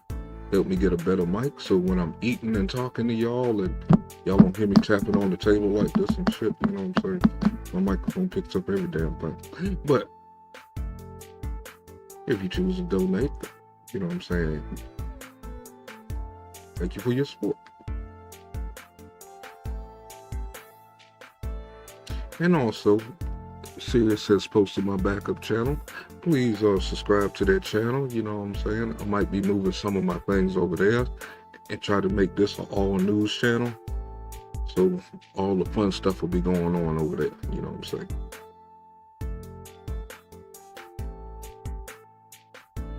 Which is my old channel. I just don't use it no more, but I'm trying to bring it back to life. For those people who remember None of us that would tag. survive. I implore my colleagues, let's get back to the work of the American people. Let's talk about doing what's necessary to shore up the border. So the young ladies that came before us last week with tears in their eyes at the loss of their children never has to repeat itself. We all wept with them. We all hurt with them. We all want what's best. Yet we're divided in a hoax of an inquiry where there is no substance to support an impeachment. Again, I appeal to your hearts, to your minds, to your sense of fairness. Let's get the work done for the American people. And I yield the balance of my time to the honorable lady from Texas. Oh, damn. I skipped over your whole session. The gentleman has made a very valid My fault, point man. about, and I thank the But gentleman it for sounded like yielding, you wasn't saying shit. about this whole idea of getting to work.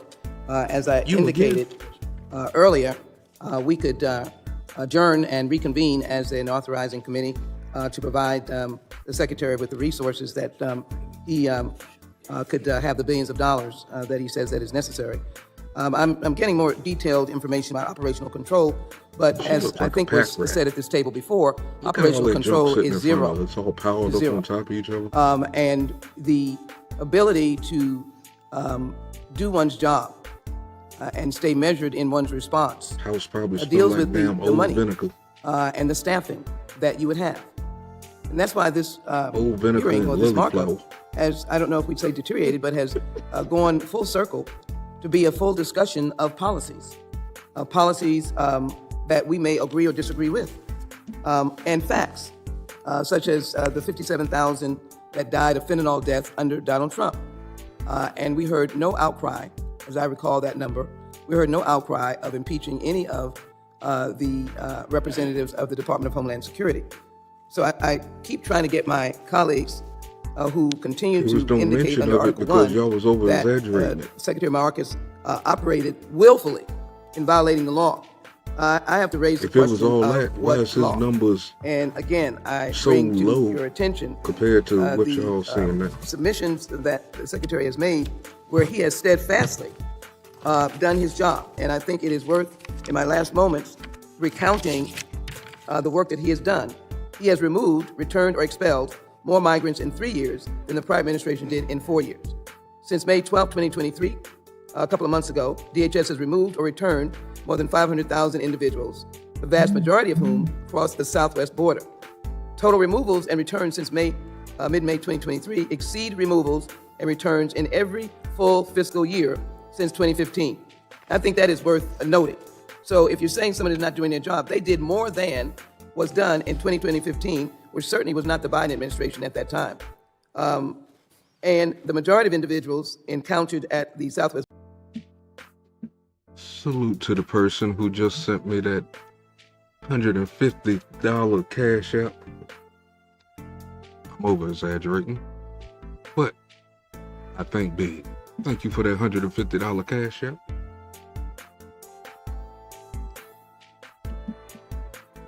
You know who you are.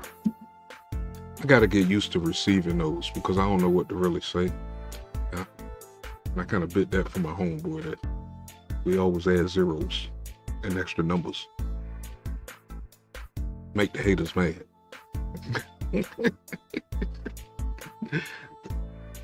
But again, thank you for your support.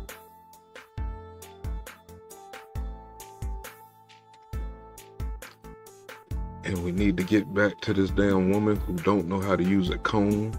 Look like she got a fish basket on her damn head. This border throughout this administration have been removed, returned, or expelled.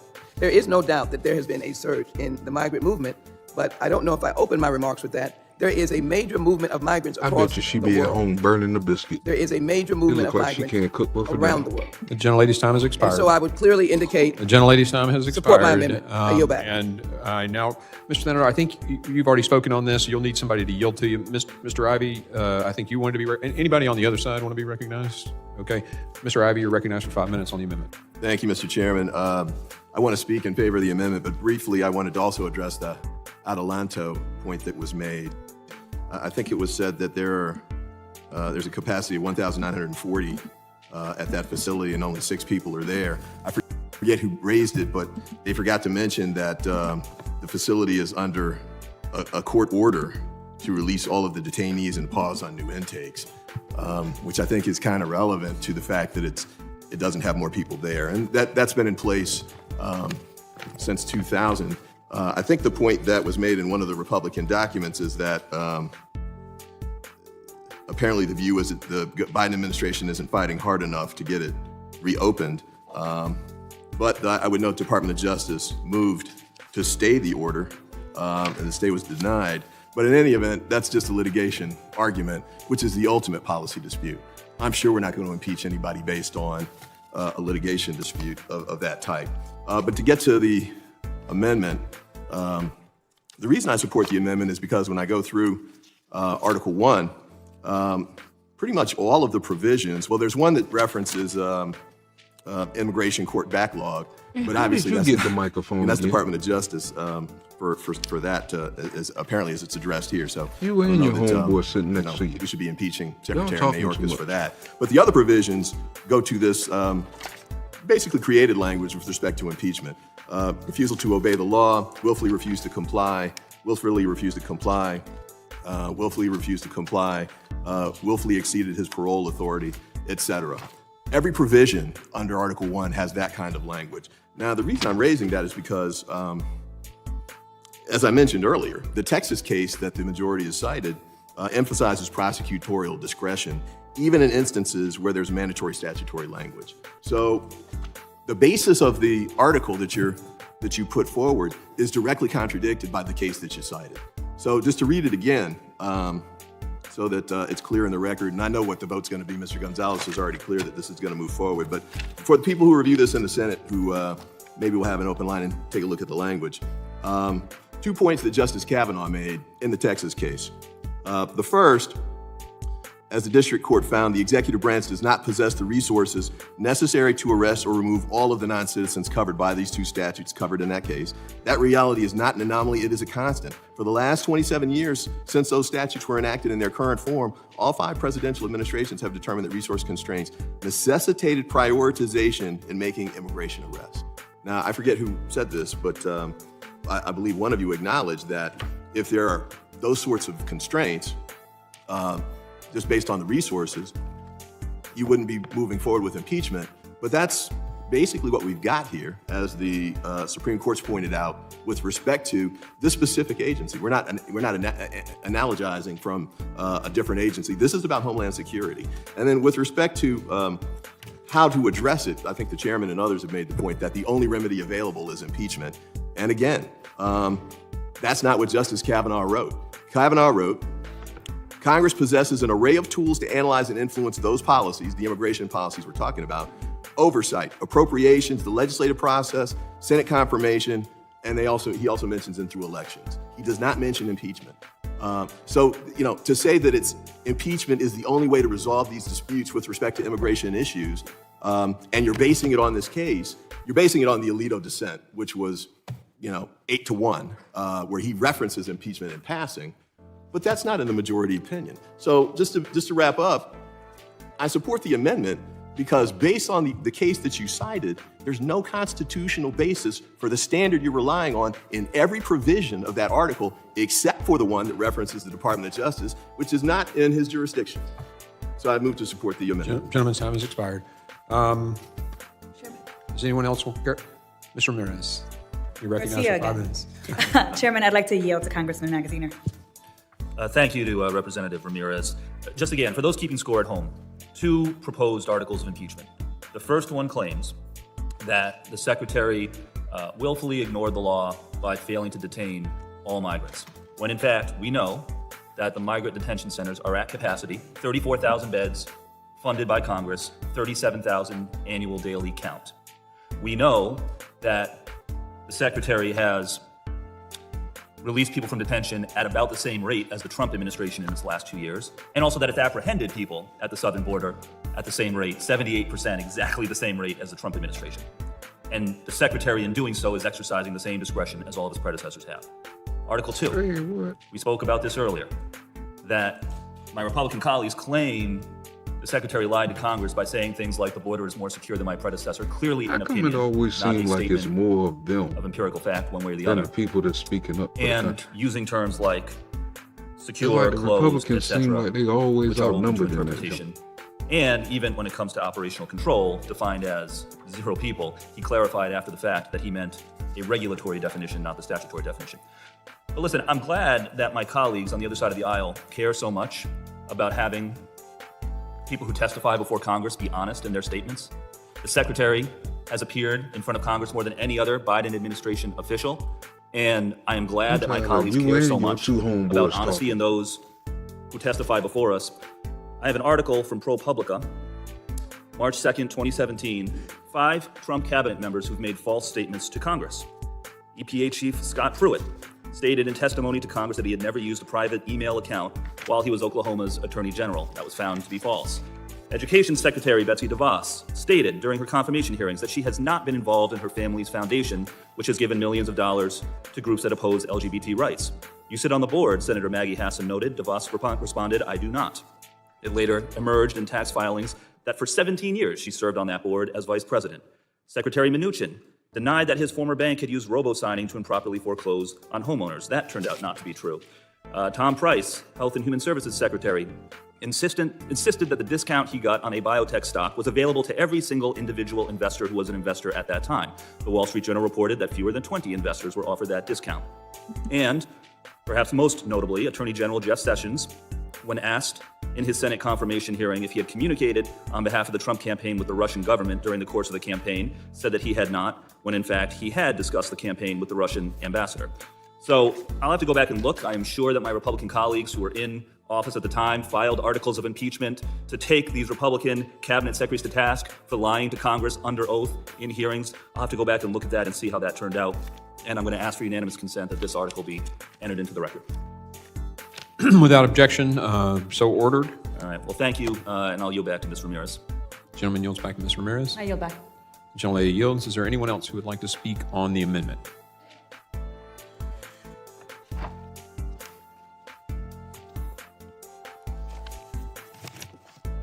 There being no further discussion, the question now occurs on the amendment offered by Ms. Chairman. Sheila Jackson Lee. Mr. Chairman, The gentlelady is recognized. yeah, I'd like to put into the record, We have rolled all UCs these until are, the end. this is, well, it's to this amendment. You're amending your amendment? No, it is to this amendment statement. The Border Patrol, in the Secure Fence Act is as the ability to detect, respond, and to interdict penetration into areas deemed as Does somebody high want to yield priority to Ms. Sheila with threat Jackson Lee? potential. Mr. Menendez, you're recognized for 5 minutes. Thank you, Chair. I yield my time to Ms. Sheila Jackson Lee. I thank you. I was going to ask, but I appreciate it very much. Thank you. This bears on advocating for the amendment, Mr. Chairman, and so I guess this is part of the debate, and I thank my colleagues for their courtesy. We have gone all around and around about operational control, my friends, which might be the most glaring aspect of Article 1, where we say the willful violation of the law. And we keep using this very elusive act that I don't think anyone has been able to comply with. So it is interpreted as this: the Secure Fence Act statutorily defines operational control as preventing all unlawful entries into the United States. No administration had ever met that standard, and a secretary that is the boss of that particular agency can rely upon representations that the efforts have been made to do their jobs at the various levels, so that the Director of Customs and Border Protection. Well, since nobody ever met that witch call that you just said, why is this administration having the worst problem? All the other administrations, we didn't have this problem. This one here is in a league of his own. This is like the juggernaut of damn fuck-ups.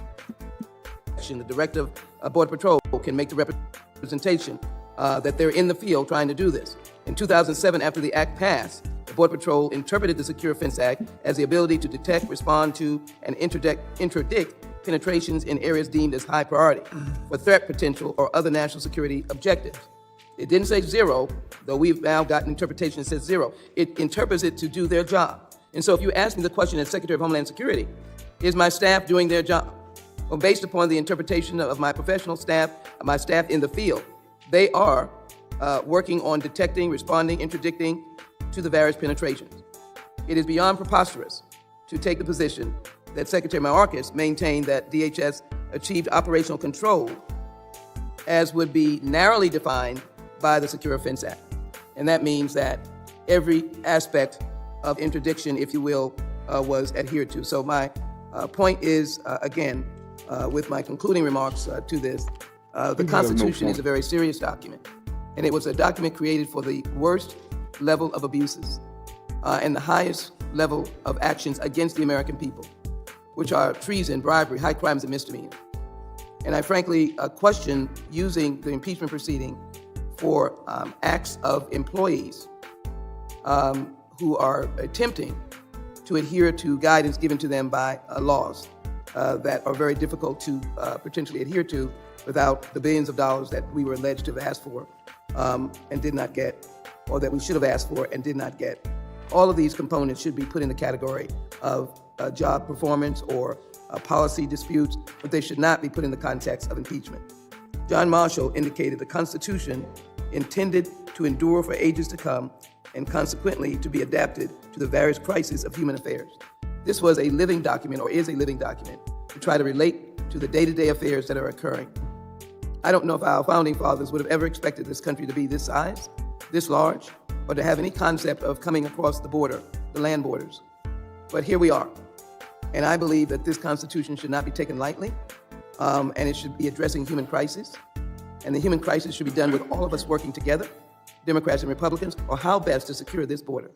And what we're doing today does not in any way come up to the front door of that problem or solving that problem of working together on securing this nation. I have no doubt that Secretary Mayorkas wanted to secure this nation, wants to secure this nation, and will continue to work with this administration and all of us to ensure the safety and security of the American people. Please support the Jackson Lee amendment. With that, I yield back.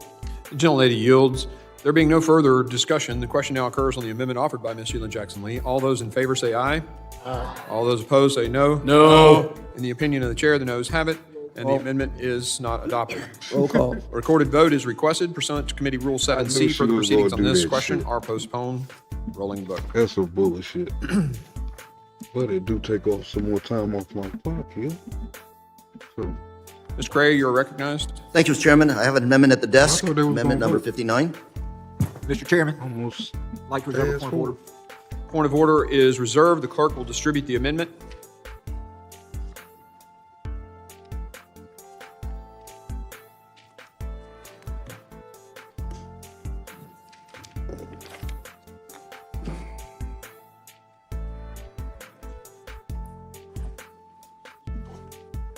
Man, this one's a long one. I can't believe I'm going into 5 hours already.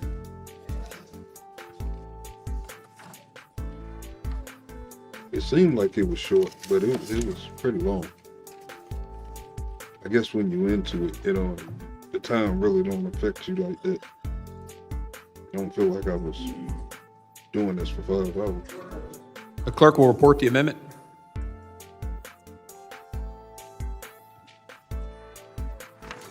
An amendment to the amendment in the nature of a substitute to HRES 863 offered by Mr. Correa of California, number 059.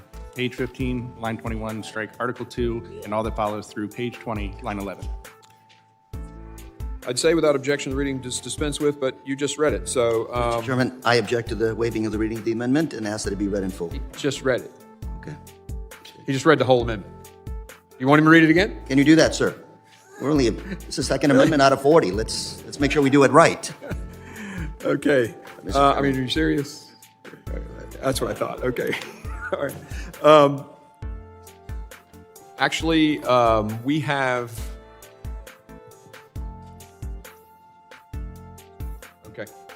All right. We will hear this amendment when we come back from a dinner recess. I want to give you guys an opportunity to go get fed and be ready because I think it's going to be a long evening. We will adjourn we will recess and return at 7 p.m. Mr. Chairman. Because I'm catching up to the end too quick. Mr. Chairman, can I withdraw my point of order? Point of order is withdrawn, and the ranking member is recognized for what purpose?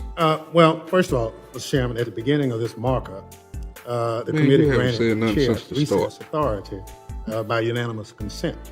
At the beginning of the last vote series, the chair declared the committee would reconvene at 4:40 p.m. upon conclusion of the floor vote series. The committee, in fact, did not reconvene until 5:22. What can members expect from the chair in terms of its use of the recess authority for this markup? I anticipate that following a dinner break, we shouldn't have a need to recess again. I genuinely believe that. So, I mean, unless something unforeseen comes up, but that's been the plan all along. So we reconvene at 7 p.m. and everybody in their seats at 7 p.m. We stand in recess. Yeah, it looks like we have another recess. Boy, they taking all kind of breaks. But I'm not going to complain because it do knock out quite a bit of time. Oh gosh. Did they even come back? Okay. So it might be a part 2 tomorrow or something. Not as far as this one, but I think it's going to be a different one. Okay, right about. I've been here somewhere.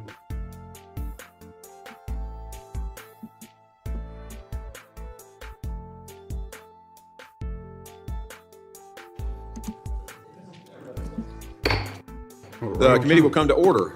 I believe the gentleman, Mr. Correa, is recognized for 5 minutes on his amendment. Thank you, Mr. Chairman. Amendment number 59. Mr. Chairman, impeachment, as you know, is a grave constitutional matter. It's a process that shouldn't be taken lightly, and the constitutional standard for high crimes is a misdemeanor is very high. And policy differences have not and will never be enough to meet that standard. And that's why I'm troubled today to read that the second article of impeachment that seeks to remove a cabinet secretary is over policy differences. You want to impeach a secretary for not building a wall that we know doesn't work and is a massive waste of taxpayer funds. But that's not the whole story. In fact, Secretary Mayorkas is moving forward with building a wall construction in Texas, where it is specifically required by law. And of course, this is much to my disappointment. But let me be clear, Secretary Mayorkas is building a wall that was started by President Clinton. And again, he is building a wall in Texas today. And Mr. Chairman, according to the articles of impeachment, he also impeached the secretary for terminating the asylum cooperative agreements.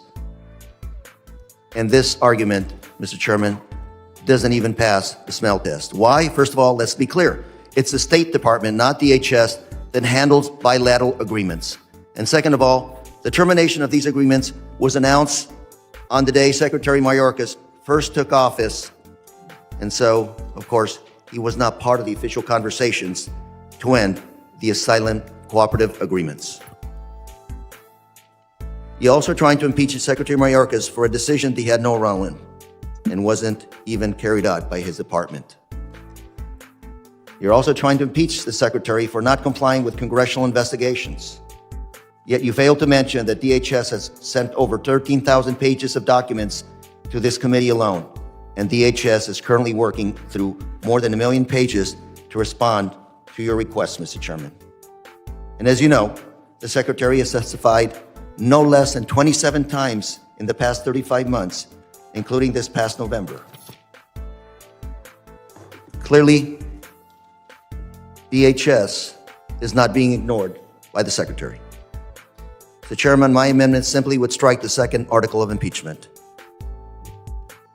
I urge adoption of my amendment, and furthermore, Mr. Chairman, I ask unanimous consent to include in the record a letter from the OMB Director Shalonda Young to Speaker Pro Tem Patrick McHenry.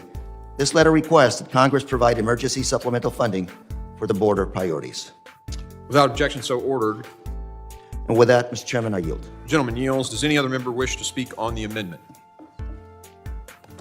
Mr. Chairman. Ranking member, you're recognized. Thank you very much, Mr. Chairman. I rise in support of the gentleman from California's amendment. It's common sense. It addresses the underlying issues of this impeachment. This sham impeachment of Secretary Mayorkas, as has already been said by a number of members, is baseless, and it's basically something that's already established. It's just a matter of going through the motion. We've had the witnesses before this committee who have been persons of note in that area. They've had excellent credentials. They've offered the constitutional theories for impeachment. They all agreed that threshold hadn't been reached. But as important for Mr. Correa's amendment, there have been a couple of misstatements made relative to bed space. Congress sets the bed space for people who are captured coming across the border, not DHS. So if the secretary does anything, he does something consistent with what the House of Representatives and the Senate does. And that's how we set the space, and that's how we pay for it. So I've heard my colleagues talk about it, but that's how the process works. His budget is something that's put before us as a recommendation that comes obviously from the administration, and ultimately we determine what those numbers are. The House of Representatives makes that determination. That's so important because that's part of what the framers put together. And so we are criticizing our secretary in this impeachment for something Congress has a responsibility to do in its authority. So this notion that we're here today to impeach a secretary who, in my opinion, works for the President of the United States. He's not an independent person. He's recommended, confirmed by the Senate, and ultimately, because of that confirmation and the President's recommendation, he is the secretary, and he carries that out. And obviously, there are challenges in the position, but those challenges, nonetheless, in this impeachment proceedings have not risen to the level that he should be impeached. This whole issue of breach of trust, willful and systematic refusal to comply with the law is just glossing over what is. So I support the gentleman from California's amendment, and I yield back my time. I mean, they keep saying... Gentleman yields. Does anyone else the guy wish to shouldn't be speak on the impeached, amendment? but they don't have no suggestions for what's going on. Mr. Goldman, the gentleman from New York, recognized for 5 minutes. Article 2, another novel article of impeachment in United States history, the breach of public trust. I find it interesting that the basis for this so-called breach of public trust is that Secretary Mayorkas has knowingly made false statements to Congress, which is a crime, and that he has knowingly obstructed lawful oversight by Congress, which would also be a crime. So you actually had the opportunity to include in your articles of impeachment allegations about specific knowing false statements and specific instances of obstructing Congress. And you instead decided, no, we're not going to put the actual specific examples as you would have to do to prove a case of any sort. No, we're going to gloss over that with some made-up, fabricated breach of public trust.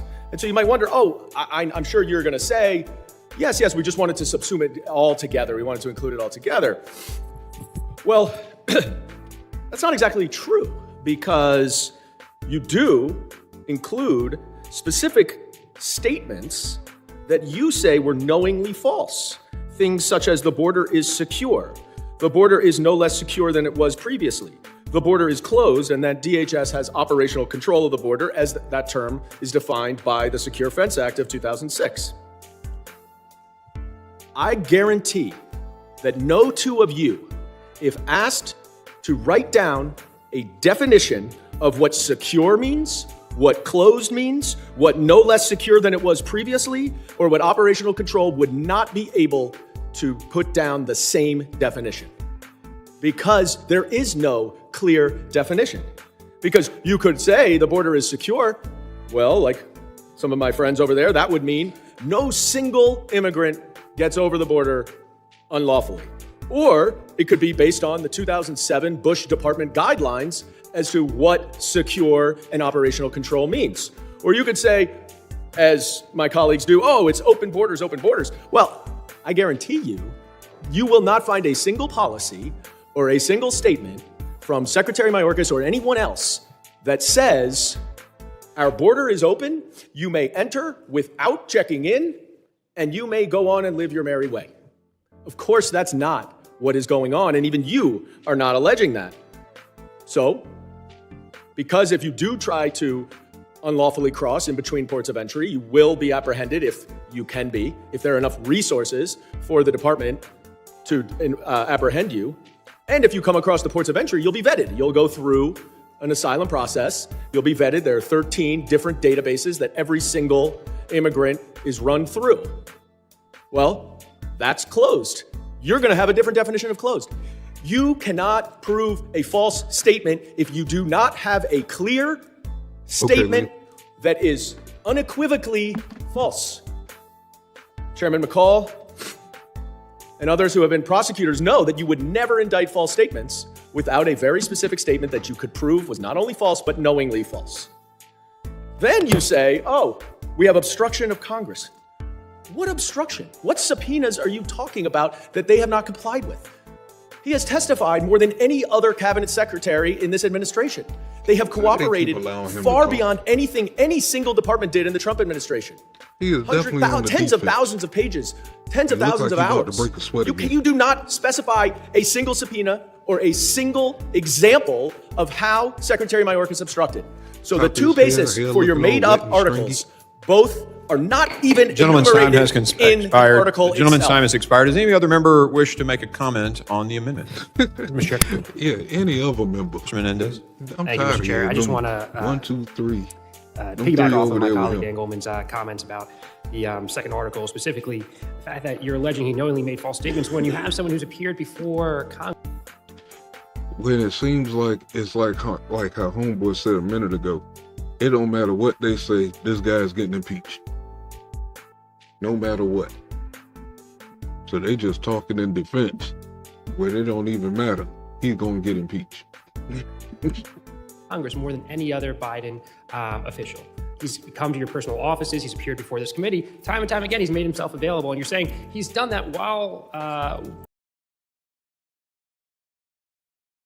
knowingly make false statements. It just doesn't hold muster like most of the things that you allege in this impeachment. But I want to afford my colleague, Mr. Goldman, as much time as he needs. Gentleman yields. I thank the gentleman from New Jersey. I just want to finish up on the bogus allegations that are in here in Article 2 and reiterate what I was cut off from saying before, which is that there is not a single example of a subpoena or Secretary Mayorkas did not comply with. And when you then try to say that he didn't appear when he was requested to testify, once again, it is my way or the highway for exactly as I say, or you will be held in contempt, or you will be impeached. That's not the way this works. He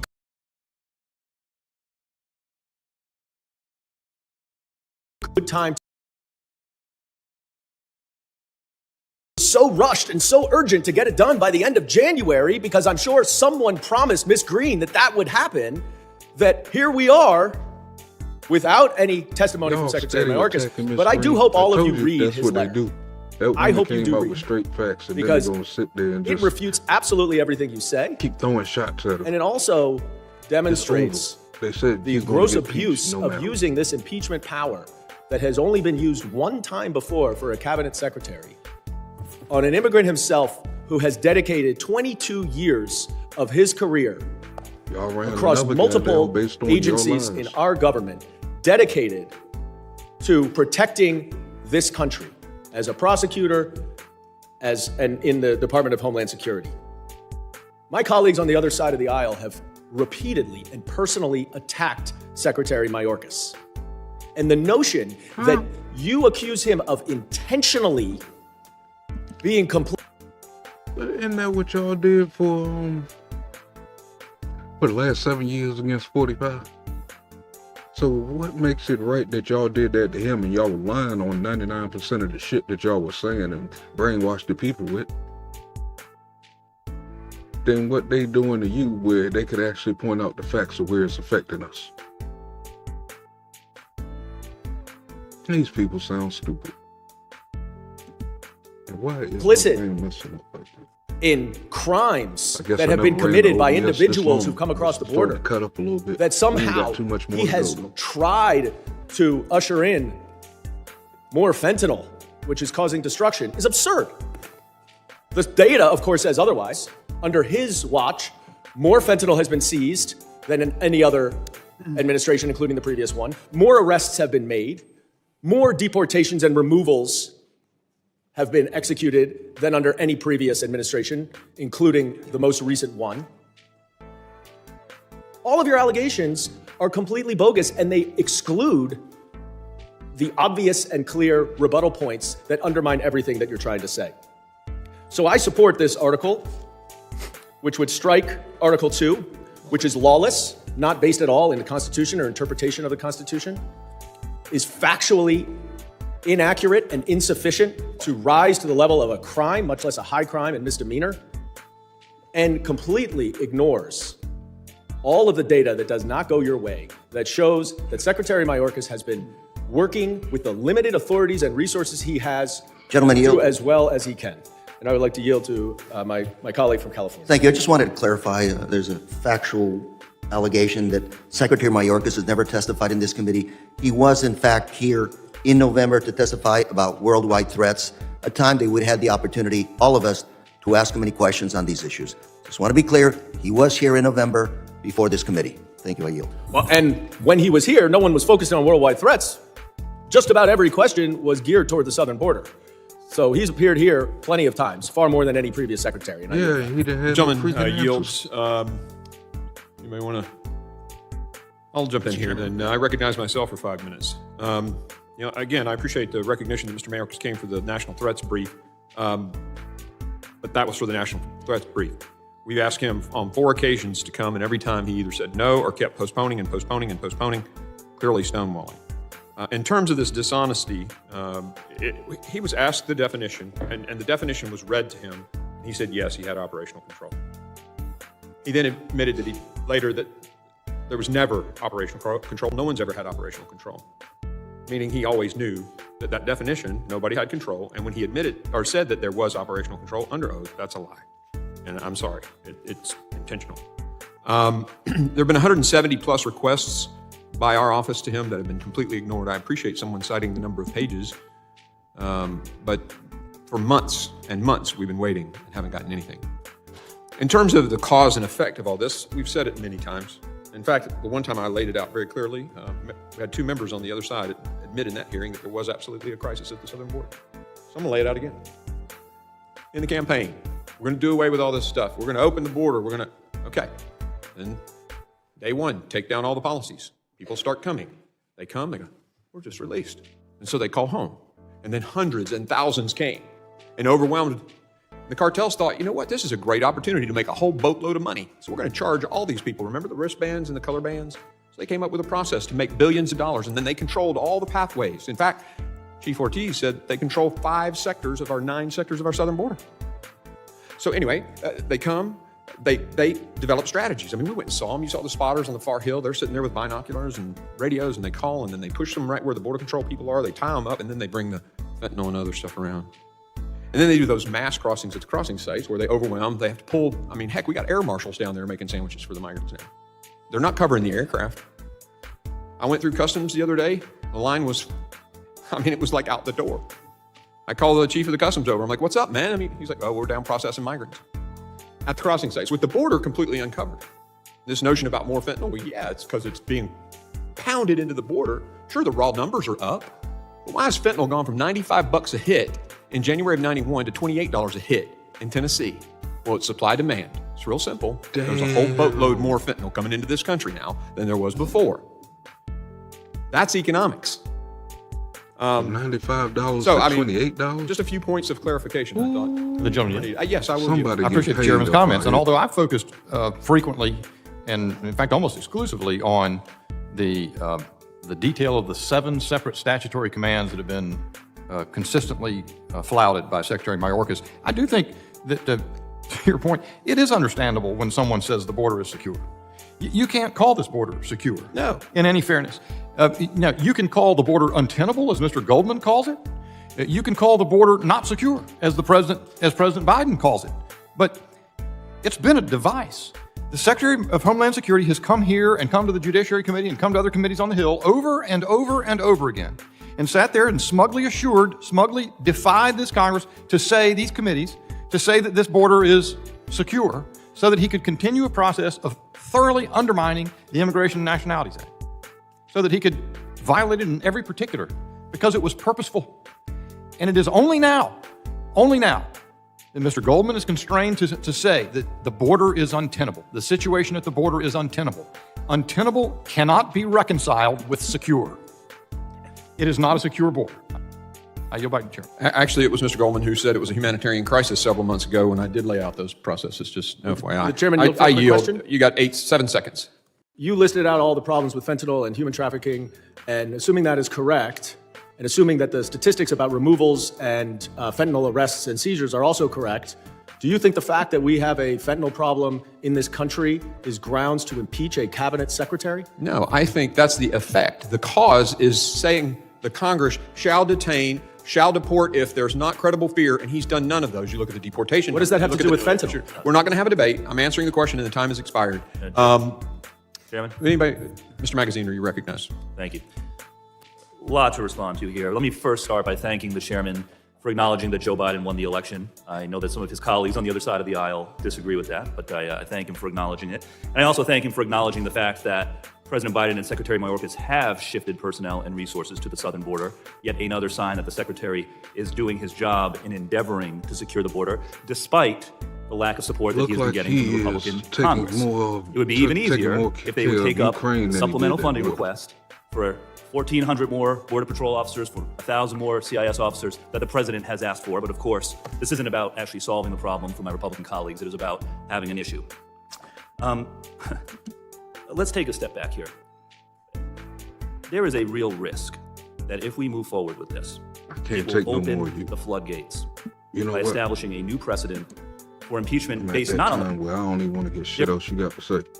Y'all talk Detention too much. centers All are at three of them, capacity everybody because to he his is- left just had too much fucking time and we to are talk, and they ain't saying shit. But sitting on the fucking clarified defense his remarks on facts about that we see operational what's happening. You know what I'm saying? recess. Like, shut the fuck up. Every word trying to find some impeachment and Listen, the one I'm previous on to my that. night watching that But I do damn appreciate fool the fact that you talked about baseless impeachments, and I yield back. Gentlemen, yields. Does anyone else want to speak on the... I'll yield to Mr. Swalwell. I have some time left. Sorry, I was going to take 5 minutes. I thought he was done. Yeah. Oh, do you want? Okay. I'll yield back then. I now recognize Mr. Swalwell for 5 minutes. When it comes to the border, you can. Well, this is in his Washington first time admire the talking, problem. so I'll give him a break. You can weaponize the problem. You can politicize the problem, or you can do the hard work and you can try and solve the damn problem. And that offer is there. That offer was there in 2014 when 68 Republicans, some of the most conservative Republicans, worked with Democrats in the Senate to come up with a bipartisan agreement. And that offer ain't is got there nothing now. to do with 2014. I want to talk first about We Secretary talking about Mayorkas. right now.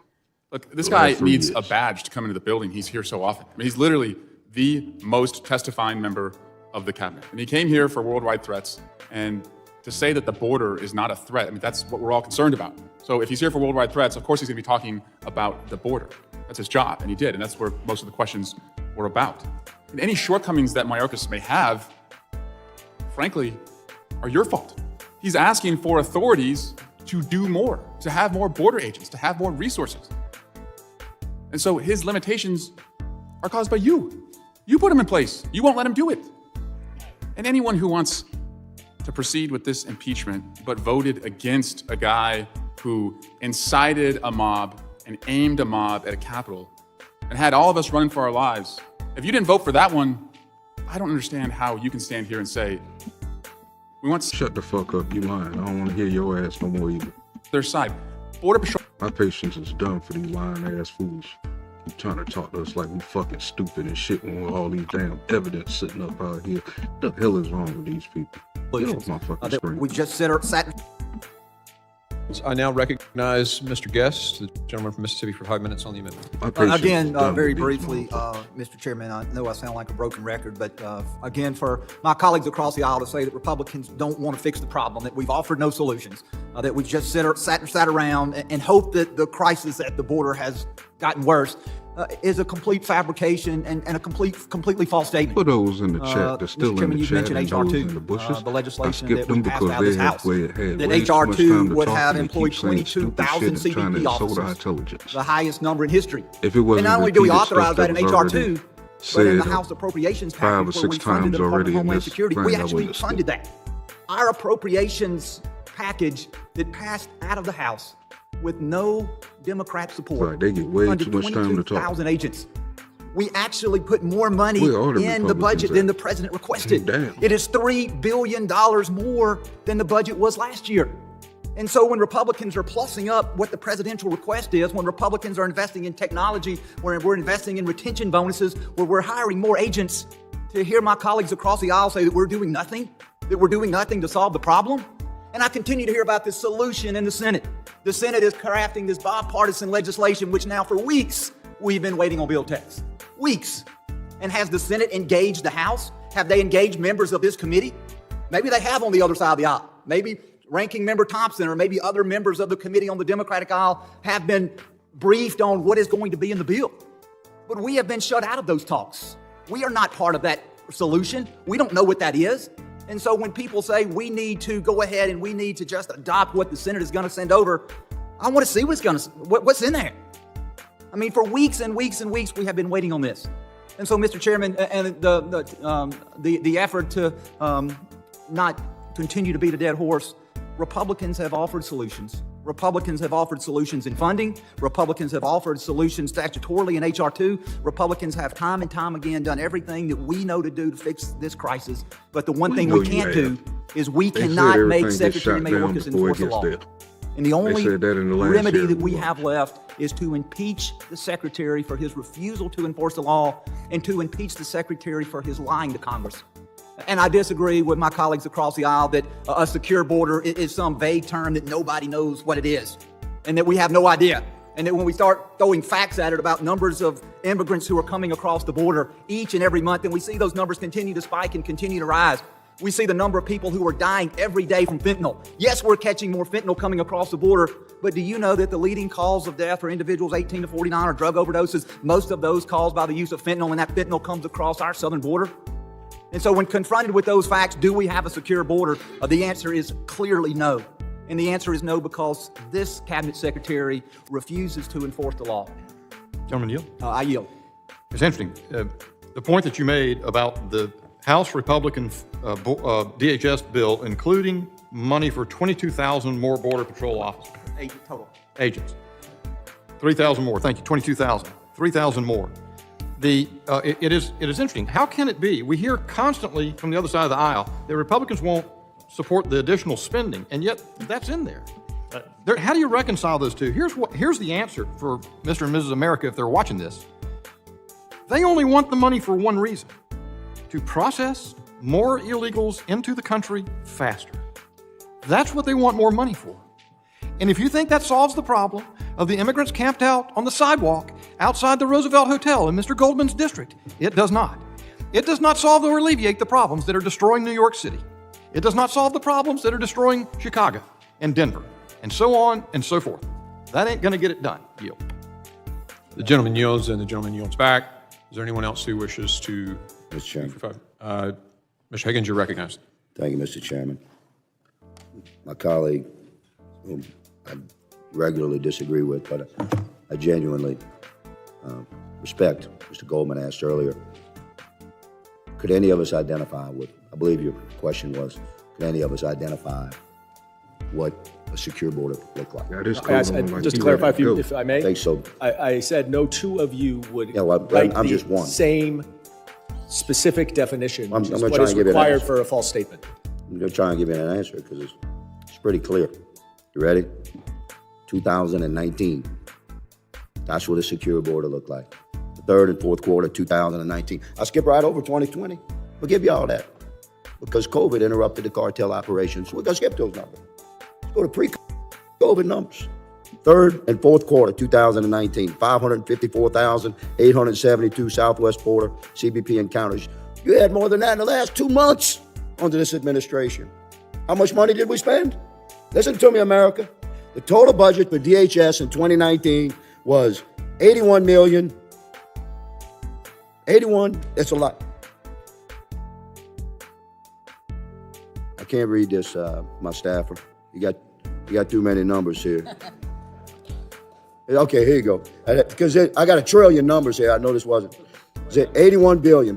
We spent 81 billion. Listen to me. In 2019, we had the cartels on the ropes, and we spent 81 billion. Last year, they rolled over us. We're losing our country, and we sent DHS 101 billion. We spent more money, a lot more.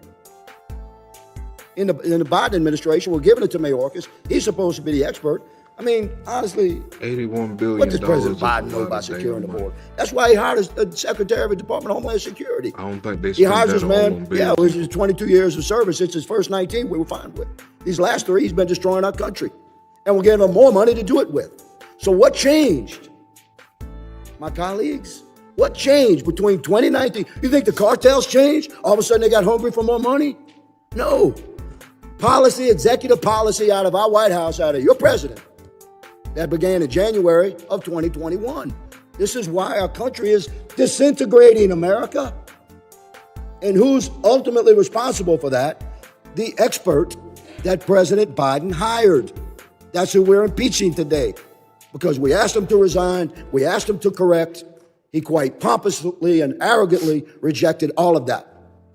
He kept coming before this body and our colleagues in the Senate and tell them everything's cool. Will the gentleman yield for a question? I'm going to yield back to the chairman, if you don't mind, my friend, Mr. Goldman. Do any other members? Ms. Titus, you're recognized for 5 minutes. Thank you, Mr. Chairman. But first, I want to just be sure that we understand what we're talking about the border being controlled by the cartels. You're suggesting that the cartels are controlling both sides of the border, and it's this nightmare. I'd like to quote for you Raul Ortiz, who is the chief of the U.S. Border Patrol.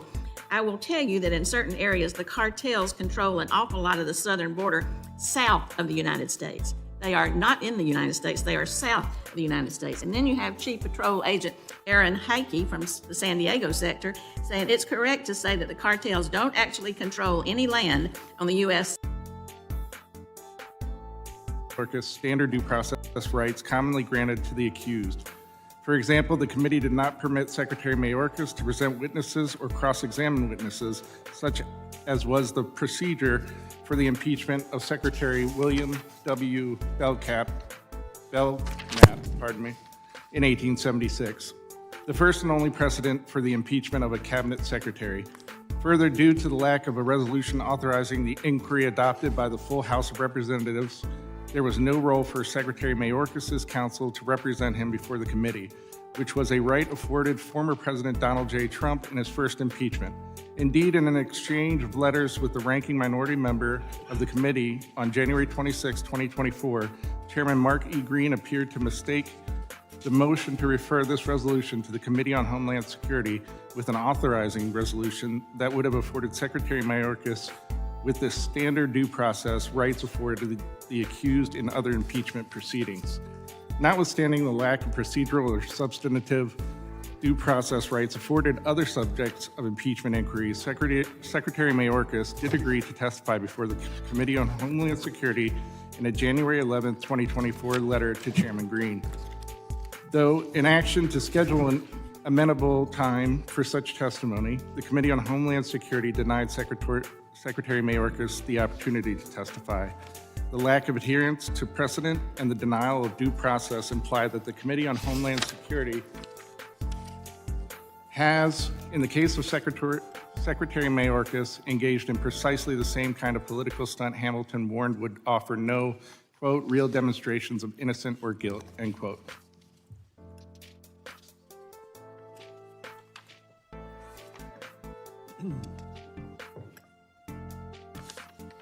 Mr. Chairman, I withdraw my point of order. Withdraw your point of order. Mr. Ranking Member, you are recognized for 5 minutes to talk on your amendment.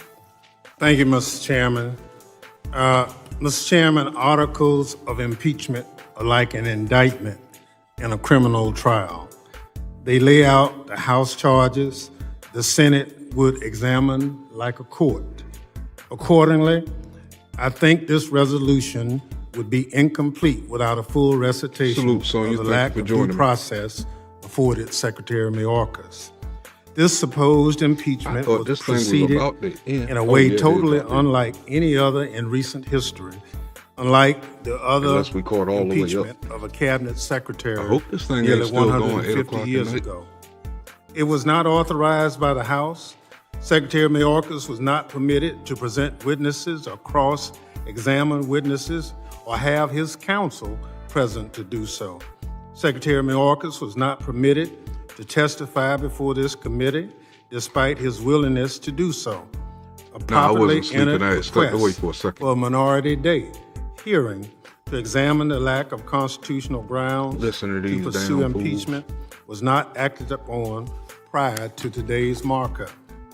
Mr. Chairman, the only way this denial of due process, this rejection of 2 centuries of precedent makes only sense at all is if we merely a political stunt to satisfy the most extreme elements of the Republican Party.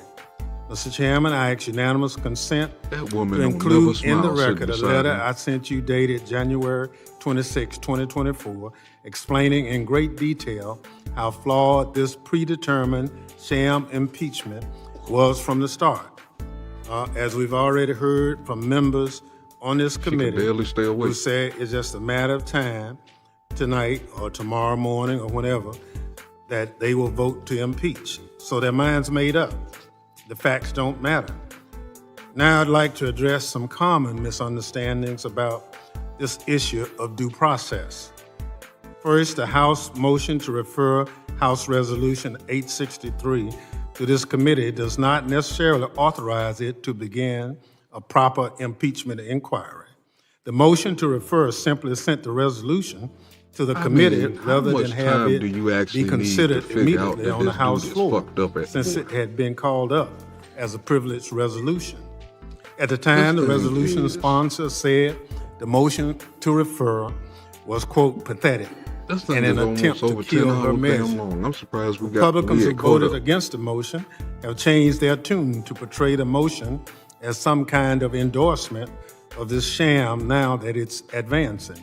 But we all know the truth.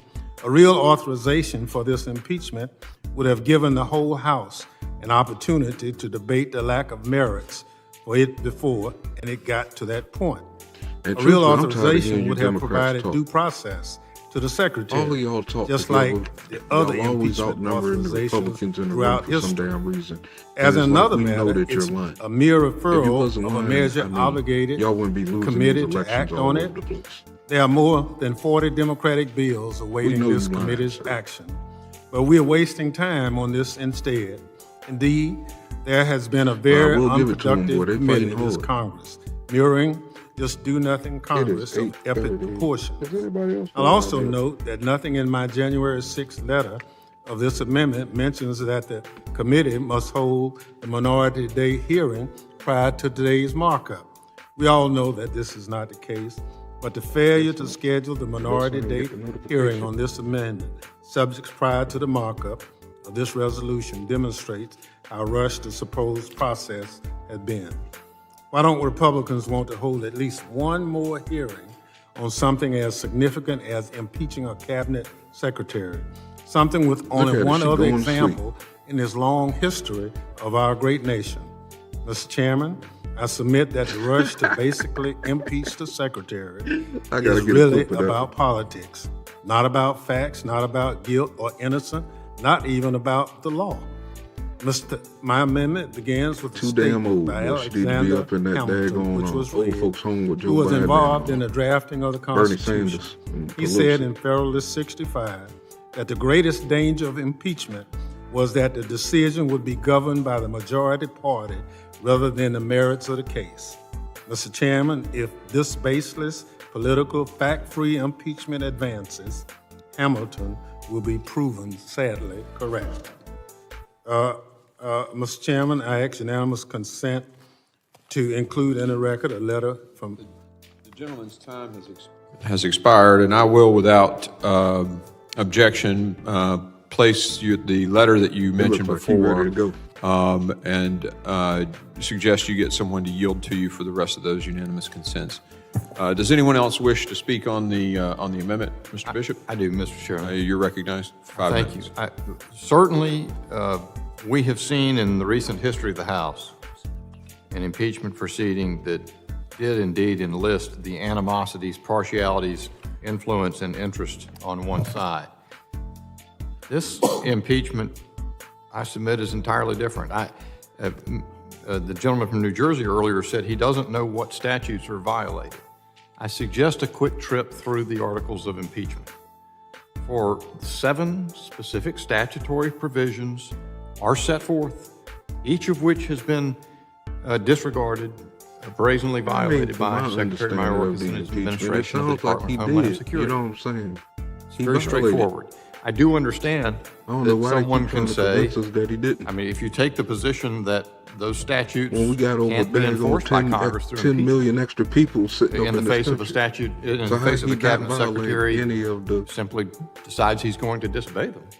But I don't believe that's the correct so-called, understanding of the what's power of called, impeachment, so the power of the laws Congress over the that cause subject him of to be immigration. impeached.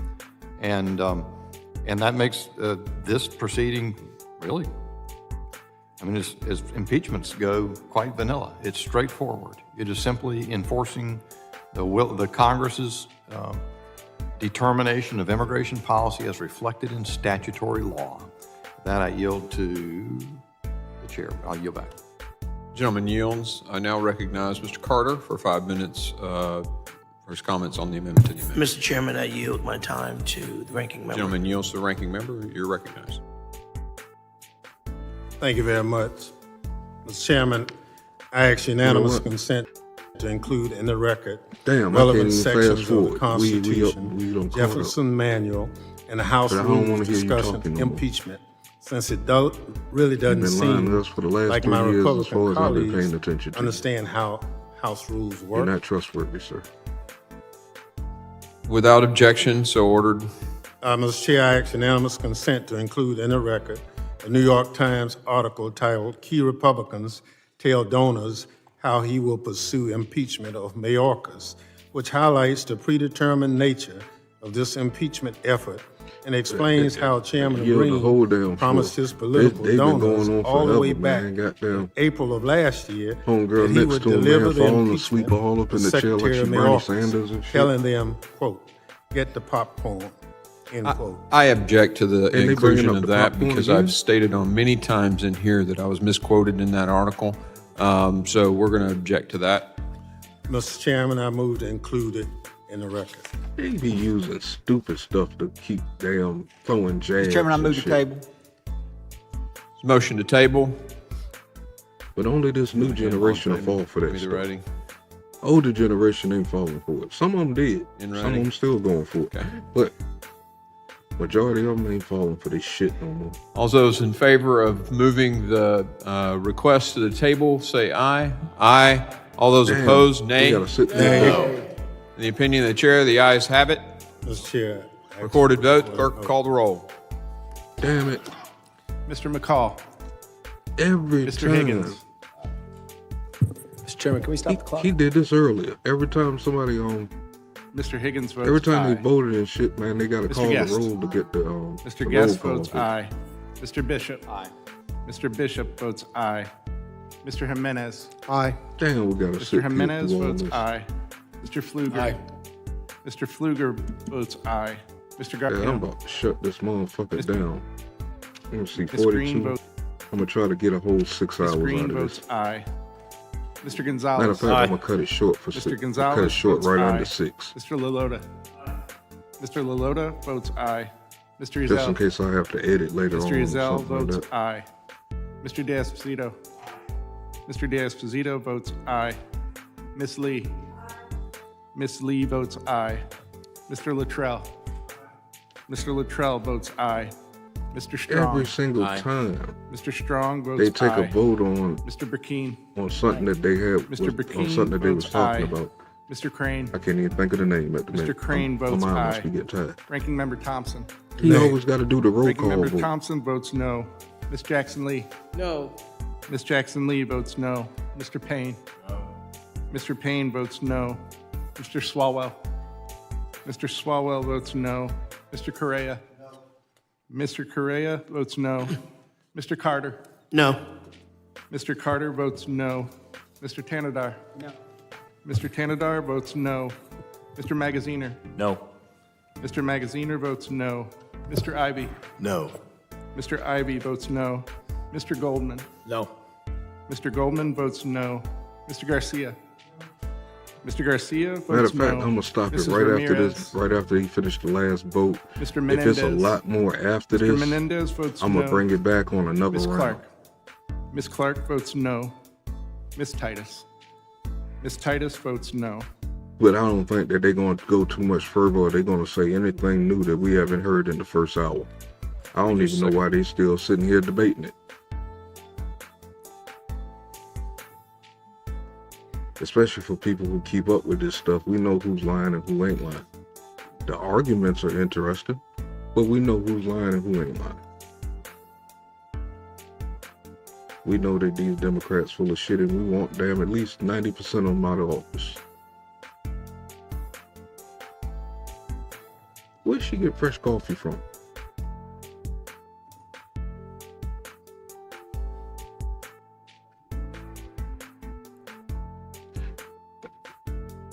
Yeah.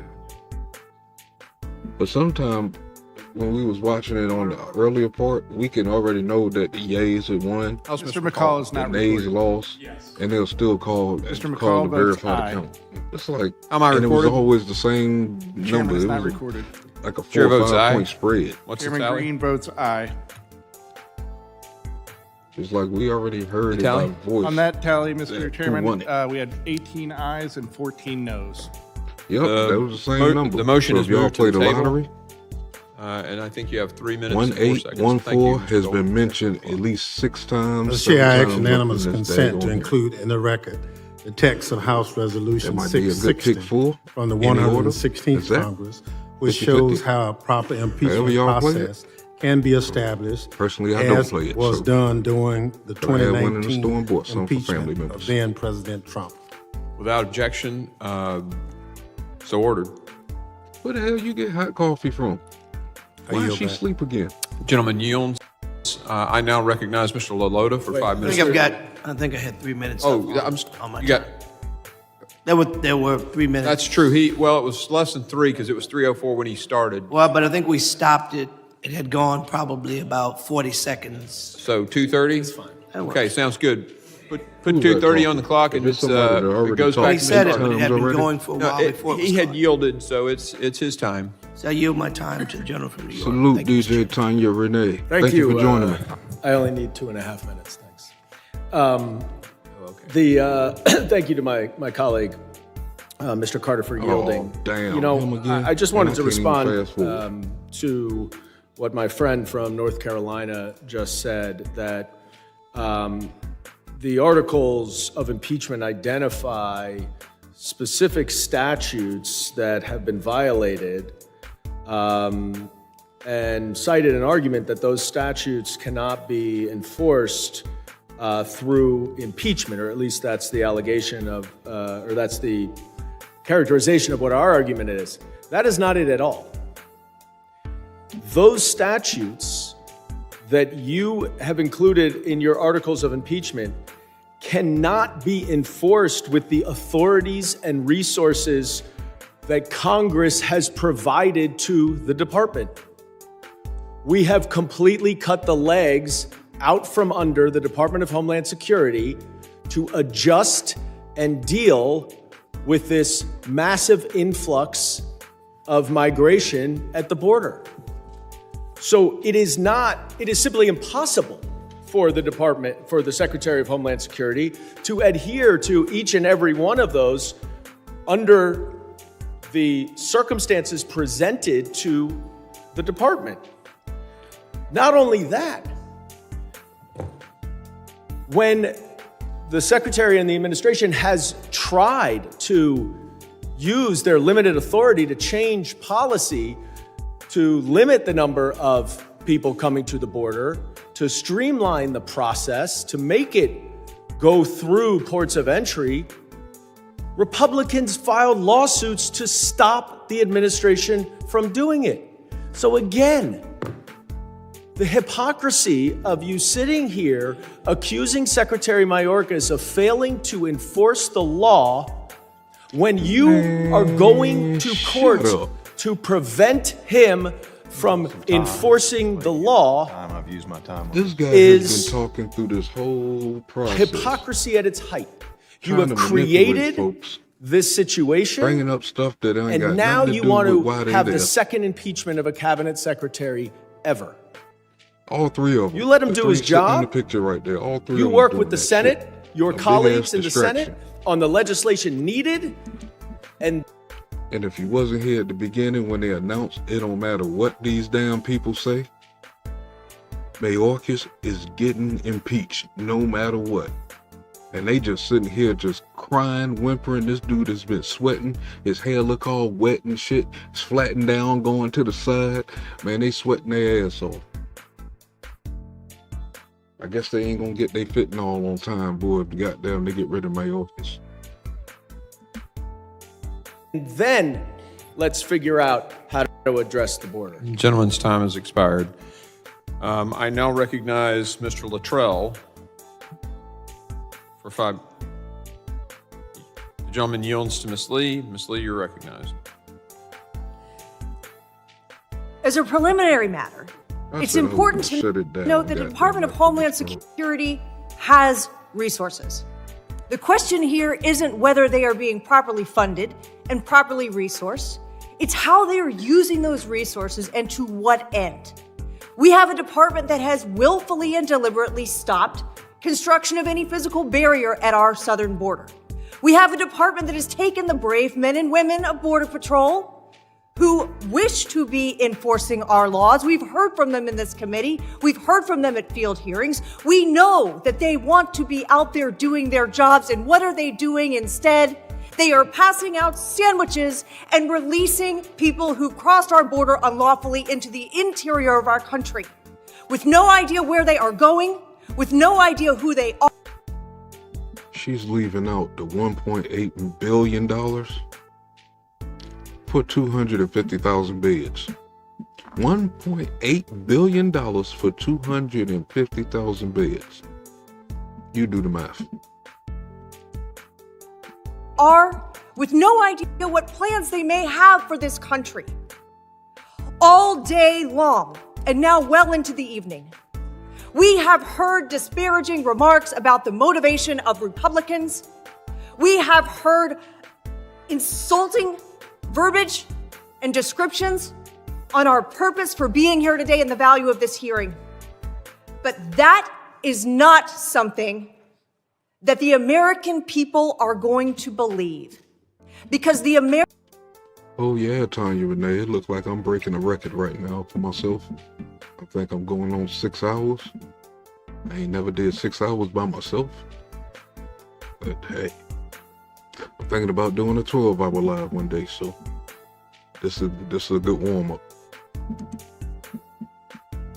American people see the very same thing that House Republicans see, and that is a wide open border, a Secretary of the Department of Homeland Security who is directly and purposefully subverting existing laws, and a country that is left safe. A country that every day is put in danger by the people unknown flooding across our southern border, the fentanyl, the human trafficking. Time and again, we've heard the heart-wrenching testimony and we've heard the staggering statistics. To sit here and have the temerity to suggest that House Republicans...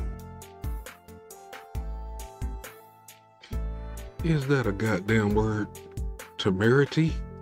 I gotta use that shit once I find out what it really means.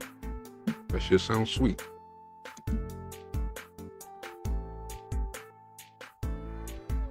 do not have a duty, do not have a responsibility, that this Congress does not have an absolute obligation to the people of the United States of America to review, to research, to oversee, and to take action is ludicrous. The American people know the same thing that House Republicans know, and that is our southern border must be closed. Our Secretary of Homeland Security must respect the laws and Constitution of this United States. Secretary Mayorkas has deliberately defied the courts of this United States of America. He has deliberately subverted existing law passed by this Congress. He has made the United States of America less safe. Yes, he's testified before Congress, but did he tell us the truth? Did Secretary Mayorkas look at this Congress and look at the American people and admit that the border was insecure, that it was open, that he had lost operational control? No, he did the opposite. It is not difficult to understand what it means to have a border that's open, to have a border that isn't secure. All we need do is look. All we need do is face the reality of the statistics and the reality of what's happening there every day. We encouraged our colleagues to go with us when House Republicans went to the southern border. They did not. And we saw with our own eyes the same things that you've heard reported every single day. People walking across our southern border with no effort whatsoever to interview them, to stop them, to turn them away. No, they're sent all over America into our communities. We've seen the tragic consequences time and time and time again. What we are doing here today is lawful, it is appropriate, and it is our responsibility. And with that, Mr. Chairman, I yield back. The gentlelady yields. I now recognize Mr. Ivey for 5 minutes. She told them. Thank you, Mr. Chairman. I was trying to sit this one out, but I gotta say, and my friend from North Carolina, my friend from Florida, I respect your intellect. We disagree sometimes, but this is impeachment. This is a constitutional issue here. And so, everything that my friend from Florida just said boils down to policy disputes. The building walls deliberately defied, purposely subverting the laws. And I'll go through it again because I guess it isn't sinking in. Purposefully subverting the laws, as the Supreme Court wrote, this is Justice Kavanaugh, said, look, they have discretion. Prosecutorial discretion is the term that he used, that the court used, not only in that case, but all of these cases. And it doesn't just apply to Homeland Security, it applies to the Department of Justice, it applies to the Attorneys General that you brought in here to testify. All of them have prosecutorial discretion, and it's especially protected here because this is in the province of immigration. So, take action, yes, but again, as Justice Kavanaugh wrote, appropriations, Senate confirmation. He listed out several things. I've read it 4 times. I'm not going to read it again. Impeachment was not one of those. So, if you're going to move forward with impeachment, you've got the votes to do it. But please don't act like you've got a constitutional obligation to do it, because you don't. There are other options you can pursue. You're choosing not to do that. That's your right. But you are not required to impeach. And by the way, you shouldn't impeach on this evidence because it's insufficient. The legal standard, which both of the statements that were made, no mention of high crimes, misdemeanors, bribery, treason, no mention of the actual language in the Constitution. Not once. And I submit there's a reason for that. And so with respect to the points that have been made about purposely subverting the laws, deliberately defying, etc., all of those are manufactured standards. I haven't seen any place where there's a prior impeachment proceeding that uses that kind of language. By the way, back to the point about due process, I had a chance to work back in the 1980s when I was here working for Congressman Conyers, and he led a couple of impeachments with respect to 2 judges. And there was a level of due process protections there that obviously aren't occurring here. And some of those were listed out in the amendment. By the way, it's the amendment, nobody's talked about the amendment really yet, but but the due process piece is important, especially for something of this magnitude. Now, I know you guys are in a rush to get this done. I don't know what the January, early February deadline is. I'm not sure. It's your call. You control the gavel and the calendar. But this is one for the ages. This is historic in what we're doing here today. And so, giving the secretary an additional opportunity for due process, I think makes sense. And the chairman has said, he didn't come testify on this particularly. He did testify 27 times already. Was it more historic? If you think what y'all that did it for would the have been January important 6th for more committee? information to be provided, or to let his counsel present evidence or cross-examine witnesses, or the things that usually happen in impeachment proceedings or any proceeding of this magnitude, why can't we take the time to do that? I don't know what the rush is on that front. With respect to the process too, and I referenced this earlier, I know Congress has the ability to do this, as I mentioned a moment ago, but we did it with respect to those impeachment proceedings. We also did it on the Ethics Committee. And one of the factors that we looked at in making the decision to move forward on a bipartisan basis in a way that drew more than 2/3 of the votes in the House and ultimately led to Santos' expulsion, was we gave him due process opportunities, multiple due process opportunities, none of which have been provided by the committee in this instance. So, expulsion's constitutional, impeachment's constitutional. Both of them are very serious. These are two of the most significant powers that the founders have given this chamber. Can't we take the time to do it right? I see my time has expired, but with that, I yield back. I thank the gentleman for that. His time has expired. I now recognize Mr. LaLota for 5 minutes. Mr. Chairman, it's obvious the two parties have different approaches to how to secure the border, or if the border is secure, and things related, but we shouldn't have two views on what is factual. It's been offered by the other side that if you only pass more laws, you give the administration more of an opportunity to secure a border, that if you only trust this administration with more authorities, that somehow it would secure the border, while it hasn't done so in the last 3 years. That it needs Congress to go to the Senate to debate and discuss a bill. Well, we did that in H.R. 2 and waiting for them to do something, but let's not make a mistake and let's not confuse the facts. The president doesn't need a single thing more to secure the border, to do an executive order, to remain in Mexico, to stop the repositioning of border agents away from the border, to resume border wall construction, and to cancel mass parole of migrants. The president does not need Congress to do that. Maybe he needs an appropriation of 50 cents for a pen to sign that executive order, but he does not need us to do anything more than we have done already.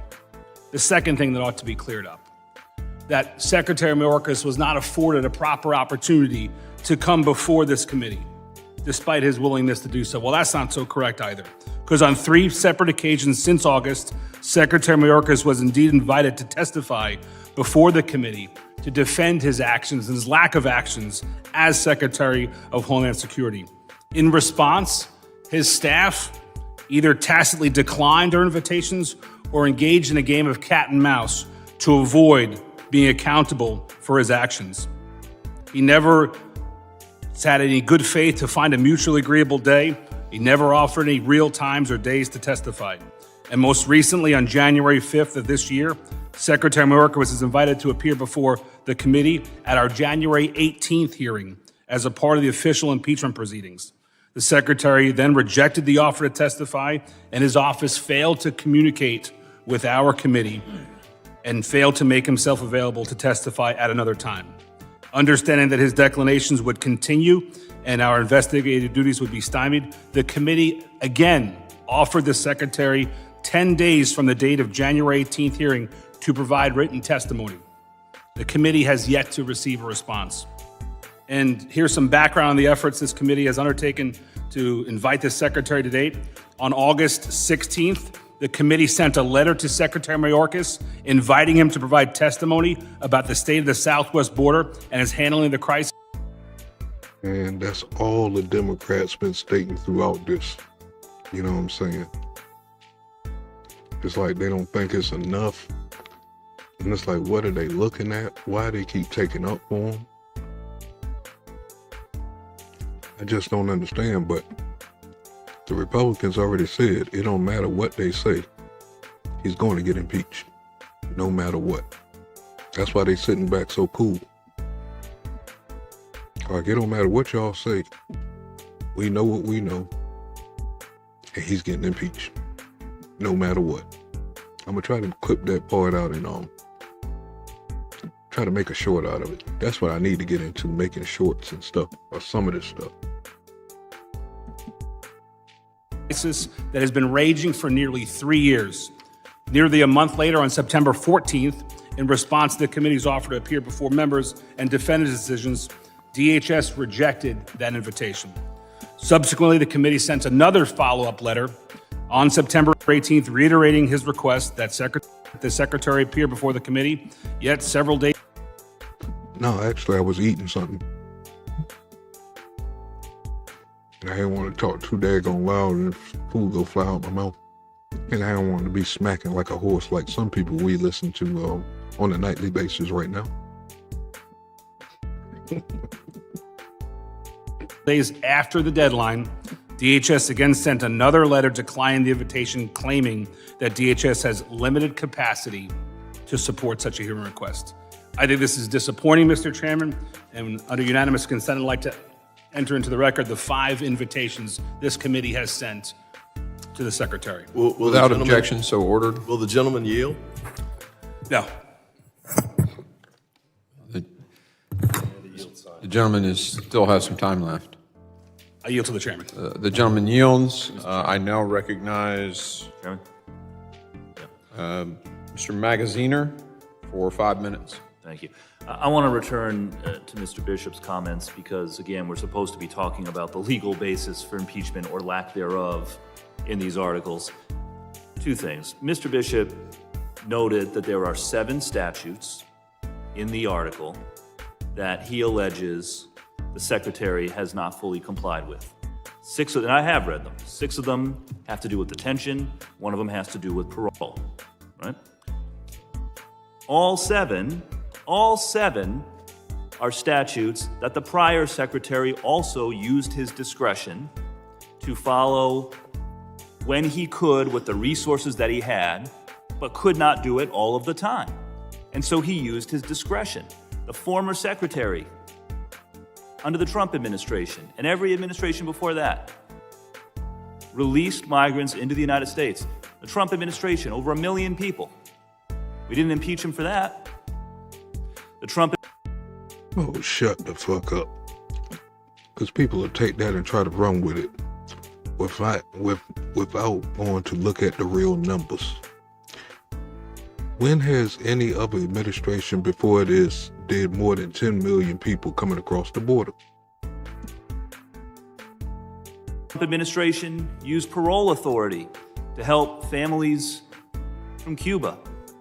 We didn't impeach him for that, but we're going to impeach Secretary Mayorkas for doing the same thing for Ukrainians.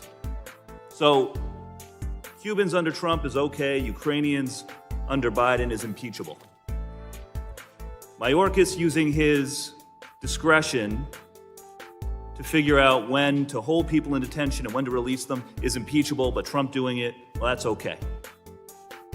So again, yeah, there's 7 statutes listed in here, but again, the hypocrisy is saying that all of these things were okay to do under the Trump administration and prior administrations, but they're impeachable under the Biden administration is laughable. And I'll also just note, Mr. Bishop also made a comparison on partisan impeachments with the prior impeachment. I assume he was talking about the second Trump impeachment.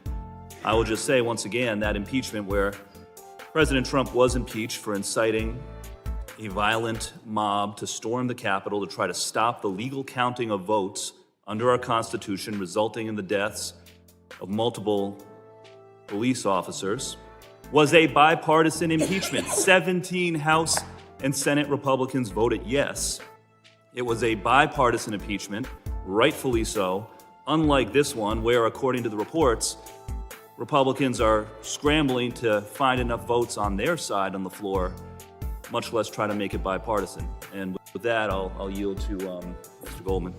Gentleman yields. Mr. Goldman is recognized. Thank you to my friend from Rhode Island. I want to address just one of the due process argument that Mr. Lalota was talking about. This amendment and the concern on our end has to do with the impeachment process.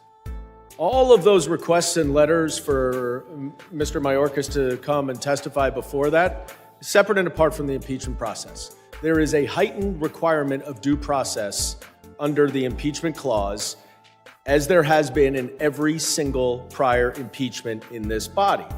So when we focus on the due process afforded to Mr. Mayorkas as part of this rushed impeachment process, you identified one request on January 5th, which offered one date for Mr. Mayorkas to appear. At that time, ironically enough, he was meeting with a Mexican delegation to try to formulate a better working relationship to secure the border, and he was unable to testify. His staff made it very clear to this committee that he was willing to testify on a different date. And their letter was very clear. And so that means our issue in this country is secondary compared to going to talk to somebody across in another country, which he could have discussed that after he had the meeting with his home Congress. This dude sounds stupid. The House Republicans, the majority of this committee, did not follow up with an offer of any date. My way or the highway. That is how this Republican majority works. You show up when I tell you to, or you don't show up at all. You come all the way to my most extremist, draconian, xenophobic legislative bill, H.R. 2, or nothing. We will not negotiate. We will not compromise in a divided government where two of the three entities are controlled by the opposite party. Ms. Lee said we have a duty to take action. That is correct. We have a duty to take action to address the problems at the border, not to have a sham political impeachment designed to help a presidential candidate in an election. And I yield back. Gentleman yields. I now recognize Mr. Pfluger for 5 minutes of discussion. Thank you, Mr. Chairman. Mr. Ivey, I agree with you. This is historic, but it's sad. And I think that at the end of the day, history will definitely define Secretary Mayorkas as the most infamous cabinet member ever for his complete abdication of his responsibility. It is historic. And I think we finally found something we can agree on. And Mr. Correa, I agree. I hope you're right. I hope that at the end of this, the result is change in a positive way. And I think already in this committee, we have seen positive change just today, because for the first time in 3 years, we actually have Democrats admitting there's a crisis. And I will note too, and many of you were not here last Congress, but while we were in the minority, and my good friend from New York City said that the secretary couldn't do his job because he didn't have the resources. Well, that's not what the secretary said. The secretary didn't say that. Secretary Mayorkas came to our committee and said the border is secure. For 250,000 So that's days. false. We, for 2 years, asked for a border hearing while in the minority, 2021 and 2022. And how many full committee hearings do we have on border security? 0. Not a single border security hearing for 2 straight years. So when you hear the gentleman from New York City say that the secretary doesn't have the resources, completely false. You know what's funny is this is the only group of 15 people, the only 15 people who can't define operational control are sitting in this room. Everybody else, including the secretary, Mayorkas could define operational control. He defined it to Chip Roy. He looked at the definition of operational control and he said, yes, we have operational control. Everyone in this country knows that we didn't have operational control. Yet we still have 15 people here who can't define it. Damn Why the sure rush, can't define it. Mr. Ivey? These are D-Truth people. I'm gonna borrow something from my friend from Georgia. Why the rush? For 3 years, we have been demanding change. For 3 years, my community has been ravaged. People like the Tambungas sat here and poured their heart out to the secretary because of their loss. people who lost their children to fentanyl sat here and testified and were scolded, in fact. The rush is because just today, hundreds of people have died in this country. Gentlemen, yield. Due to the fact that this border is open. I'll yield to you in just a second, Lou. Well, I'd ask you to me because you're speaking to me. The rush, I'm answering your question from previous debate. That's fine. The rush is because for 3 years, we have demanded change and we haven't gotten it. And there is a complete refusal. I ask you to turn to page 3, page 4, page 5, page 6, all the way through the rest of the amendment in the nature of a substitute to look at the exact law that has not been complied with.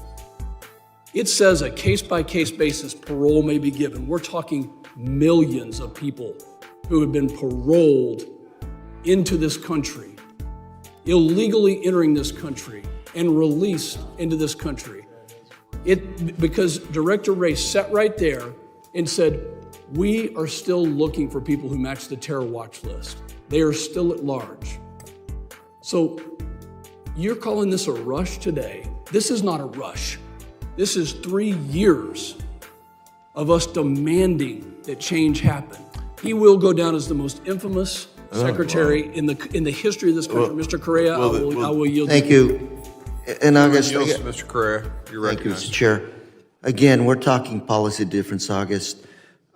We did have some hearings over the last 2 years in the Oversight Committee on the Border Security.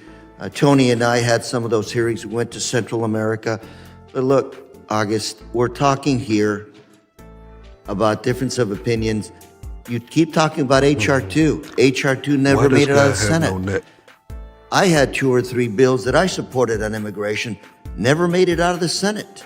Okay, so I'm glad we're talking right now because there's a lot of other things that are going on. Thank you. My time's expired. I yield back. Mr. Chairman. The gentleman's time has expired. I now recognize Ms. Sheila Jackson Lee for 5 minutes. Despite the hour, I am certainly at this moment not without awe, shock and awe. And August knows that we have had a great opportunity to work together. She's part of that 15 he was just talking about. And we have been successful. But I cannot sit here and counter and accept the description of a valiant immigrant, fled Nazi Germany, family fled Nazi Germany, then had to flee Cuba, as someone who is infamous, and the most infamous, if you will, of the public servants of this nation. We've had some. But to indicate that someone who you cannot document violation of the law, you cannot put before me a mountain of evidence that I would then have difficulty in opposing. And then the gentleman's amendment from Mississippi, of whom I rise to support this amendment, clearly is well pronounced. We did not give the secretary due process. We are accusing and criticizing him for using discretion. Gentlemen, ladies, of which you all are, this is an outrage. We have the authority for our public servants. There's a rumor going around. I've got so many documents here saying that Biden's secretaries and other officials didn't take the oath of office, a video or something atrocious. It's one atrocious accusation after another. And in order for this country to run, in order for this country to work, we simply have to stop it. We are going to vote on this, and my colleagues have every right for their amendments. I have another amendment or two. But the point is, and she needs to go back to sleep. Name call for such little facts. And what you are pointing to, and we're being redundant because what you're pointing to is the difference of opinion in how the agency itself is running based on the resources that the Secretary has. I will take no backseat to my absolute outrage over sex trafficking, human trafficking. That has been my work that I have done. That's legislation that I've introduced. And Nor most will I people take a don't realize backseat to those whose she's loved ones have representing died Texas. and who've been impacted by first the opioid crisis and then, of course, fentanyl that has come to take so many lives. I will not accept that accusation. And I will not accept the fact that the Secretary takes it lightly. But you cannot deny that you have not given him due process. That's very clear in the Fifth Amendment. Because you call him infamous, and it says no person shall be held to answer for a capital or otherwise infamous crime unless on a presentment in cases arising in the land or naval without due process. The Founding Fathers thought that this was an extremely important aspect,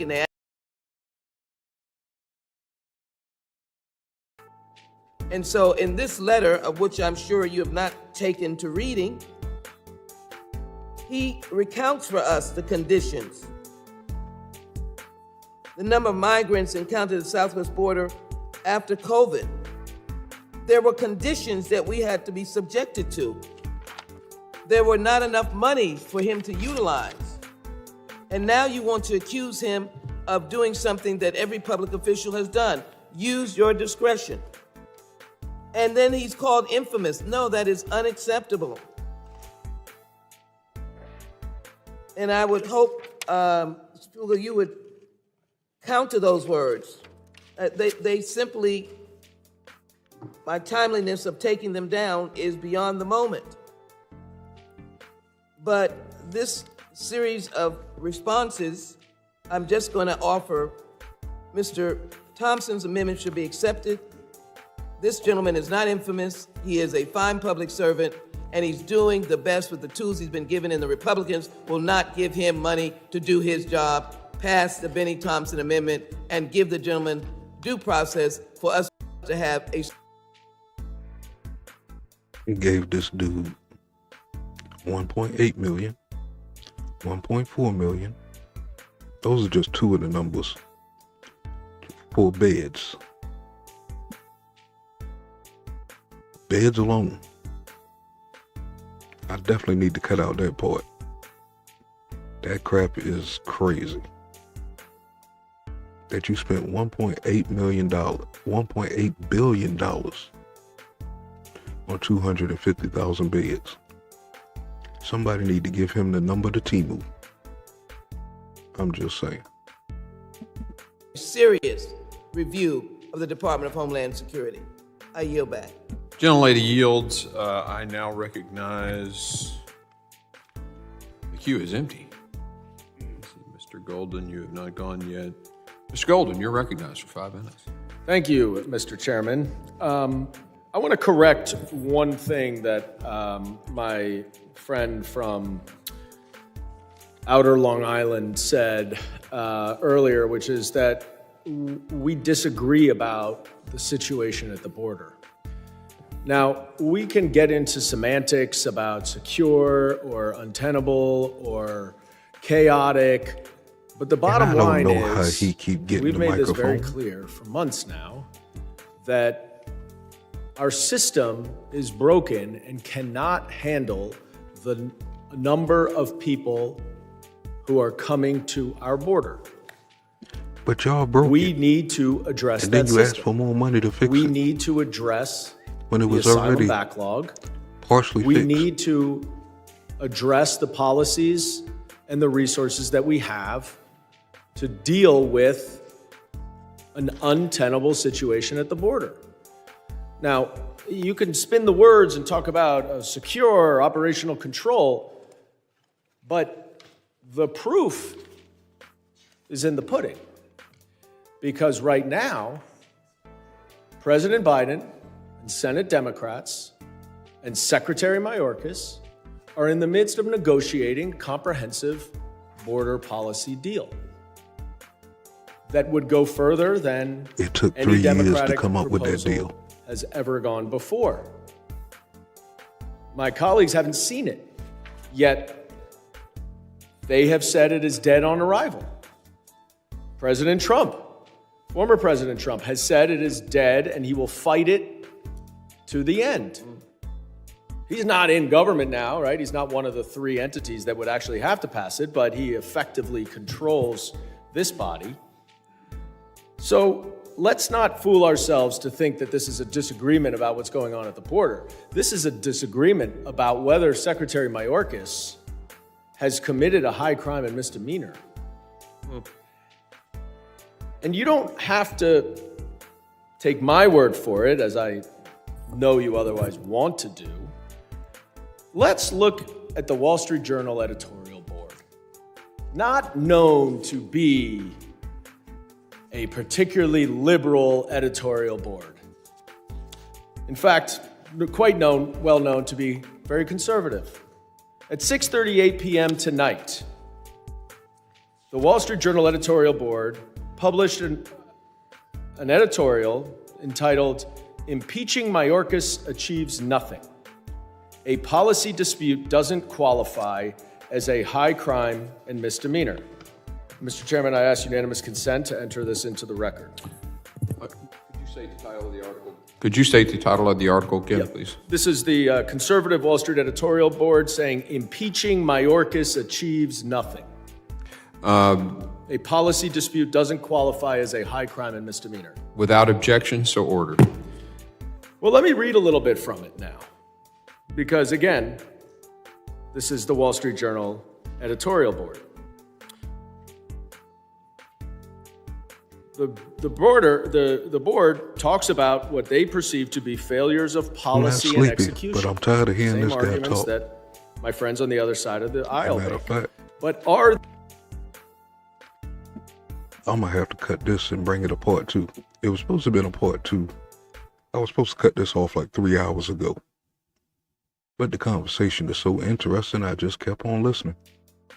And kept on joking these fools. But at this point, I'm ready to shut this down. It's about 9 o'clock. That'll give me some time to reset and pull out some of my editing tools and stuff to work on some things before Money Boy go live. Or somebody else pop up. You know what I'm saying? So I am gonna get rid of this crap here. Get off my damn screen. I got the timestamp. Just in case they do like another hour or 2. They might be doing a whole 12 hours. Which it won't seem like it because of the lunches and the breaks and stuff like that. But I'm about tired of listening to them. They keep saying the same thing. Nothing is making sense. And I just can't take no more. At this moment. I did accomplish 6.5 hours though.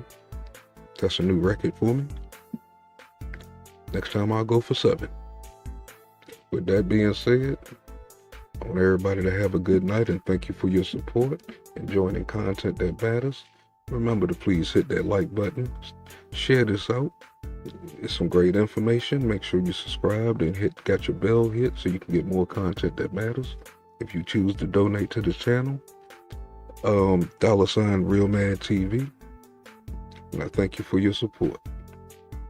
And I'm trying to shut down and I ain't even set up what's called the shutdown. With that being said, everybody have a good night. I'll see you on the block.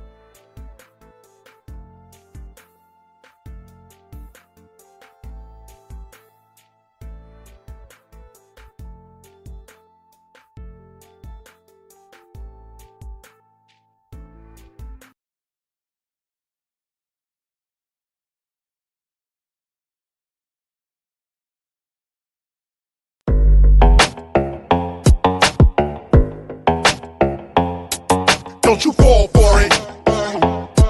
Don't you fall for it. Keep your head up, never let up, never let them get you fed up. You just step up, get your rep up, get your cash up, get your check up. The whole system's a setup. It's time we really get up. We've been about this revolution from the time we met up. Take it back, I got my fists up, Malcolm X in '88, but revolution only works for those that will participate. You are great, they are fake. Yo, it's time to demonstrate higher level mental states. Conscious people congregate. Show the love, not the hate. This is basic, no debate. But these people are debating and they hating. They should wait. It was bickering amongst ourselves that got us in this state. Yeah, the truth is inconvenient, but the truth is never late. You can't see what they be doing, how they thinking, how they moving. You can't see what they pursuing, making claims none are proven. Don't fall for it. Don't fall for it. Don't fall for it. Don't fall for it. We can see who is the enemy. Sovereignty's the remedy. You don't need telepathy, it's white supremacy. Don't fall for it. Don't fall for it. Don't fall for it. Don't fall for it. Bringing the raw, doing it all. Government officials bringing the law. You never see what you never saw. 303, open the door. Knowledge reigns, that is the game. Ignorance, that is insane. Don't fall for it. The reps and the Dems are the same. This one's shooting us up. That one's locking us up. This one got us stuck. That one's out of luck. You can front if you need to, the cycle never ends. No justice, but in 4 years they hyping us again. Don't fall for it. Don't fall for it. Don't fall for it. Don't fall for it. If you thinking and you earning and you drinking and you burning and you really not concerning with the news and what they learning, don't fall for it. Don't fall for it. Don't fall for it. Don't fall for it. If you love it, never hate it. You agree and don't debate it. HBCU educated, your degree is highly rated. Don't fall for it. Don't fall for it. Don't you fall for it. Don't fall for it. Yo, me, I'm not a fake dude. I'ma keep it real. They see through it all that America needs a heal deal. America ain't really sick. This is what it really is. Gunshots and cages for black and brown little kids. Now they acting like they not the cause of how we live. Do not tell me what you gonna do. I can see what you did. Look at her, look at him, look at them, look at me. Do you see our interests represented in society? No, you don't, and you won't, cause democracy's a joke. Every 4 years, these same people asking us to vote. Nothing changed but the Range Rover switching lanes over. I remain the flamethrower, knowledge reigns, game over. Don't fall for it. Don't you fall for it. Rodney King, George Floyd, man, we all saw it. So don't protest with defiance, but don't move with self-reliance. While the soul is being silenced for the religion of science. Don't fall for it. Don't you fall for it. Don't fall for it. Don't you fall for it. If you thinking and you earning and you drinking and you burning and you really not concerning with the news and what they learning, don't fall for it. Don't you fall for it. Don't fall for it. Don't you fall for it. There's no justice in the courts. We are always taking shorts. They can shoot us like a sport, and it's our trust that they want. Don't fall for it. Don't you fall for it. Don't fall for it. Don't you fall for it. Take it up.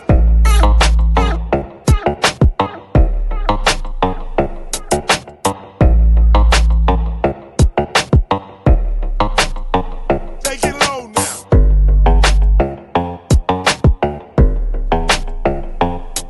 Don't fall for it. Don't you fall for it. Don't fall for it. Don't you fall for it.